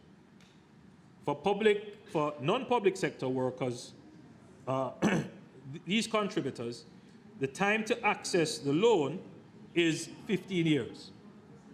As more Jamaicans become homeowners, there has been an increased demand for home improvement financing. As a result, effective July 1st, 2024, the NHD will revise its home improvement loan policy to allow all contributors to access the home improvement loans up to $3.5 million after 10 years.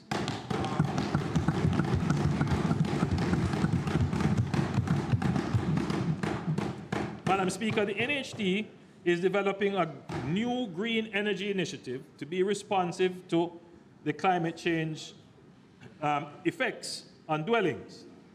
This new policy will have direct impact on the NHD's design of new structures, which will be optimized for natural cooling and cross-ventilation, rainwater harvesting, and solar energy. As of July 1, 2024, NHD contributors will now be able to access a new loan product, the Smart Energy Home Improvement Loan, to outfit their dwellings with any combination of solar panels and solar batteries, solar water heaters, and solar insulations, other renewable energy technologies, windmills, hydropower, biomass, rainwater harvesting and storage to include water tanks and pumps. The asset must have a useful life that meets or exceeds the loan term. Contributors may access up to $1.5 million, 2 contributors being able to join and access $1.5 million each for the Green Energy Loan Improvement Loan at a rate of 5% with a payback period of up to 10 years.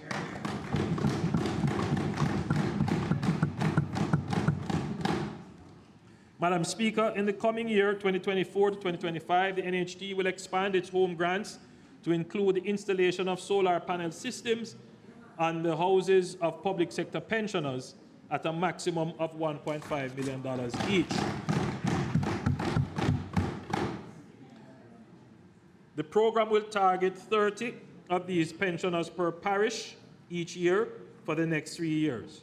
Beneficiaries will be selected at random after being stratified by the parish and after satisfaction of the following criteria. At the point of retirement, the pensioner was earning less than $30,000 per week at that time, must be a homeowner, and this includes owners of non-NHD constructed houses must be 60 years and older and must have already installed these items. Preference will be given to pensioners who live in areas with unreliable, irregular electricity supply, and this grant will enable them to reduce their utility bill and reduce environmental impact. Madam Speaker, the NHD will develop one-bedroom apartment complexes, particularly within or near urban centers, as starter homes. These apartments will be made available to contributors via sale agreement with an optional buyback clause.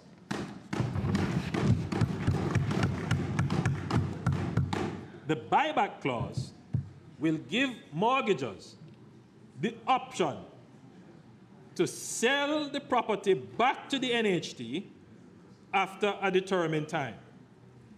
The trust may repurchase the unit for sale to its contributors.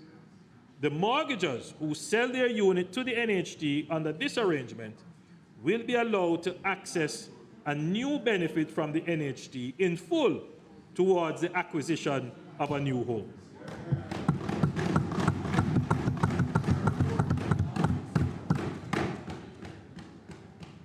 This model will be an attractive dwelling arrangement for single dwellers and young couples who do not wish to forfeit an NHD first-time homeowners benefit in order to secure stable housing.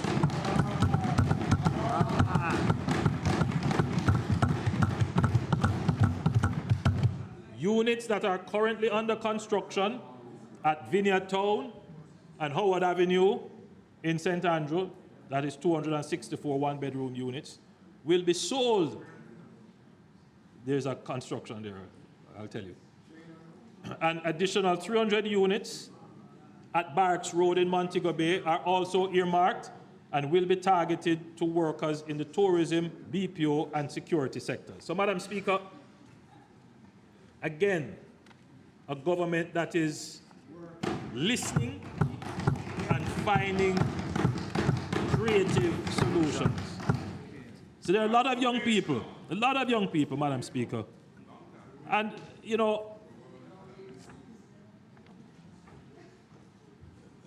Madam Speaker, I went to open a BPO facility in Montego Bay, and a young lady came to me and raised this issue that, she can't afford housing. And she doesn't want to stretch herself to buy a house for which she would then be deprived of her future benefit when she's really in a position to do it.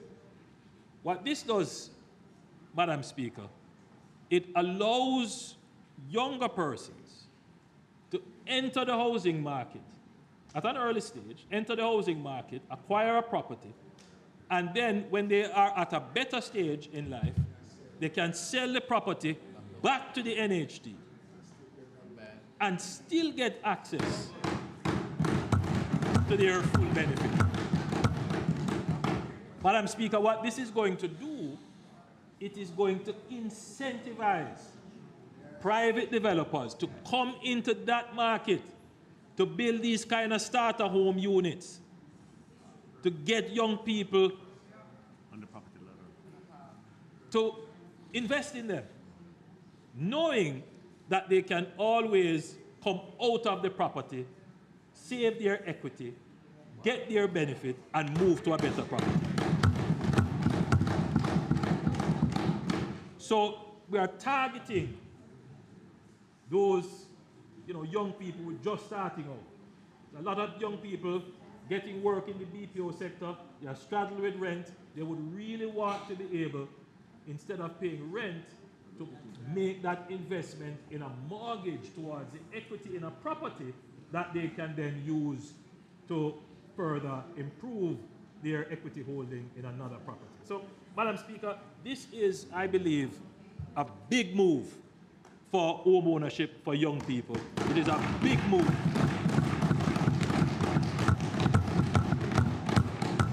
to incentivize construction in this area of the market. And just to repeat, we're going to start this off with units that are under construction in the vineyards, in Vineyard Town, at the Howard Avenue development in St. Andrew. There are 264 one-bedroom units there. I broke ground there myself. And 330 units that are going to be constructed at Barracks Road in Montego Bay. So, Madam Speaker, this is a big move for housing in Jamaica.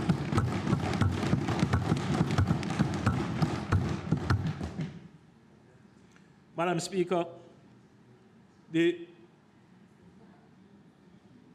program model and types of solutions under the NHD's Urban Renewal Program have evolved from its predecessor, the Inner City Housing Program. The Trust is now producing mainly low-rise, single and multifamily units with open space, a design change, Madam Speaker, that has addressed some of the issues identified with the previous program. Madam Speaker, the NHD is now in a position to increase the output of low-income housing solutions under the Urban Renewal Program and will commit an initial $9 billion in 2024-2025 with an additional annual allocation going forward. The program will be rolled out beyond Kingston and St. Andrew with areas such as Russia and Grange Hill in Westmoreland, Maypen, Clarendon, Norwood, Glendevon, and flankers in St. James, and parts of Spanish Town, St. Catherine, are under consideration. Areas within the corporate area under consideration include the Barbican Road, Ligony area, Kasha Park, Cassava Peace, and Red Hills Road. So, Madam Speaker, this program is a different program from the smaller program that will be undertaken by the HAJ. This program will have $9 billion allocated in the first year and will look to take on some bigger communities now, like Russia in Westmoreland, where instead of building tens of houses, 20 or 30 houses, you're going to be looking at, 50 to 100 houses to have transformation in the area. So this is a different program. The targeting of the program will be done by the NHD themselves based upon their surveys and so forth. Of course, MPs can always write to the NHD and recommend the areas.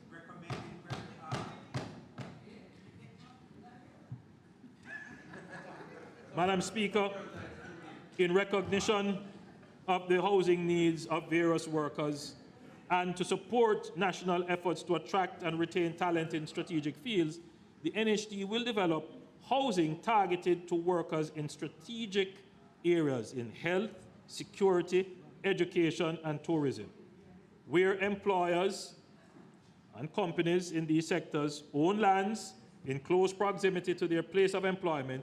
The NHD will partner with them to construct housing.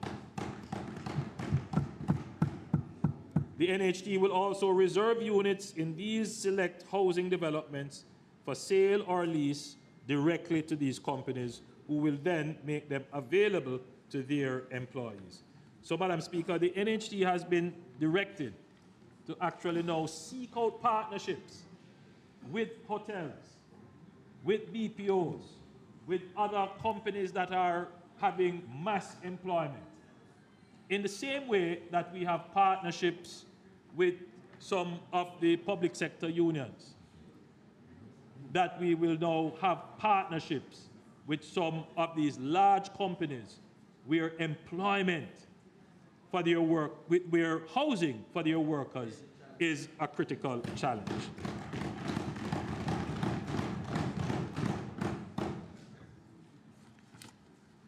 Madam Speaker, based on the NHD's selection system, the longer you contribute, the greater your chance of selection for a scheme unit. Consequently, older contributors are the ones mainly selected for NHD units. The trust is cognizant of some of the indirect consequences of this policy and its direct impact on specific groups, particularly contributors below the age of 35. The trust's data suggests that this group is underrepresented in a scheme selection, even when factoring for other affordability and accessibility levers such as intergenerational and parent-assisted mortgages, which take into account the points of the older applicants. To address this, the NHT will reserve up to 10% of the housing solutions in the current housing plan for under 35-year-old contributors. 10% of our current housing plans will go to under 35-year-old contributors. Over the next 5 years, this will result in approximately 4,300 housing solutions being available at 100% financing up to $15 million subject to affordability levels.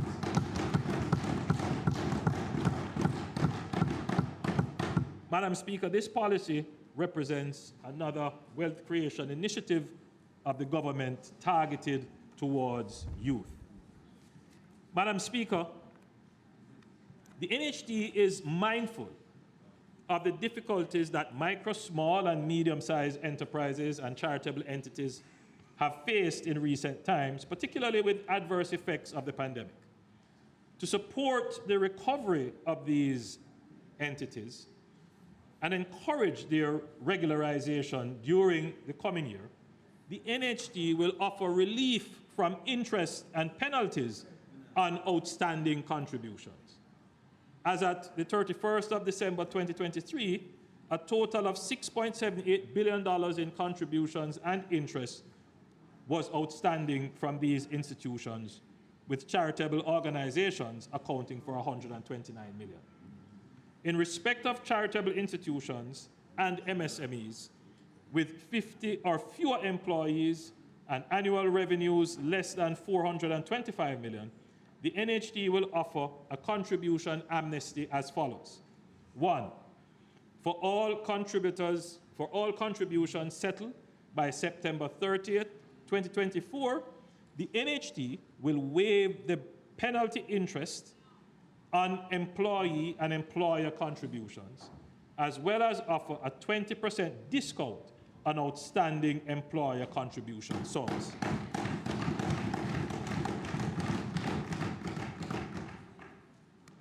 For all contributions settled between October 1 and December 31st, 2024, the NHT will waive all penalty interest on employee and employer's contribution.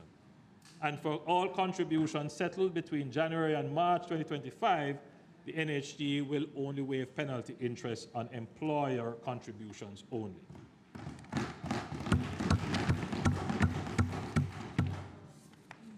Madam Speaker, I want to quickly, I have to skip the presentation of the Port Authority, which is a significant presentation. And I'm afraid I will also have to do the same for the Factories Corporation, whose chairman is here, because we are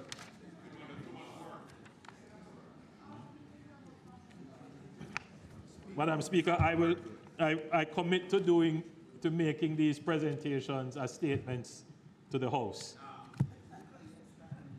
because the presentation is substantial. There's a lot that the government is doing.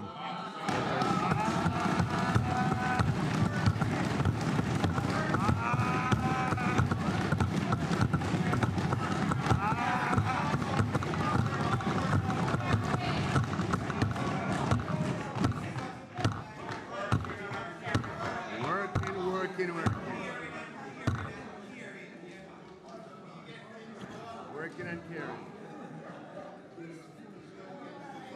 Madam Speaker, I believe that I will also skip the presentation of the UDC. So what I will do, Madam Speaker, is that I will make them as statements to the House, because the work that they are doing here is valuable.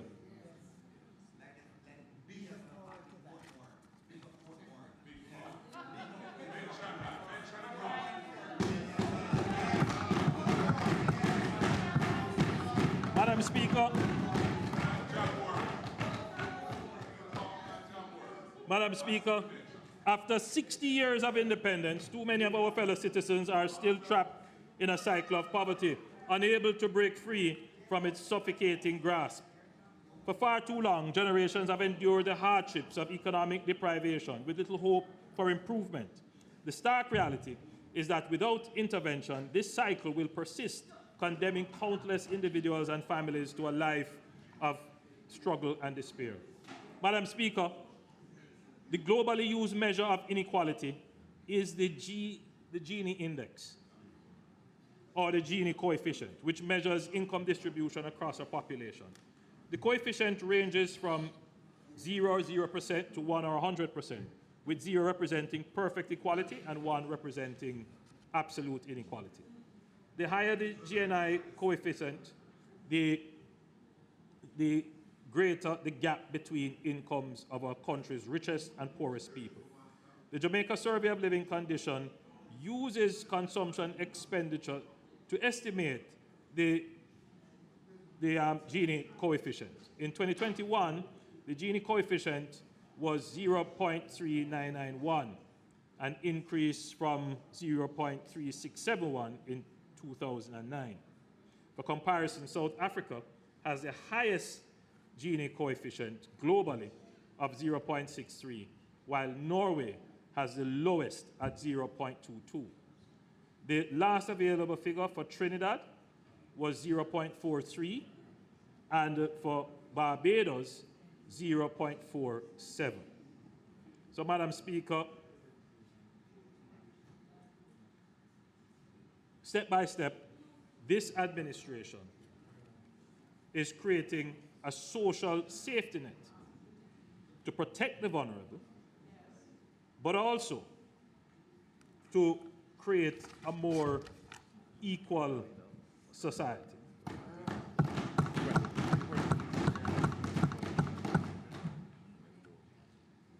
Madam Speaker,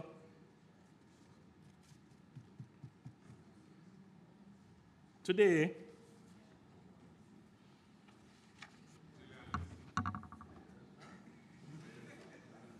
I'm pleased to announce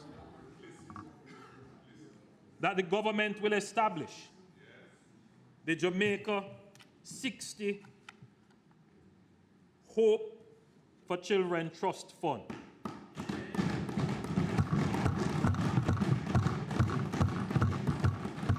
Madam Speaker, the purpose of the fund is to help to close the wealth gap and address the issue of intergenerational poverty by creating a trust account specifically catered to vulnerable children.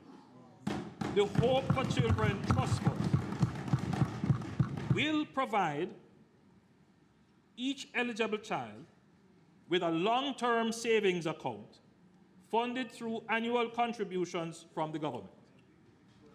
Parents, guardians, and other donors will also be able to make deposits into the account for the future benefit of any specific child. The accumulated funds, including interest, will be accessible on or after the child's 18th birthday for specific purposes such as education, to purchase a home or commercial property, or invest in business.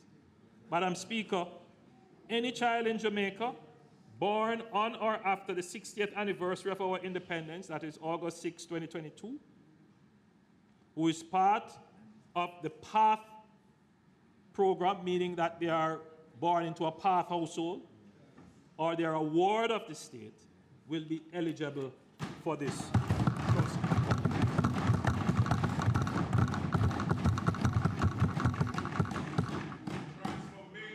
Madam Speaker, the central idea behind the program is to provide children with a lump sum to start them in life upon attaining adulthood. Our initial target is a lump sum of between $600,000 and $800,000 to be available on the 18th birthday of any eligible child.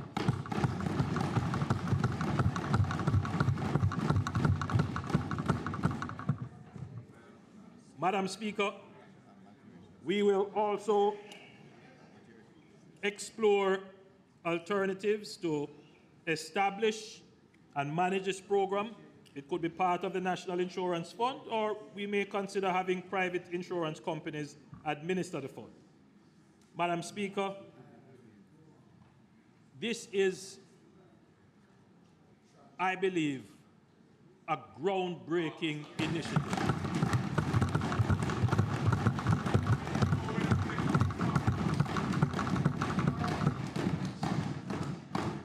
To truly, a groundbreaking initiative, to truly grapple with inequality in the society. Madam Speaker, from a historical perspective, there are many households who have no endowments in Jamaica, meaning that they can't look towards anything bequeathed to them from their family. There is no asset being passed down to them from generations. The only way that they are able to create any wealth is through their labor, through the dint of their effort, literally pulling themselves up by their bootstrap. Some people will be able to do that. Some people are driven and can do that. But, Madam Speaker, there are a large number of Jamaicans who are not able to do that. Madam Speaker, every Jamaican would understand this, that you have a family of 4 or 5 siblings. One sibling is given the opportunity to go off to college or go to school. The rest don't get the opportunity. Usually, the older one and the second one is sacrificed for the 2 younger ones. They go off, they get an education, they get income, they can buy houses, and their children do better, whilst the children of the 2 who were held behind don't get a chance. And this is a story repeated over and over and over in Jamaica. Now,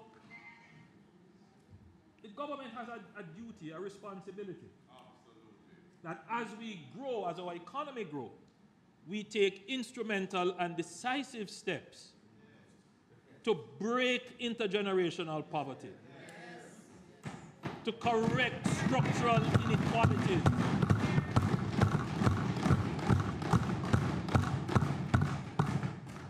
the intention here is great. The amount may be considered small, but it is the first step in the right direction to truly create a more equitable society. Consider what this will do. Now, there are children at 18, they have left high school now, they are going to transition, they're going to go to university. They don't need student loan.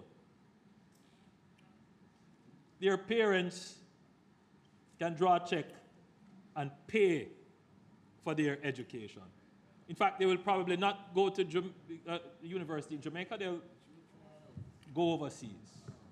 All right, so they are going to get access to, you know, the best quality education there is. Their opportunities in life, their life chances are much better coming from those households. Now, there are a few children who are coming from poor households who will get scholarships because they're just naturally brilliant. And so they will transition. There are those who are coming from lower middle income households who will definitely have to depend on the student loan, which is why we have to make it so easy for kids to get the student loan.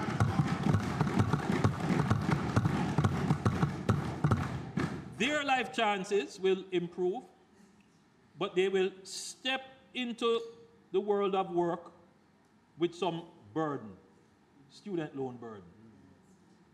But they're likely to do well in school, they will get a good job, and over time they will be able to clear that burden. But you have some really poor households, like kids who we have established on the Park household, and those that aren't on it, which we have to get on it, that even if they were to get into university, and even if they got a student loan, it is still a struggle, a real struggle. And their life chances are never going to compare to the life chances of households that have greater wealth. And if this is allowed to continue, in Jamaica, you will always have the two Jamaicas. You will have some who will just transition, a few transition. You will never create a middle class, right? And you will have a society where you have a few people up here who feel they are entitled.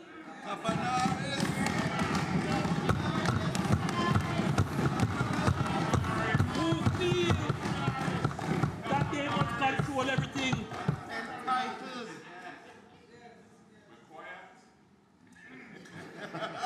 So, Madam Speaker, I couldn't come from the circumstance of a single mother where she struggled to send me to school. He's privileged. He's privileged. Struggled to go through university. Understand the issues of the society. And not do something to correct.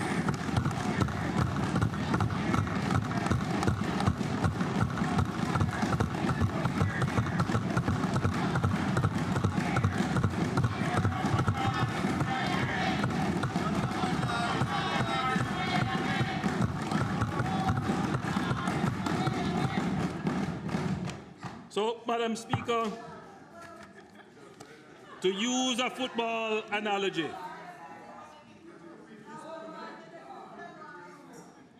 through the diligent work and sacrifice of many, Jamaica is now at World Cup level economic performance. World Cup level. 20 consecutive quarters of economic growth before COVID and 10 consecutive quarters of economic growth after COVID. Record unemployment of 4.2%, 156,000 new jobs created since 2016. In 2023, we had a record 4 million tourist arrivals. 4 million tourist arrivals. Over $4.2 billion in tourism earnings. And we are set to break that record in 2024. In the first 2 months of 2024, we are already at 1 million tourist arrivals. Can you imagine? And $1 billion in revenues. You know, talk all you want, you know, Madam Speaker. We have a world-class tourism minister.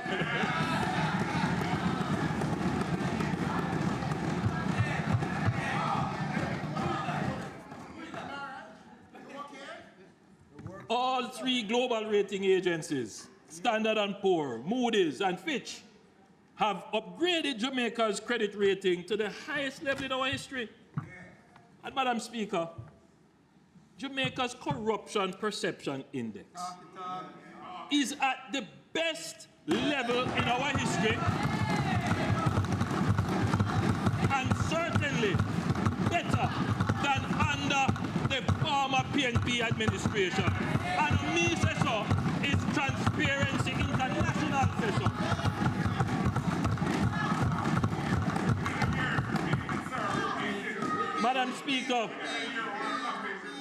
Madam Speaker, a win for Jamaica is a win for everyone. So, Madam Speaker, when Jamaica is winning, don't bad mind our victory.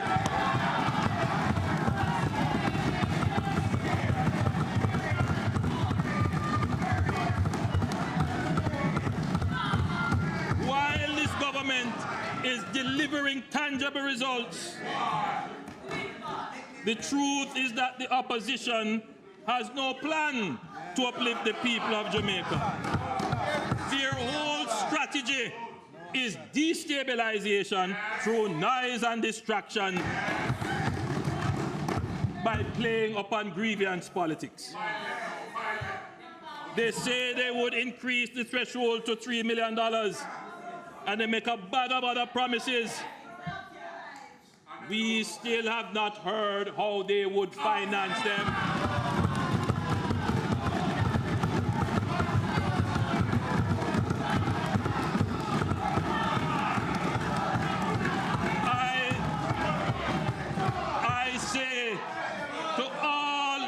I say to all Jamaicans, take the budget speeches, go through them line by line.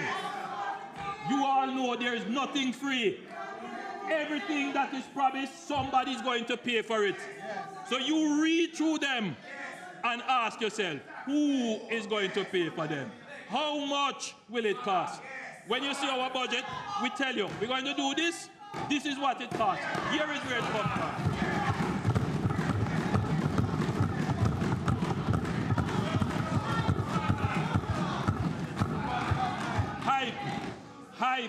Hype, no substance.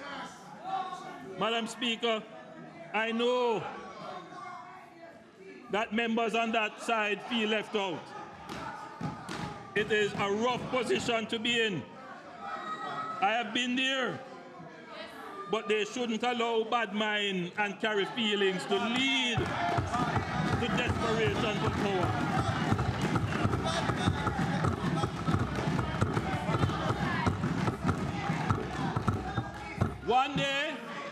One day, they agree with something. Yes. Then a few months later, if it is not political expedient, they change their minds.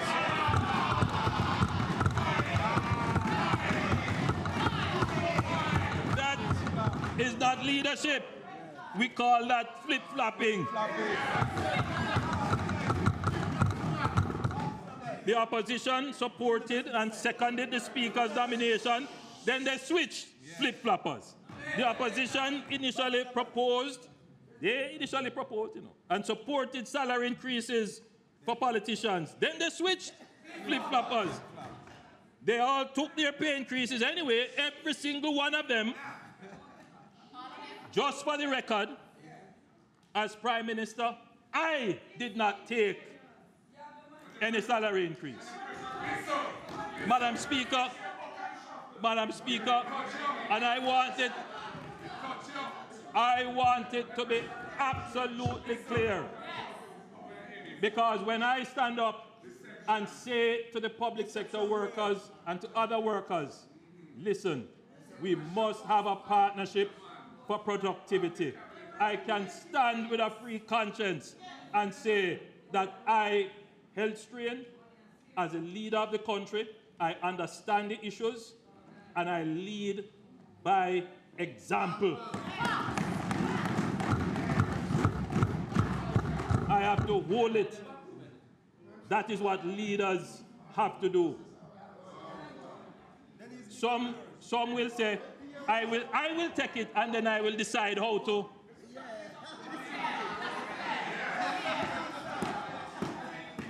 The opposition supported the states of public emergency, and then all of a sudden, they don't support it. How can Jamaica have any trust in people who will just sway with the wind, whose word means nothing? What they say today, they resile from tomorrow. Jamaica cannot afford unstable, unprincipled leadership. We have been there, and we are done with that.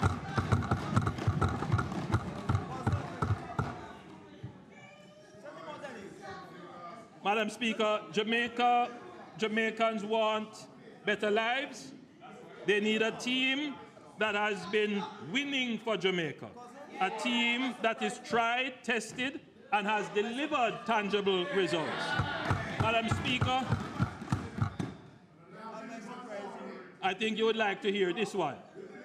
Madam Speaker, a former Prime Minister of Jamaica said it takes cash to care. Another Prime Minister said, we put people first. For decades, the country has debated and oscillated between these two competing philosophies. As a student of history, I believe both philosophies have merit, but neither by themselves is complete. The people of Jamaica want us to put these two philosophies together, and that is what my administration is doing.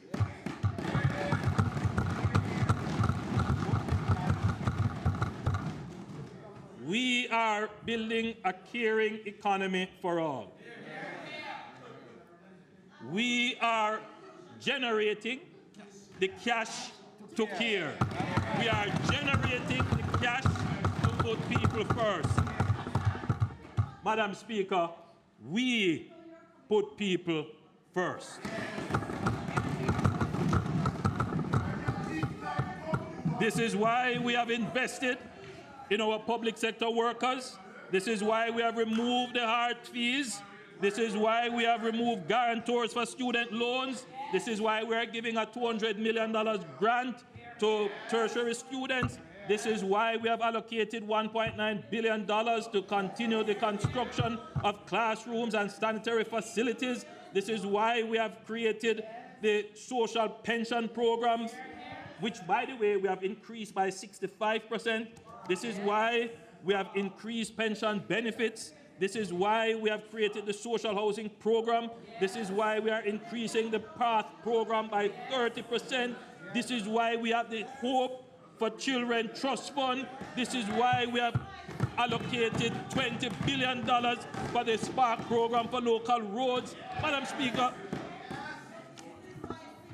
we have done so much, Madam Speaker. But we acknowledge and we know that we need to do more. And the people of Jamaica have my commitment that I will continue to work very hard in your service to get more done. The government has demonstrated that we are not about empty promises. We have the capacity to deliver, and we will deliver. Madam Speaker, I close with the words of the good book, which always serves as a source of guidance and inspiration. I say to my parliamentary colleagues and to the people of Jamaica, let us not become weary in doing good. For at the proper time, we will reap a harvest if we do not give up.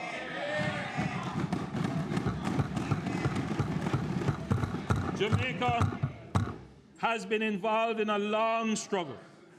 Literally, we have been in the wilderness for 40 years. We are now beginning to see the realization of the true destiny of the Jamaican people, to live in peace, to be productive, and to be prosperous. May God bless you, and may God bless Jamaica land.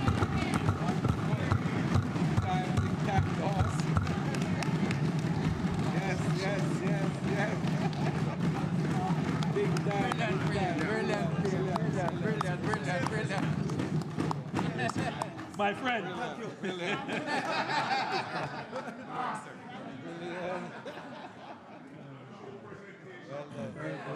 Listen. Brilliantamente. Oh. Listen.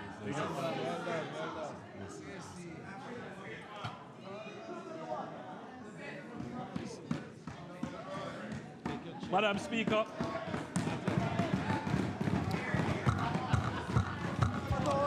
Madam Speaker. For those who are all standing in the gallery, please Madam take Speaker. your seat.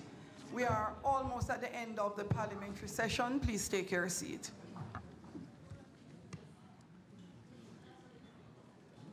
Madam Speaker, as I was trying to move expeditiously through my presentation, there is a very important part of the speech, Madam Speaker, which I neglected to present. And as I search through the presentation, Madam Speaker, I will make it. Madam Speaker,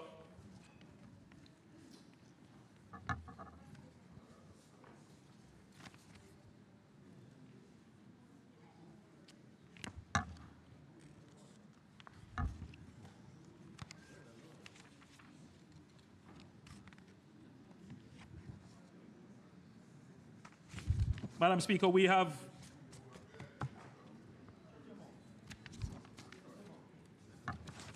last year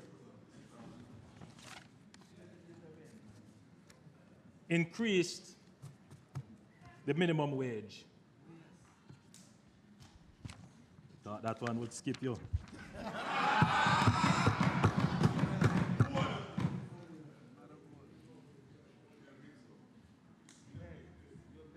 Madam Speaker, I'm pleased to announce a further increase to the minimum wage. Effective the 1st of June, the national minimum wage will increase from 13,000 per 40-hour week to 15,000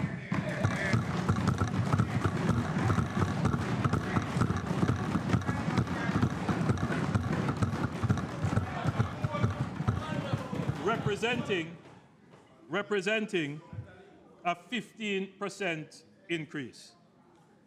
Madam Speaker, we had also signaled last year that we intended to do away with this business of having different minimum wages for our industrial security guards and everyone else.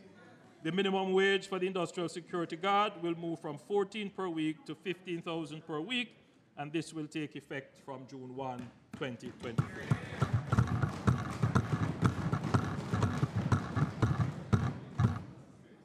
Madam Speaker, the increase in the minimum wage represents a 15% adjustment. We thought about it very carefully and thought it was necessary to do to keep the working class and our poorest abreast with inflation. Madam Speaker, we have to look out for the poor and most vulnerable in the society. And you know, Madam Speaker, as we campaigned and we moved around the island, it was clear that many of our working poor were having it really difficult. A young lady, during the campaign, she stopped me. We were in Rosetown, and she said, "Prime Minister, you can't increase the minimum wage." And I said to her, "But we just increased the minimum wage by nearly 40%, 50%. And she said to me, "Prime Minister, when I get my pay, it just can't manage." So there is, and we must acknowledge it, certainly at the lower ends of the society, in terms of the working poor, real challenges with making ends meet. So as we present this national budget, we look at how we can support every sector of the society. And I believe, Madam Speaker, that the budget presented has touched almost every sector of the society.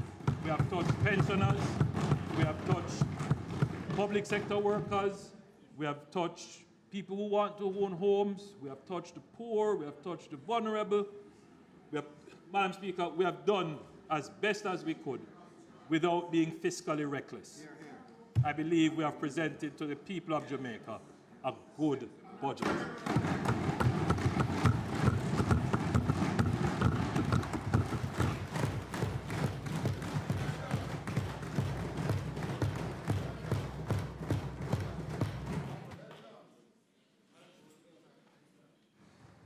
Madam Speaker, I beg to move for the recommittal of the item announcement so as to allow the clerk to table the paper, the white paper, and the green paper that has been mentioned by the Prime Minister in his budget presentation. May it please you, Madam Speaker. Those in favor? Those against? The ayes have it. Notices? Announcements? Laid on the table of the House today are the following: Annual Report on Audited Financial Statement of the Public Accountancy Board for the financial year 2022-2023 and its related ministry paper number 12 of 2024 under said title. The Data Protection, Disposal of Personal Data Regulations 2024 and its resolution under the Data Protection Act. White Paper number 1 of 2024 entitled Watersheds Policy for Jamaica dated March 20, 2024. Green Paper number 2 of 2024 entitled Overarching Policy for Jamaica's Protected Areas Systems dated March 2024. And the Auditor General's Department Certified Appropriation Accounts Head 5038 from the Company's Office of Jamaica for the year 2016-2017.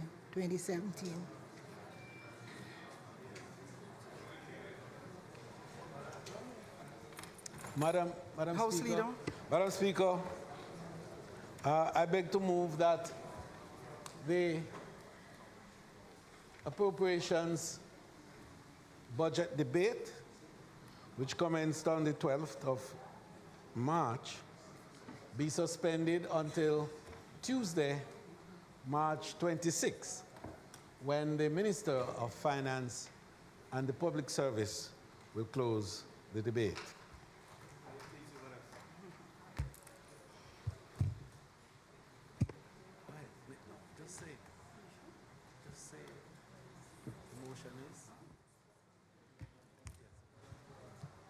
I know the House Leader was cut off a little bit prematurely. Clerk, could you turn off your mic, please? Right, so, Madam Speaker, I beg to move that the appropriations budget debate, which began on the 12th, be suspended until Tuesday, the 26th of March, when the Speaker then will be the Minister of Finance and the Public Service, who will close the debate. May it please you, Madam Speaker. Thanks, House Leader. Those in favor? Those against? The ayes have it. House Leader. Madam Speaker, it's not intended to do any further business. And certainly, I think on the motion of adjournment, you would like us all to say, this Prime Minister gave the force, the tour de force today, a magnificent presentation of perhaps one of the greatest budget presentations in this honorable House. Madam Speaker, it is not intended to do any further business. I therefore move that the House be adjourned until Tuesday, the 26th of March at 2 p.m. at the George William Gordon House. May it please you, Madam Speaker. Question is that the House do now adjourn for Tuesday, March 26, 2024 at 2 p.m. Those in favor? Aye. Those against? The ayes have it. This honorable House now stands adjourned.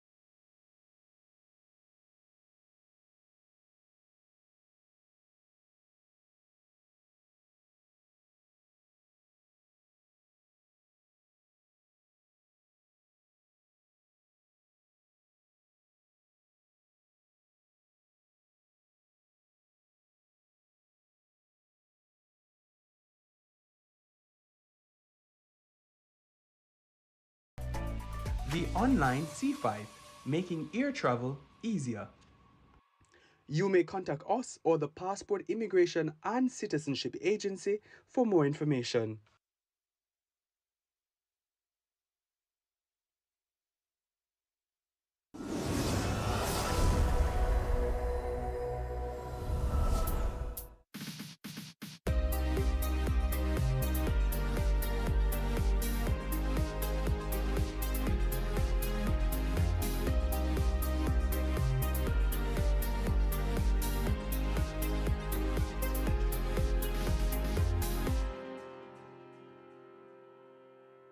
On the show today, a new commissioner of police is in charge. I'm here to serve, and I'm here to lead. Plus, construction of the Rio Cobre water treatment plant gets off to a start. When the project is complete, we can expect improved water supply and reliability for St. Catherine and the KSA areas. There are also details of how the government is managing its debt through local currency issuance.